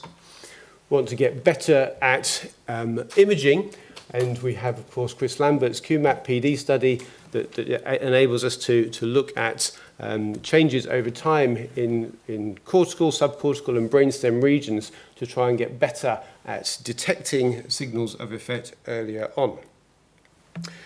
So as well as having the initiative informing the trial itself, what we're hoping is we'll have funding to bolt on sub-studies whether it's wet biomarkers, both serum and CSF, digital wearables, and being able to improve upon our imaging, treatment selection, and diversity priorities.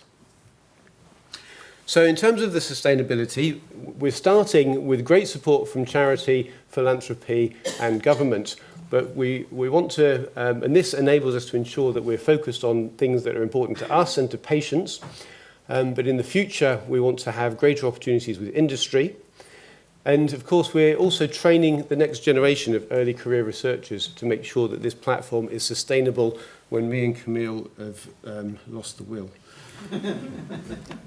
Importantly, this isn't just for the traditional trial volunteers. And this is why we want so many sites to be open, so we can have geographical recruitment. We can think about people of all ages, of different ethnicities, of different socio-economic backgrounds to access the trial.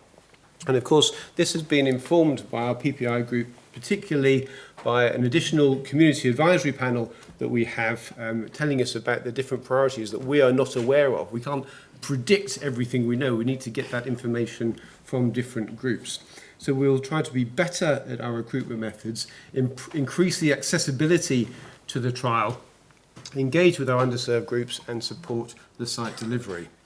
So just to finish off, there's a lot of people that have been involved in the working groups. Apologies if your name hasn't been listed there. I stole this off our website today, and I'm not sure if it's exactly up to date.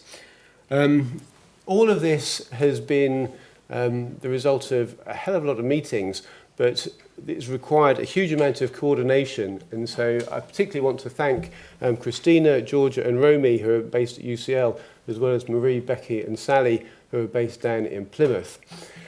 But us as scientists are incapable of achieving anything without the support from our funders. And as I say, Cure Parkinson's have been absolutely pivotal in not only inspiring this in the first place, but galvanizing other funders to get us to being in a realistic place to get started. So thank you very much for your attention.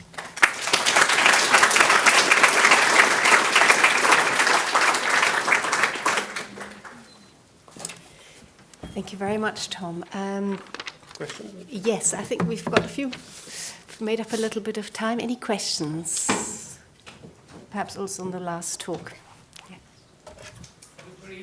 I was very interested in your exclusion criterion, one of which was orthostatic hypotension.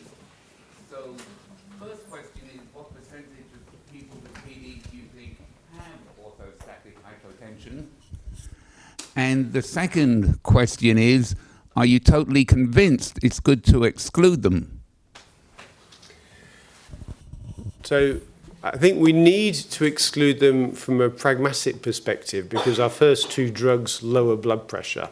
And if somebody already has symptomatic orthostatic hypotension, we're going to cause them syncopal events, falls, and potentially injury. And so I think on an ethical basis, we're on shaky ground if we include people who already have symptoms. Obviously, if we have a definition for what is relevant in terms of orthostatic hypotension, and so it has to be the drop in systolic blood pressure or diastolic blood pressure above a certain threshold, or accompanied by symptoms. Of course, it is an increasing problem later in the disease. If people have very troublesome symptomatic orthostatic hypotension early on, then we'd worry about alternative diagnoses. We would love to include those people, but I think because of the first two drugs that have been prioritised, we're not able to recruit them in the first instance. We will be providing blood pressure monitoring kits for every participant. And based on my experience of managing Parkinson's disease, I think it should be part of routine care that people monitor their blood pressure at home and they're able to know if they're having foggy-headed periods and they've got a systolic of under 100, that might be the explanation. And having more salt and more water in their diet, let alone all of the other ways of increasing blood pressure, would be helpful for their symptomatic control. So I think it's an important thing for us to consider, and we have discussed it at length.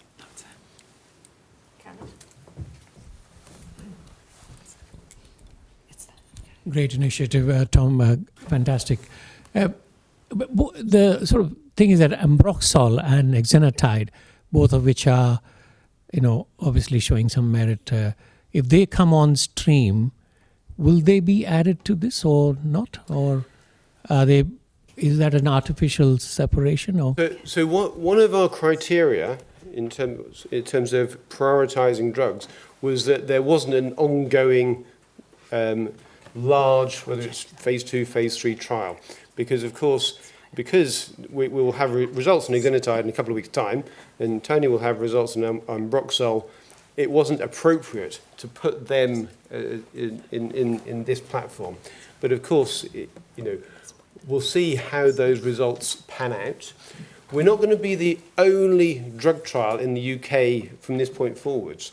We're hoping to increase the infrastructure for trials and increase the amount of support for trials across the UK, so other trials get to benefit by having this increased capacity and interest in doing Parkinson's research. Thank you, Tom, for a wonderful talk again. And the last speaker in this therapeutic session is Dr. Harith Akram, who is a consultant neurosurgeon here at Queen's Square. And he is also very research active. From a clinical perspective, he specializes on deep brain stimulation and also stereotactic ablative surgery. And in his research, he has concentrated on advanced computational neuroimaging, and he's now going to talk to us about one of the new surgical techniques of FUS. Thank you very much. Thank you. I'm the Turkey neurosurgeon for the day. So I'm really just to share our experience with focused ultrasound. We've only had this tool for just under 2 years now. And I wanted to show you what we've been up to and what results we've been getting compared to the literature. Now, I'm sure you know this is slightly outdated now, but we are the biggest unit in the UK. We've operated on over 2,000 patients with DBS, and we're considered as a benchmark really for other international units. We have 4 full-time consultant neurosurgeons now doing functional neurosurgery, so that really makes us one of the biggest units in the world. We have 2 neurologists and hopefully soon to be 3 neurologists, a lot of fellows and PhD students and specialist nurses. So we're a big unit. And most of the work that we do focuses on movement disorders, so as you'd expect. So we have PDET, dystonia patients. We also do surgery for pain. We've been doing surgery for cancer pain and other kind of refractory central pain syndromes. And we're also the only neurosurgery centre commissioned to do surgery for mental disorders in the UK. What tools do we have? We do ablation, we do radiofrequency thermoablation, and this is something that we've actually been doing alongside DBS since the establishment of the unit, since 2002. So we didn't come to this after kind of focused ultrasound was introduced, but we have an experience with doing ablative surgery. We also have access to gamma knife. We haven't actually done that many cases with gamma knife. The indications are not that there. Usually patients who can't tolerate any form of surgery can have gamma knife ablation. And recently we have HIFU. We have been involved in gene delivery trials, sphenopalatine ganglion implants, ONS implants. Most of our work is really deep brain stimulation, but we also do open brain operations. We do microvascular decompressions for trigeminal neuralgia, for hemifacial spasm, and brain-computer interface. We've been approached by Neuralink, I don't know if you've heard of them, to be included as the European site on the trial. And this is the type of kind of imaging that we use. Our approach has always been to kind of develop and hone kind of our imaging so we can see the targets and we can then operate based on imaging without microelectrode recording, and we can do direct targeting, which means we can operate on patients asleep. And this is something that we pioneered, and now it's acceptable and kind of making even in the States, a lot of new centers are just doing image-guided, image-verified surgery. And we use stereotactic technique, so a stereotactic frame. The problem with surgery for tremor is that the target is not visible on conventional MRI, right? Which means that we need to operate on patients awake. We often need to do testing during surgery, and sometimes you need to refine the target to get to the right spot. But we understand the anatomy, and we know that our target in the thalamus, the VIM, is a node on a network that connects the ipsilateral motor cortex with the contralateral dentate nucleus, which means that we should be able to map out this network. So a few years ago, we started using high-quality diffusion imaging to segment the thalamus based on connectivity to various regions, including the contralateral dentate. And we created this connectivity map that we use for DBS. And in fact, we now do DBS, sometimes as sleep, because we can see where the target is in the thalamus. We also do a lot of lesioning.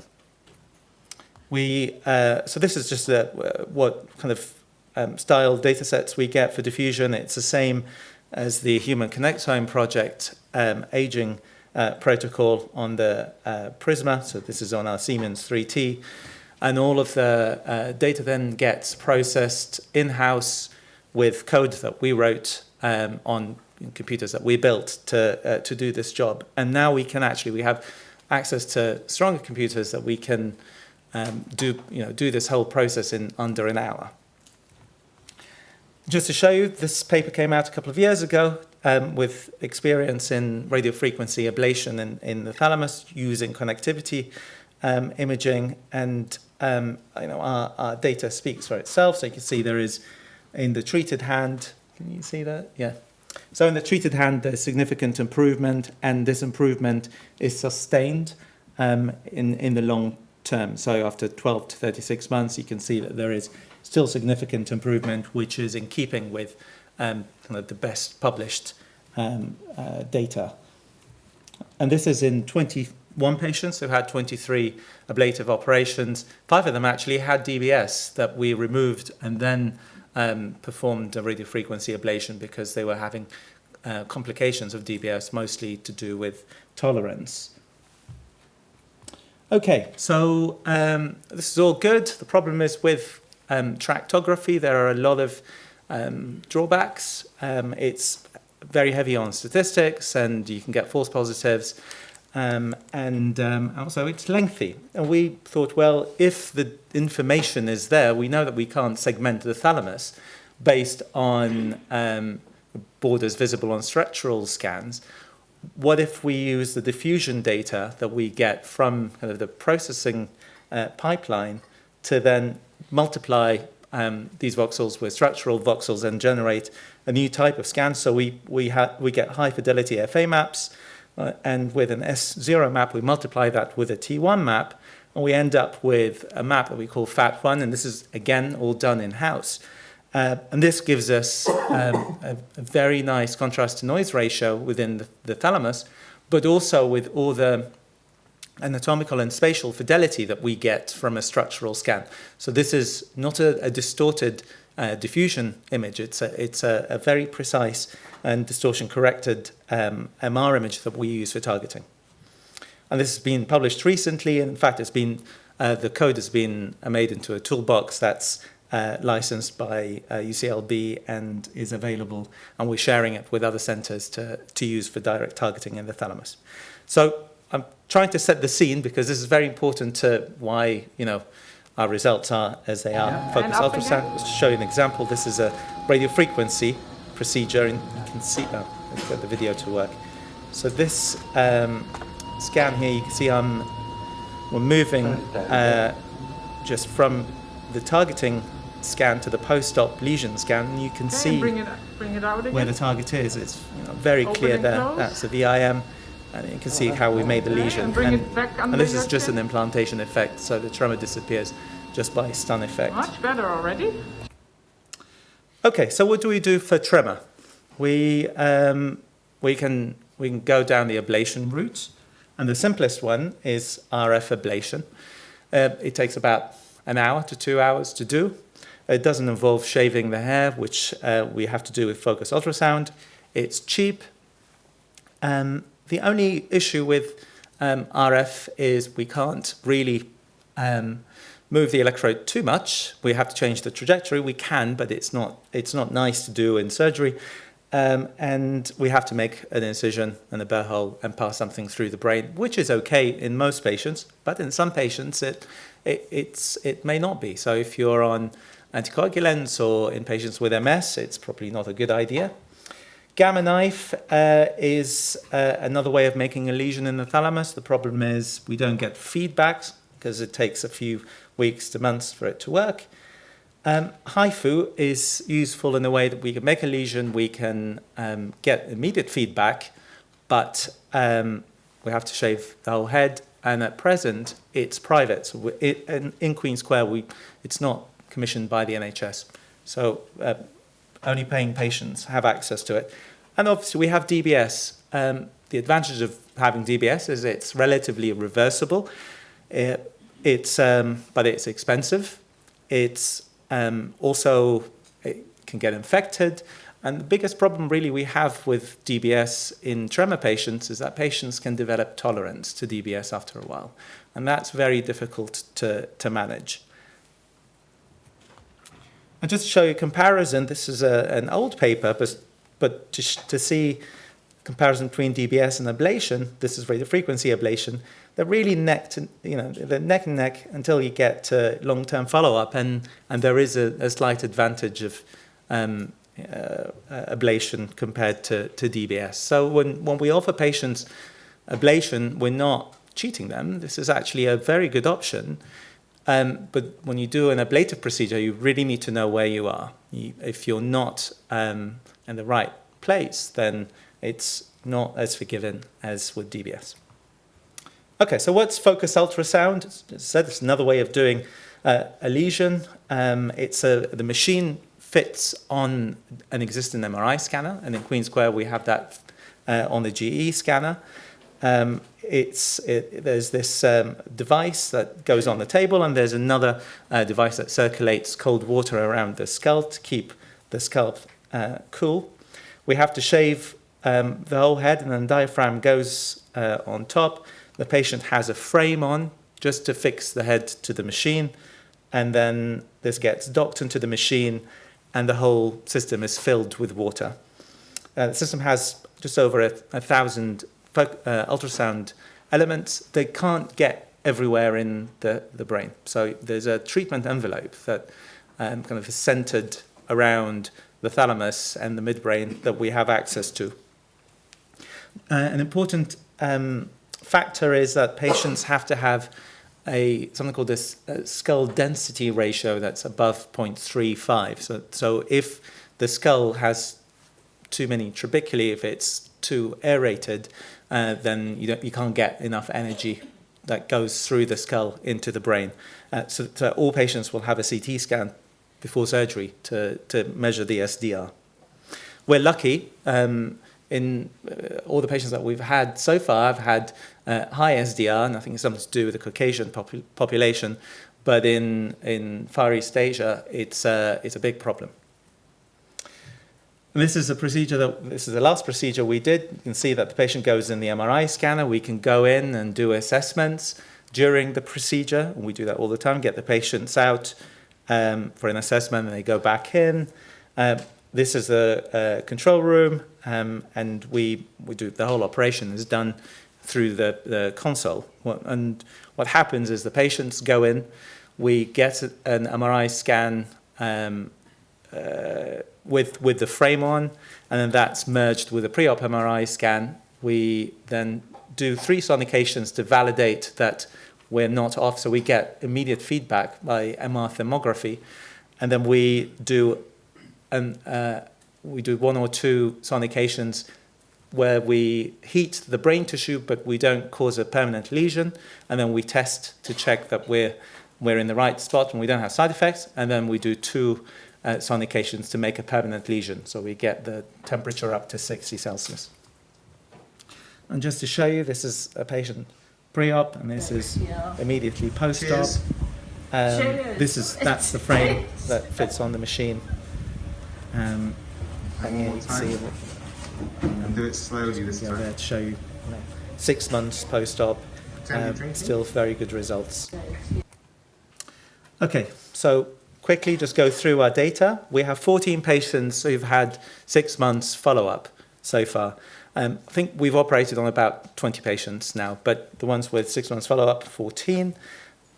And this is just to show you comparing our baseline to the two major publications, the pivotal study and the post-pivotal study with big number of patients. You can see our patients are actually only just slightly worse than these two studies. They're all essential tremor patients, by the way. And these are the outcomes. So some patients have had 12 months outcomes, but all patients have had 6 months. And you can see that they've all done really well. Even the worst patients had 36% improvement at 6 months. These are individual quest outcomes. So this is quality of life in essential tremor. And again, that same patient only had 17% improvement, but there's even more improvement in quest than in essential tremor scores.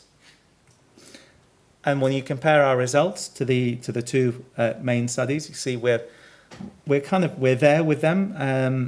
Actually, we're slightly better, but that's not significant. But don't forget that they had a lot of experience, right? I showed you our patients from patient number 1, so we've hit the road. You know, we started off on a good run. And this is, again, just to show you don't have to see all of the data, but comparing our data to the pivotal and post-pivotal studies, the main thing that you see is that the number of sonications that we have, on average, is 7 sonications. So mind you, the first 3 are a must, that you're only doing it to check that you don't have any deviation in the sonication. And then we have 1 or 2 for verification, and then 2 for lesioning. And we've not had to change our targeting once, so this should say 14. But 0% of the times we've changed our target. Our side effect profile is also comparable to the 2 studies. The main thing that we see with these patients is gait disturbance and balance, which is something that we see with radiofrequency and DBS as well. They tend to improve with time, so after 6 months you have 3%, and they do improve with time. Our lesions are actually quite small compared to the other groups, and I don't have any scans to show you, but most of the times we don't actually see a lesion after 6 months. So the MRI scans, I'm actually done. I've got 2 slides. Thank you. I like that. So what's next? I can see that Professor Obeso is here. This is very interesting and something that we're trying to get involved with. So now there's it's really nice trial came out. That was 4 years ago, with unilateral subthalamotomies for early kind of PD. That's with more unilateral involvement, and I think that's going to be interesting because it's the only new thing that has come out surgically recently for treating Parkinson's disease. So this is exciting. There's also a revival in lesioning for tremor, because focused ultrasound can access these areas in the thalamus really easily, and with as an outpatient procedure, most of those, some patients will have cancer and won't be able to stay inpatient. And lastly, we can use focused ultrasound. This is not the same machine. This is using a different head piece with low frequency ultrasound to open up the blood-brain barrier, and you can develop therapeutics or genes or whatever you want to develop to target regions. That's also of great interest, I think. And with that, I want to thank especially Sansan and Marie, because they did most of the data collection, really, and Marie is just sitting there. I don't know where Sansan is, but it's a big team effort. I've actually changed this slide to include Praz and Tabesh. I think this is the old, so my apologies, but you're all there too. So thank you. There's a big team of neurologists who've been working with us to assess and refer these patients. And with that, I conclude. Thank you.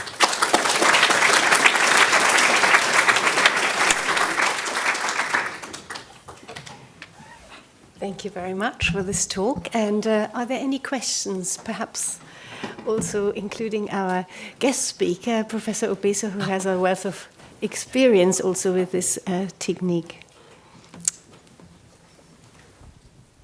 Harith, thank you for a lovely talk there. I've had the benefit of your expertise on one of my patients recently with focused ultrasound thalamotomy with a very good result from you and Patricia. I just wanted to get your thoughts. There's a lot of interest in this in patients, and I wanted to get your thoughts on scalability and rollout. Is this something how this will scale out and roll out? Is it going to be a little bit like we saw with DBS, with a very slow growth in centres? How do you think this will move forwards in accessibility? Yeah, I mean, I think first of all, we need to get NHS commissioning for this, because at the moment we know that there is a huge unmet need. It's not really affected our DBS practice at all, and in fact, in areas in other places where they have focused ultrasound, they got more patients referred who are not suitable for focused ultrasound and end up having DBS and radio frequency. So I think it's just it's another tool that we have that will there'll be a certain section of patients who will only be interested in having focused ultrasound. It's also the fashion now, but I don't think it's going to take over from the other modalities. But it might convince neurologists to refer more patients for surgery who we can show we've shown that we can really improve their quality of life with this treatment. Is that also your experience? Good. I think this is the end of this session. Do you want to? Thank you very much again for a fantastic talk.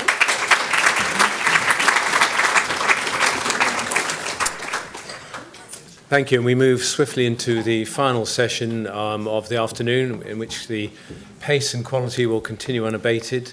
And we have two talks to take you to the end, and the drinks.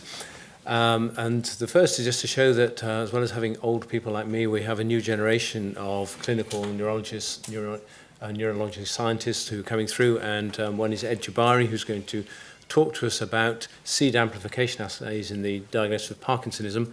While he walks over, I'll just sing his praise briefly. Ed is still a registrar at the National Hospital, and he's a postdoctoral researcher here. He did his PhD with Hugh Morris, finishing in 2020, into disease progression in PSP, which led to the important discovery of LRRK2 being a determinant of survival in PSP. He's gone on to take his studies further in PSP, and with funding from Cure PSP and the PSPA, to do some of this work on the seed amplification, which he's going to tell us about now. Ed. Thank you very much for that introduction. It's a real honour to be asked to deliver this talk. So the talk that I'm going to deliver is on my latest postdoctoral research, which is on the development and use of seed amplification assays as a diagnostic aid across the spectrum of Parkinsonian disorders. So I'm going to briefly set the scene as to why I think these tests are going to be very important, not only as diagnostic aids in clinical practice, but also as a stratification tool for patients entering clinical trials. So many of us in this room will be familiar with the diagnostic challenge in the absence of an objective diagnostic biomarker to accurately tease apart Parkinson's disease from the Parkinson plus disorders, such as PSP and MSA, in the very earliest stages of symptomatic disease when there's a great deal of clinical overlap between those various conditions.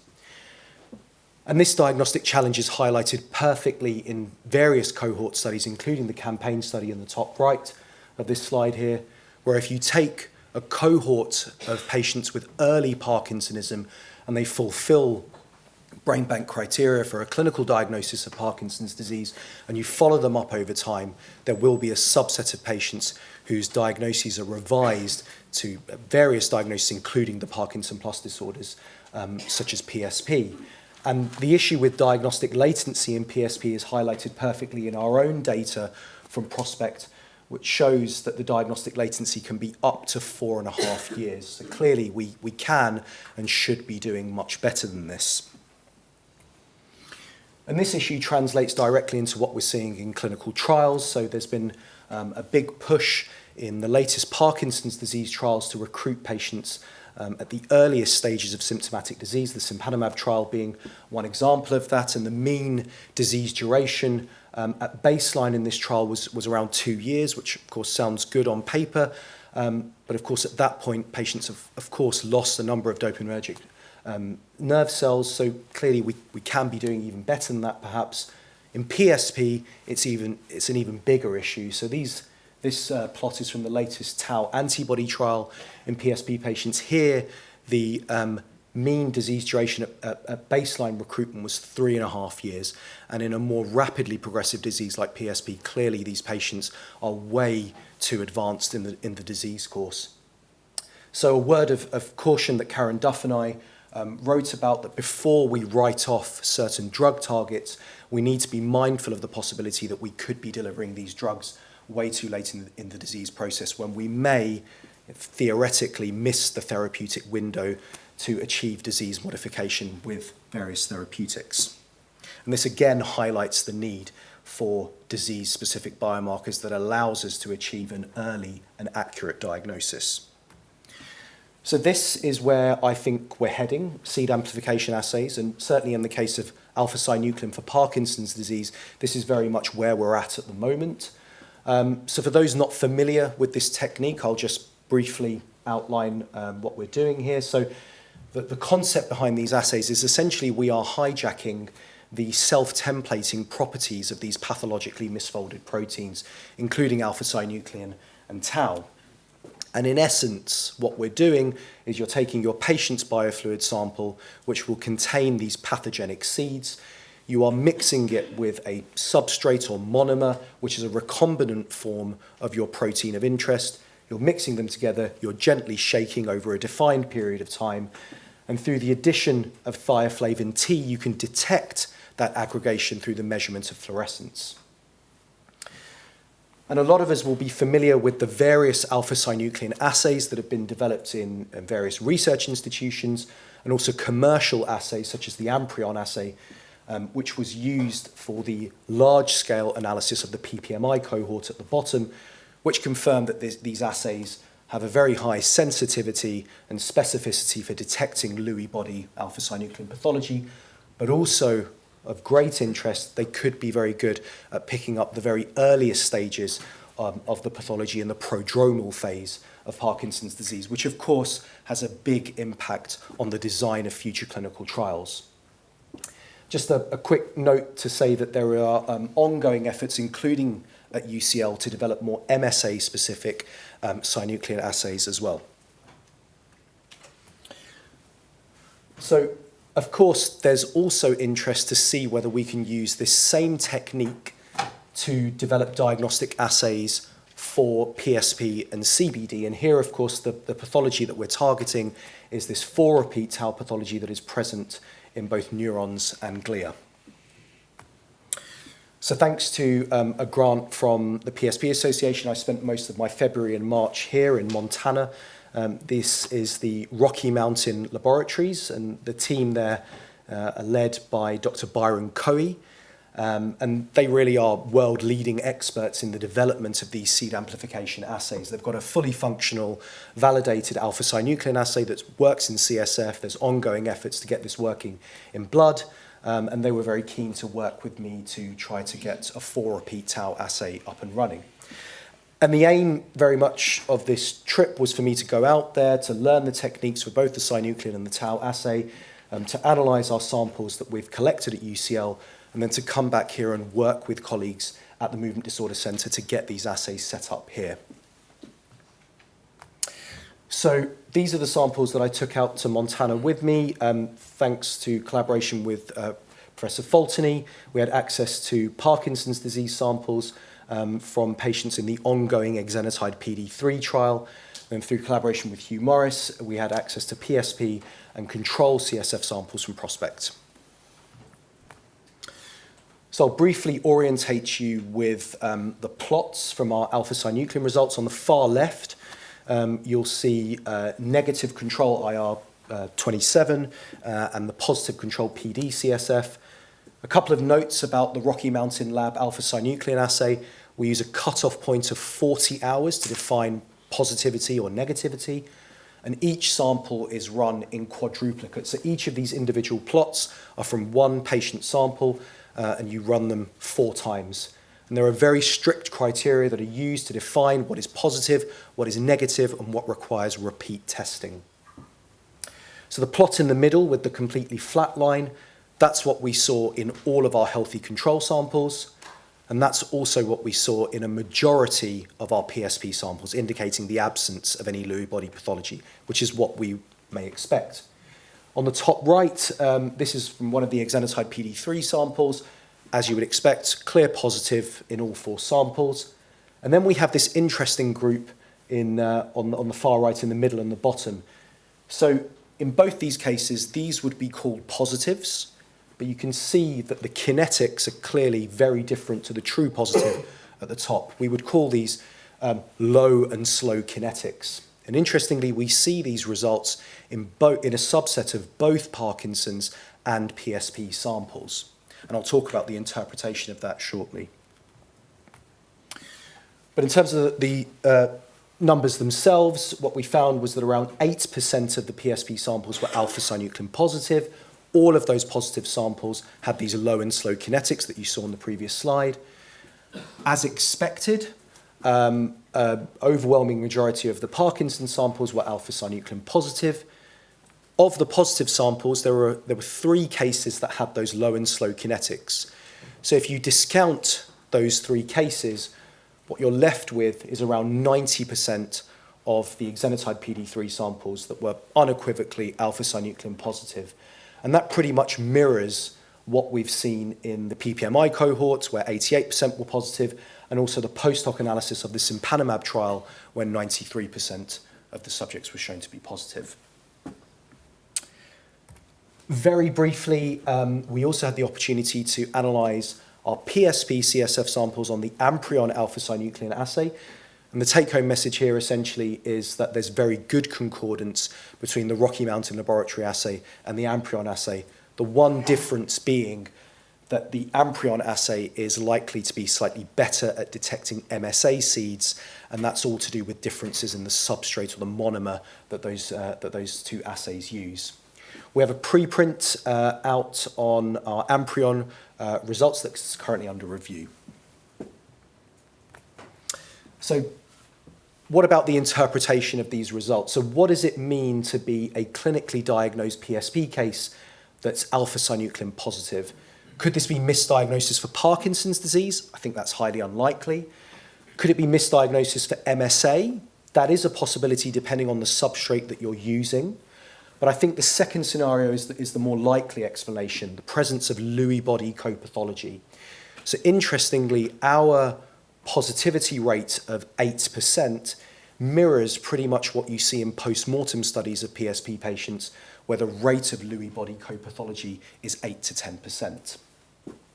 And interestingly, we also found that our PSP patients who were alpha-synuclein positive, they tended to be older and had a faster rate of disease progression. So possibly implying that the presence of co-pathology could be impacting on disease course. But of course, we need to replicate that finding in larger cohorts of path-confirmed cases. On the flip side, what does it mean to be a clinically diagnosed Parkinson's sample who's negative for alpha-synuclein. So here, I think that the possibility of misdiagnosis, again, for MSA, depending on the substrate that you're using, but also for PSP is a distinct possibility here. The other thing that we need to be mindful of, as the PPMI analysis has taught us, is this scenario could be due to monogenic forms of Parkinson's, in particular LRRK2 PD, where we know that up to 50% of cases are negative for the alpha-synuclein SAA. But the take-home message from this slide, at least in my opinion, is that if we're going to be using seeding assays both as a diagnostic aid in clinical practice and as a stratification tool for clinical trials, perhaps only using an alpha-synuclein assay to detect Lewy body pathology alone is not really good enough. What we need to do is use this in conjunction with an MSA-specific assay and a 4-repeat tau assay that can pick up that subset of patients that will go on to have more overt signs of PSP. And that's something that we're working on. So this was definitely the harder aspect of the visit, but we have some promising results with a 4-repeat tau assay. So here, the starting material is not CSF. We use brain tissue. So what you'll see, if the pointer works, yeah. So here we have 6 frontal cortex brain tissue samples from Queen Square Brain Bank, 1, 2, 3, 4, 5, and 6. And this is a serial dilution analysis. So you would expect the signal to drop as you move from left to right. And you can see that in all 6 samples, we've got clear positives in all 4 wells, and that signal drops as we move from left to right, as we would expect. The other thing to add is that in the optimization of this assay, we tested the assay on brain tissue samples from Parkinson's disease, sporadic Alzheimer's, and Pick's disease, and we get completely flat lines, as we would expect. We also tested the assay on 6 neurologically normal controls that donated their brains to Queen Square Brain Bank. And as we would expect, in the first 5 samples, we can't see anything. We see a flat line, as we would expect. Slight bit of spontaneous aggregation in this sample, but this is not a true positive. Then we saw this sample, and this worried us a little bit. We wondered whether this showed that there may have been issues with specificity of the assay. So we asked our neuropathology colleague Zane in the Queen Square Brain Bank to go back and have a look at this brain.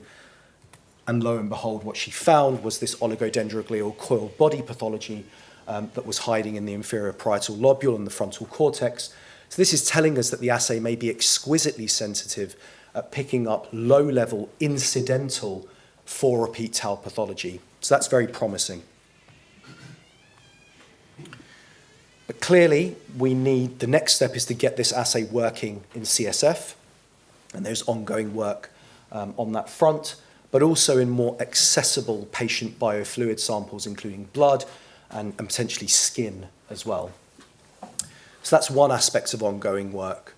The other aspect that I'm very interested in is moving away from just a binary classification of saying positive or negative and looking to see whether these quantitative kinetic measures from the aggregation curve, including the lag phase, the AUC, the maximum THT signal, whether these quantitative measures are reflective of the degree of seeding activity. And if that's the case, can it predict or track clinical disease progression? And if we can show that, then it suggests that these assays may be useful not only as diagnostic markers, but potentially as prognostic markers and also as a trial outcome measure.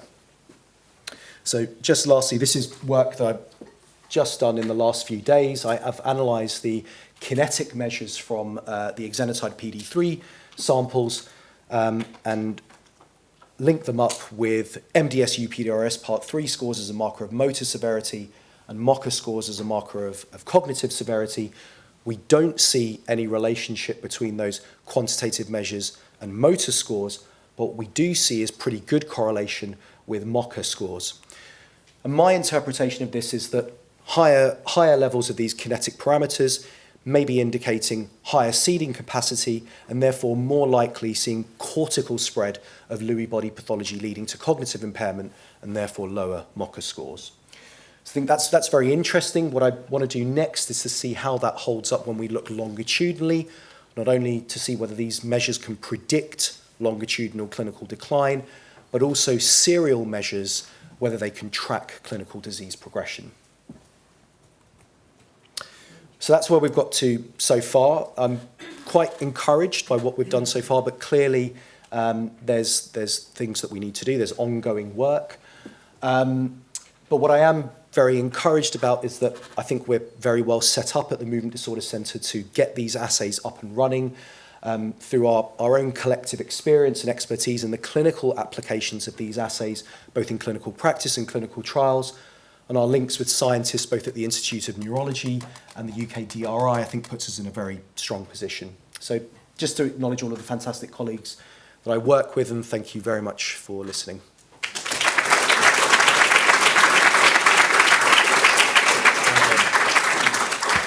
Thanks, Ed. That's perfectly timed and perfectly delivered.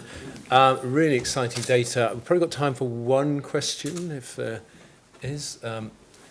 In which case, when are you going to be able to do it on blood rather than brain?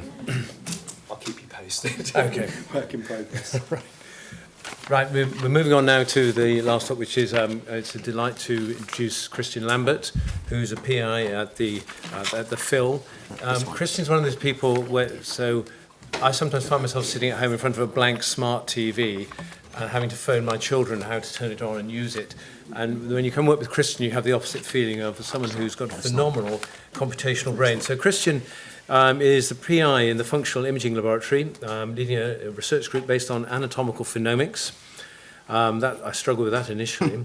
But he covers most of the computational skills in terms of anatomy, doing big data handling, deep phenotyping, using AI to put together big data sets, which he does with the Crick and with Sonia.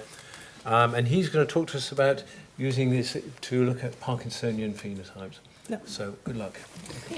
Thank you very much, Tom. Thank you for the kind introduction and for the invitation to come and talk today. So I'm glad Ed preceded me.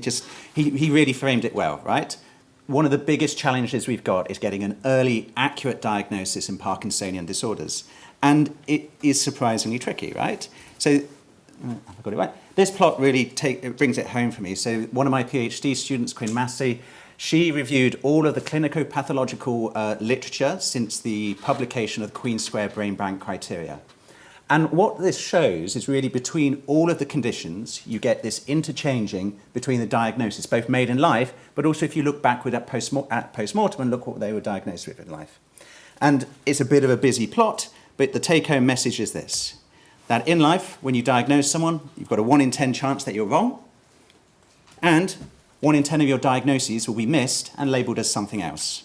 And this has quite profound consequences.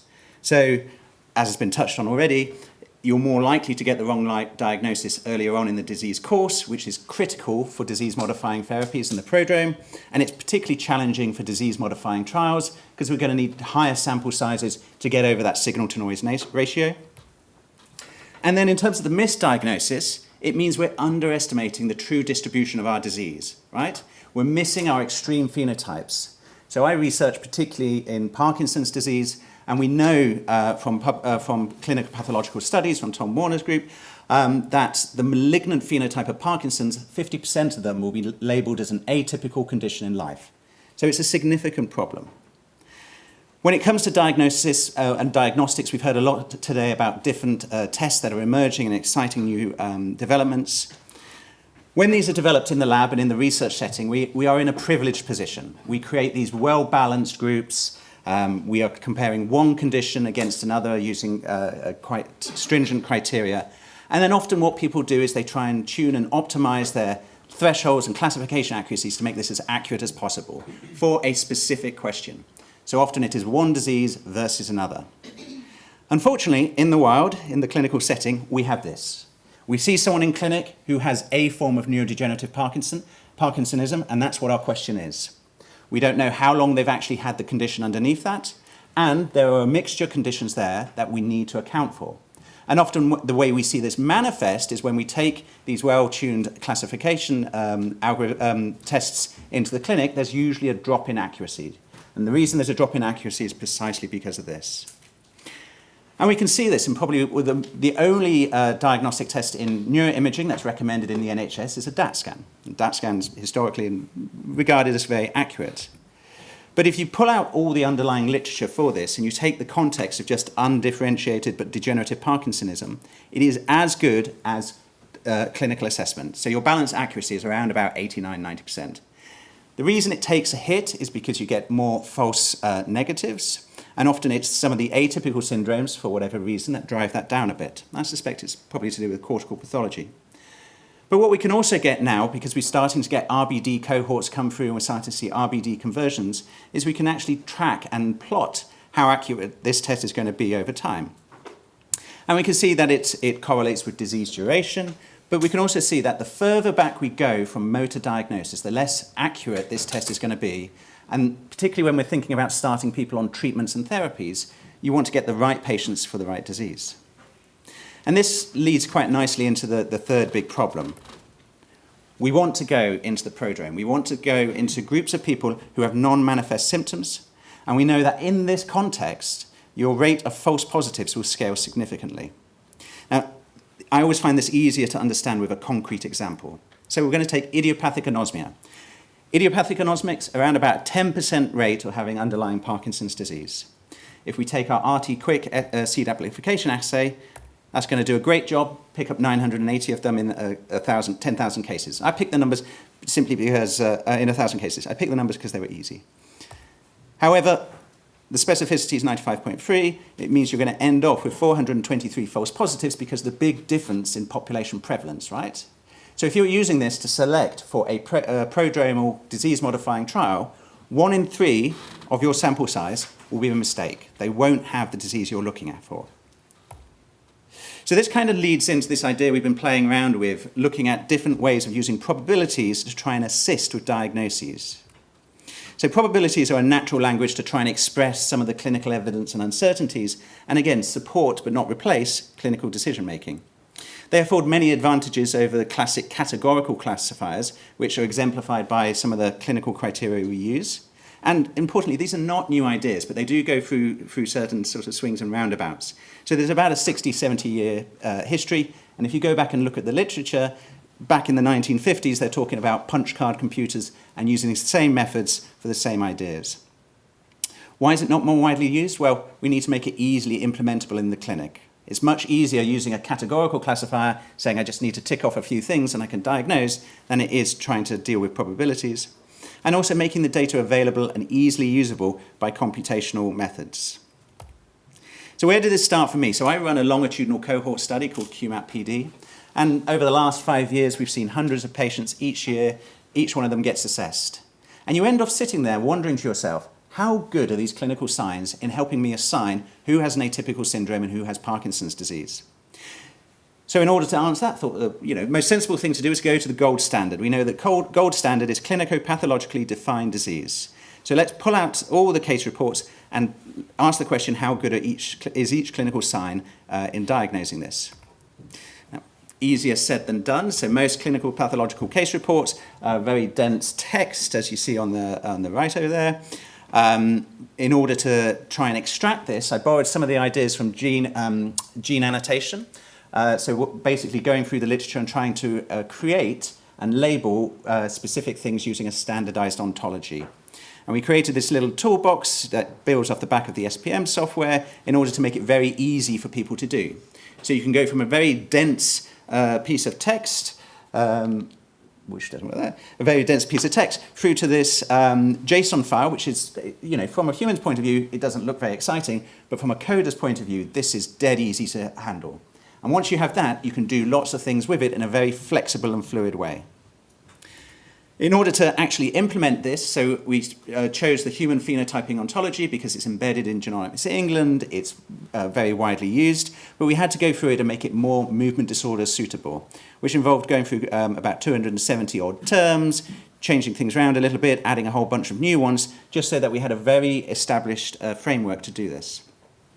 The other nice thing about the HPO is it uses this inheritance principle, meaning if you have a clinical observation lower down the tree, all the parent observations inherit it. So for counting up clinical symptoms, it's very convenient for that. So in total, we found 125 publications, generated 610 annotations, which summarized around about 9,000 post-mortem cases. The plots here show the average age of onset, the distribution of the age of onset for each of the studies, bearing in mind that some of those dots summarize group studies and also single case studies, so we weighted them.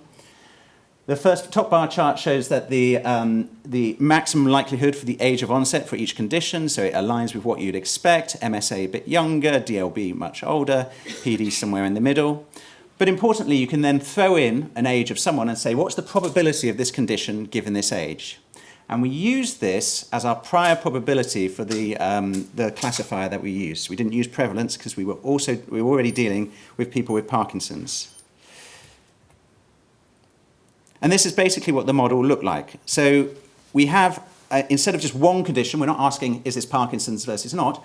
We're asking the question, what type of Parkinson's does this person have, given the clinical symptoms in front of us?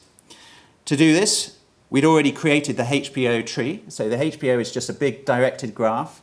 And we can take one point in that graph across all of our conditions, and we're just dealing with simple counts. Either they have it or they don't, and this is based on the post-mortem literature. And it boils down into a big nested tree of 2x2 contingency tables.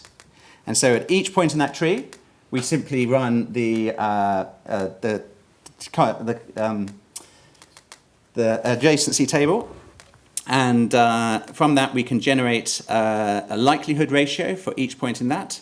And then from there, the mathematics, in order to handle a whole bunch of likelihood ratios, is well established and well used. So we just simply stick it into a naive Bayes classifier, and what you end off with is a probability of condition given the phenotype in front of you. So if we'd have gone back to our first example at the start, then if we'd have put it in the language of probabilities at the beginning, we would have seen that actually this design would have only given us a 16% chance that we end up with Lewy body disease underneath that. But if we start stacking up things in our inclusion criteria, we can very quickly ramp that up. So something like age, up to 50%. You can take other clinical features and then bump it up further. Importantly, probabilities can be quantitative. So you don't have to take exactly the same combination of clinical parameters. You could say any of these clinical parameters, as long as I get to this level of confidence, I'm happy. And then more recently, one of my other MSc students, Henry Bush, has been working on this using some of the natural history data. And so one of the things he did, which was quite fun, was to go to the New England Journal of Medicine, where they have their case reports. These give very detailed clinical challenging cases where we can kind of pull out the signs at each stage in the disease and the condition. And then we just plotted out the probabilities as it went along. And we've got at the top there the main clinical features in this. And so this 79-year-old lady with a disturbance in gait, cognition, and autonomic function ended off having MSA. What the classifier ended up latching onto was early falls, which thought it was PSP, but eventually gets the right answer of MSA as the autonomic features creep in. Importantly, you can take a classifier like this and invert it. So you can ask the question, at this stage, given this person in front of me, what would be the most useful and predictive features that I could go and find, observe, or test for that's going to give me the answer that I want or give me the sufficient confidence? So we tested this in the clinicopathological data, where we just basically asked the question, what are the most predictive clinical features of one condition versus another? Now, this is a bit messy because it's post-mortem data, there is a bit of a reporting bias, so there are some things that would be pathognomonic signs, but because they're underreported or underobserved, you end up with infinite likelihood ratios that don't necessarily translate well. So we had to impose some limits, but you get sensible results. So pill rolling tremor is very useful for differentiating PD from MSA. Early falls, very distinguishing PD versus PSP. But this is simply a case in point. This is how it could be used and applied to other diagnostic tests. Yeah. So I think I'm on time. My clock stopped working. So in conclusion, I presented a probabilistic model, and I focused particularly on the phenotype aspect of this, so seeing a clinical picture in front of you and coming up with a probability. Importantly, these measures are quantitative, they're interpretable as opposed to some of the AI methods, And they're transportable, so you don't need to commit yourself to the same diagnostic tests. You can use different diagnostic tests and tools at different units and end up with the same parameter to tell you what you're dealing with. Now, I'm a neuroimager by trade, and it just felt wrong not to have any MRI data in one of my talks. So just to give you a sense of where this is going to plug into. So I'm working a lot with the MRI data and the QMAP-PD study. We're collecting quantitative MRI parameters, which we're using this because we're actually able to map the underlying nuclei of the diseases that we're interested in. So namely the nigra and brainstem nuclei. We know that at a group level, we can recapitulate the histological hallmarks of disease, namely nigral atrophy and a bit of increased iron. We can embed this in a classifier, and we can use this to achieve a diagnostic accuracy on par with DAT scans.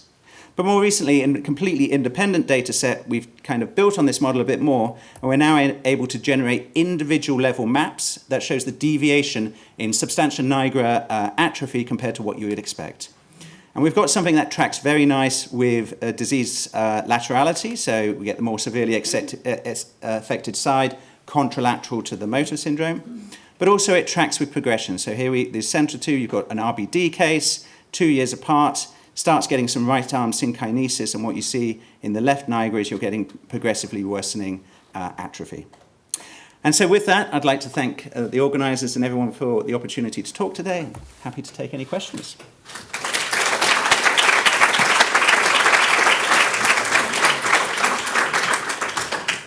Thanks, Chris. I think the thing I didn't mention in the introduction was he has a unique talent of making something very complex seem quite simple, which I think you've just demonstrated.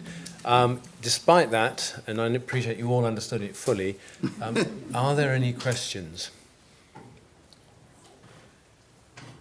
Oh, yeah, Sonia. Thanks, Chris. I think I understand it, but a clinical tool, could it be a clinical tool in clinic? Could you stick in the clinical phenotype and come out with probability that this is DLB versus MSA versus PSP? Absolutely, yeah.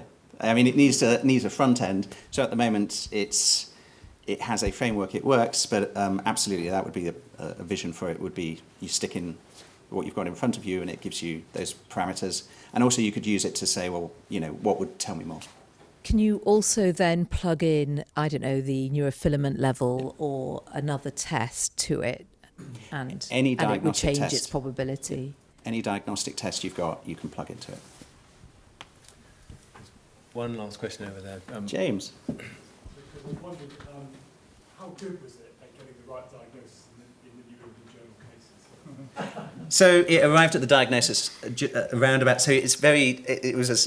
So it got the right diagnosis around the same time the clinical teams did. But this was just, can we apply it to something that's already out there?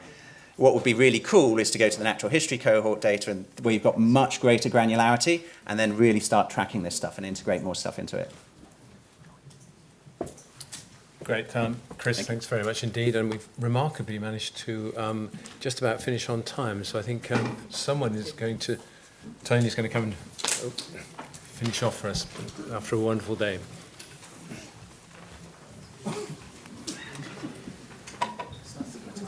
Thank you, Tom. And it falls to me to wind the day up and to begin the process of thanking over the next 90 minutes, because there are a lot of people to thank.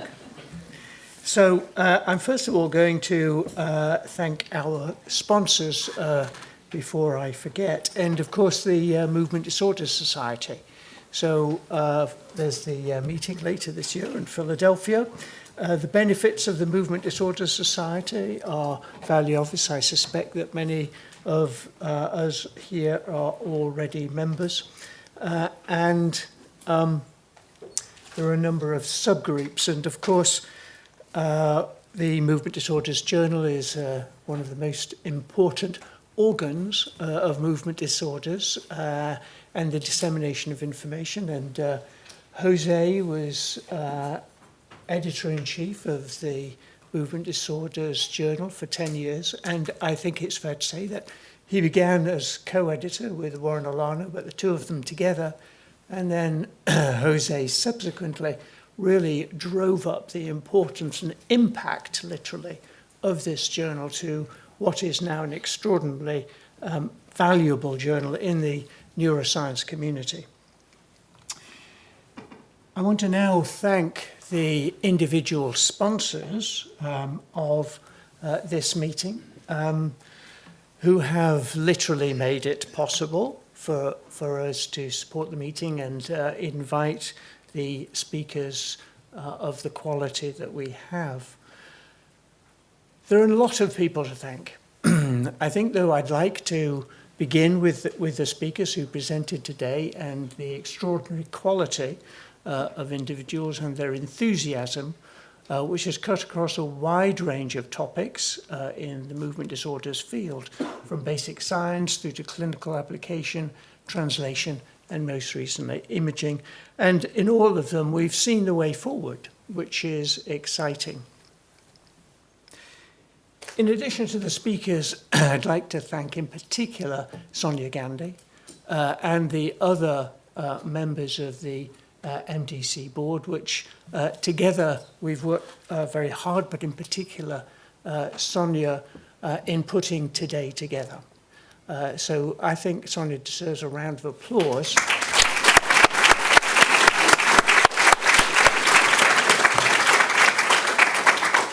But also, as I say, the other, my other colleagues on the board and all the members of the Movement Disorders Centre here at UCL Queen Square. The topics that we've heard from members of the MDC literally, and we've seen the cartoon of the iceberg many times, but they literally represent only the tip of the iceberg that is the MDC. And I use that analogy only in terms of its size, not its speed of movement. So I'd like to thank everybody. There have been other people who've made an important contribution to the organisation of today, and in particular Hannah, who's played an important role in preparing the day and, of course, making sure that everything runs smoothly. So please join me in thanking Hannah.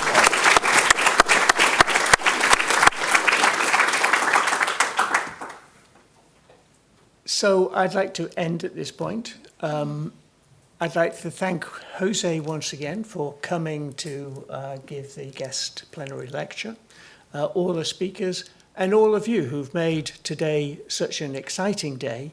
And we'll end here. There's a networking reception which is fueled by food and alcohol, in the same place that you had lunch, which is just across the Southampton Row at Bedford Hotel. So thank you all again, and we shall look forward to the next meeting in due course.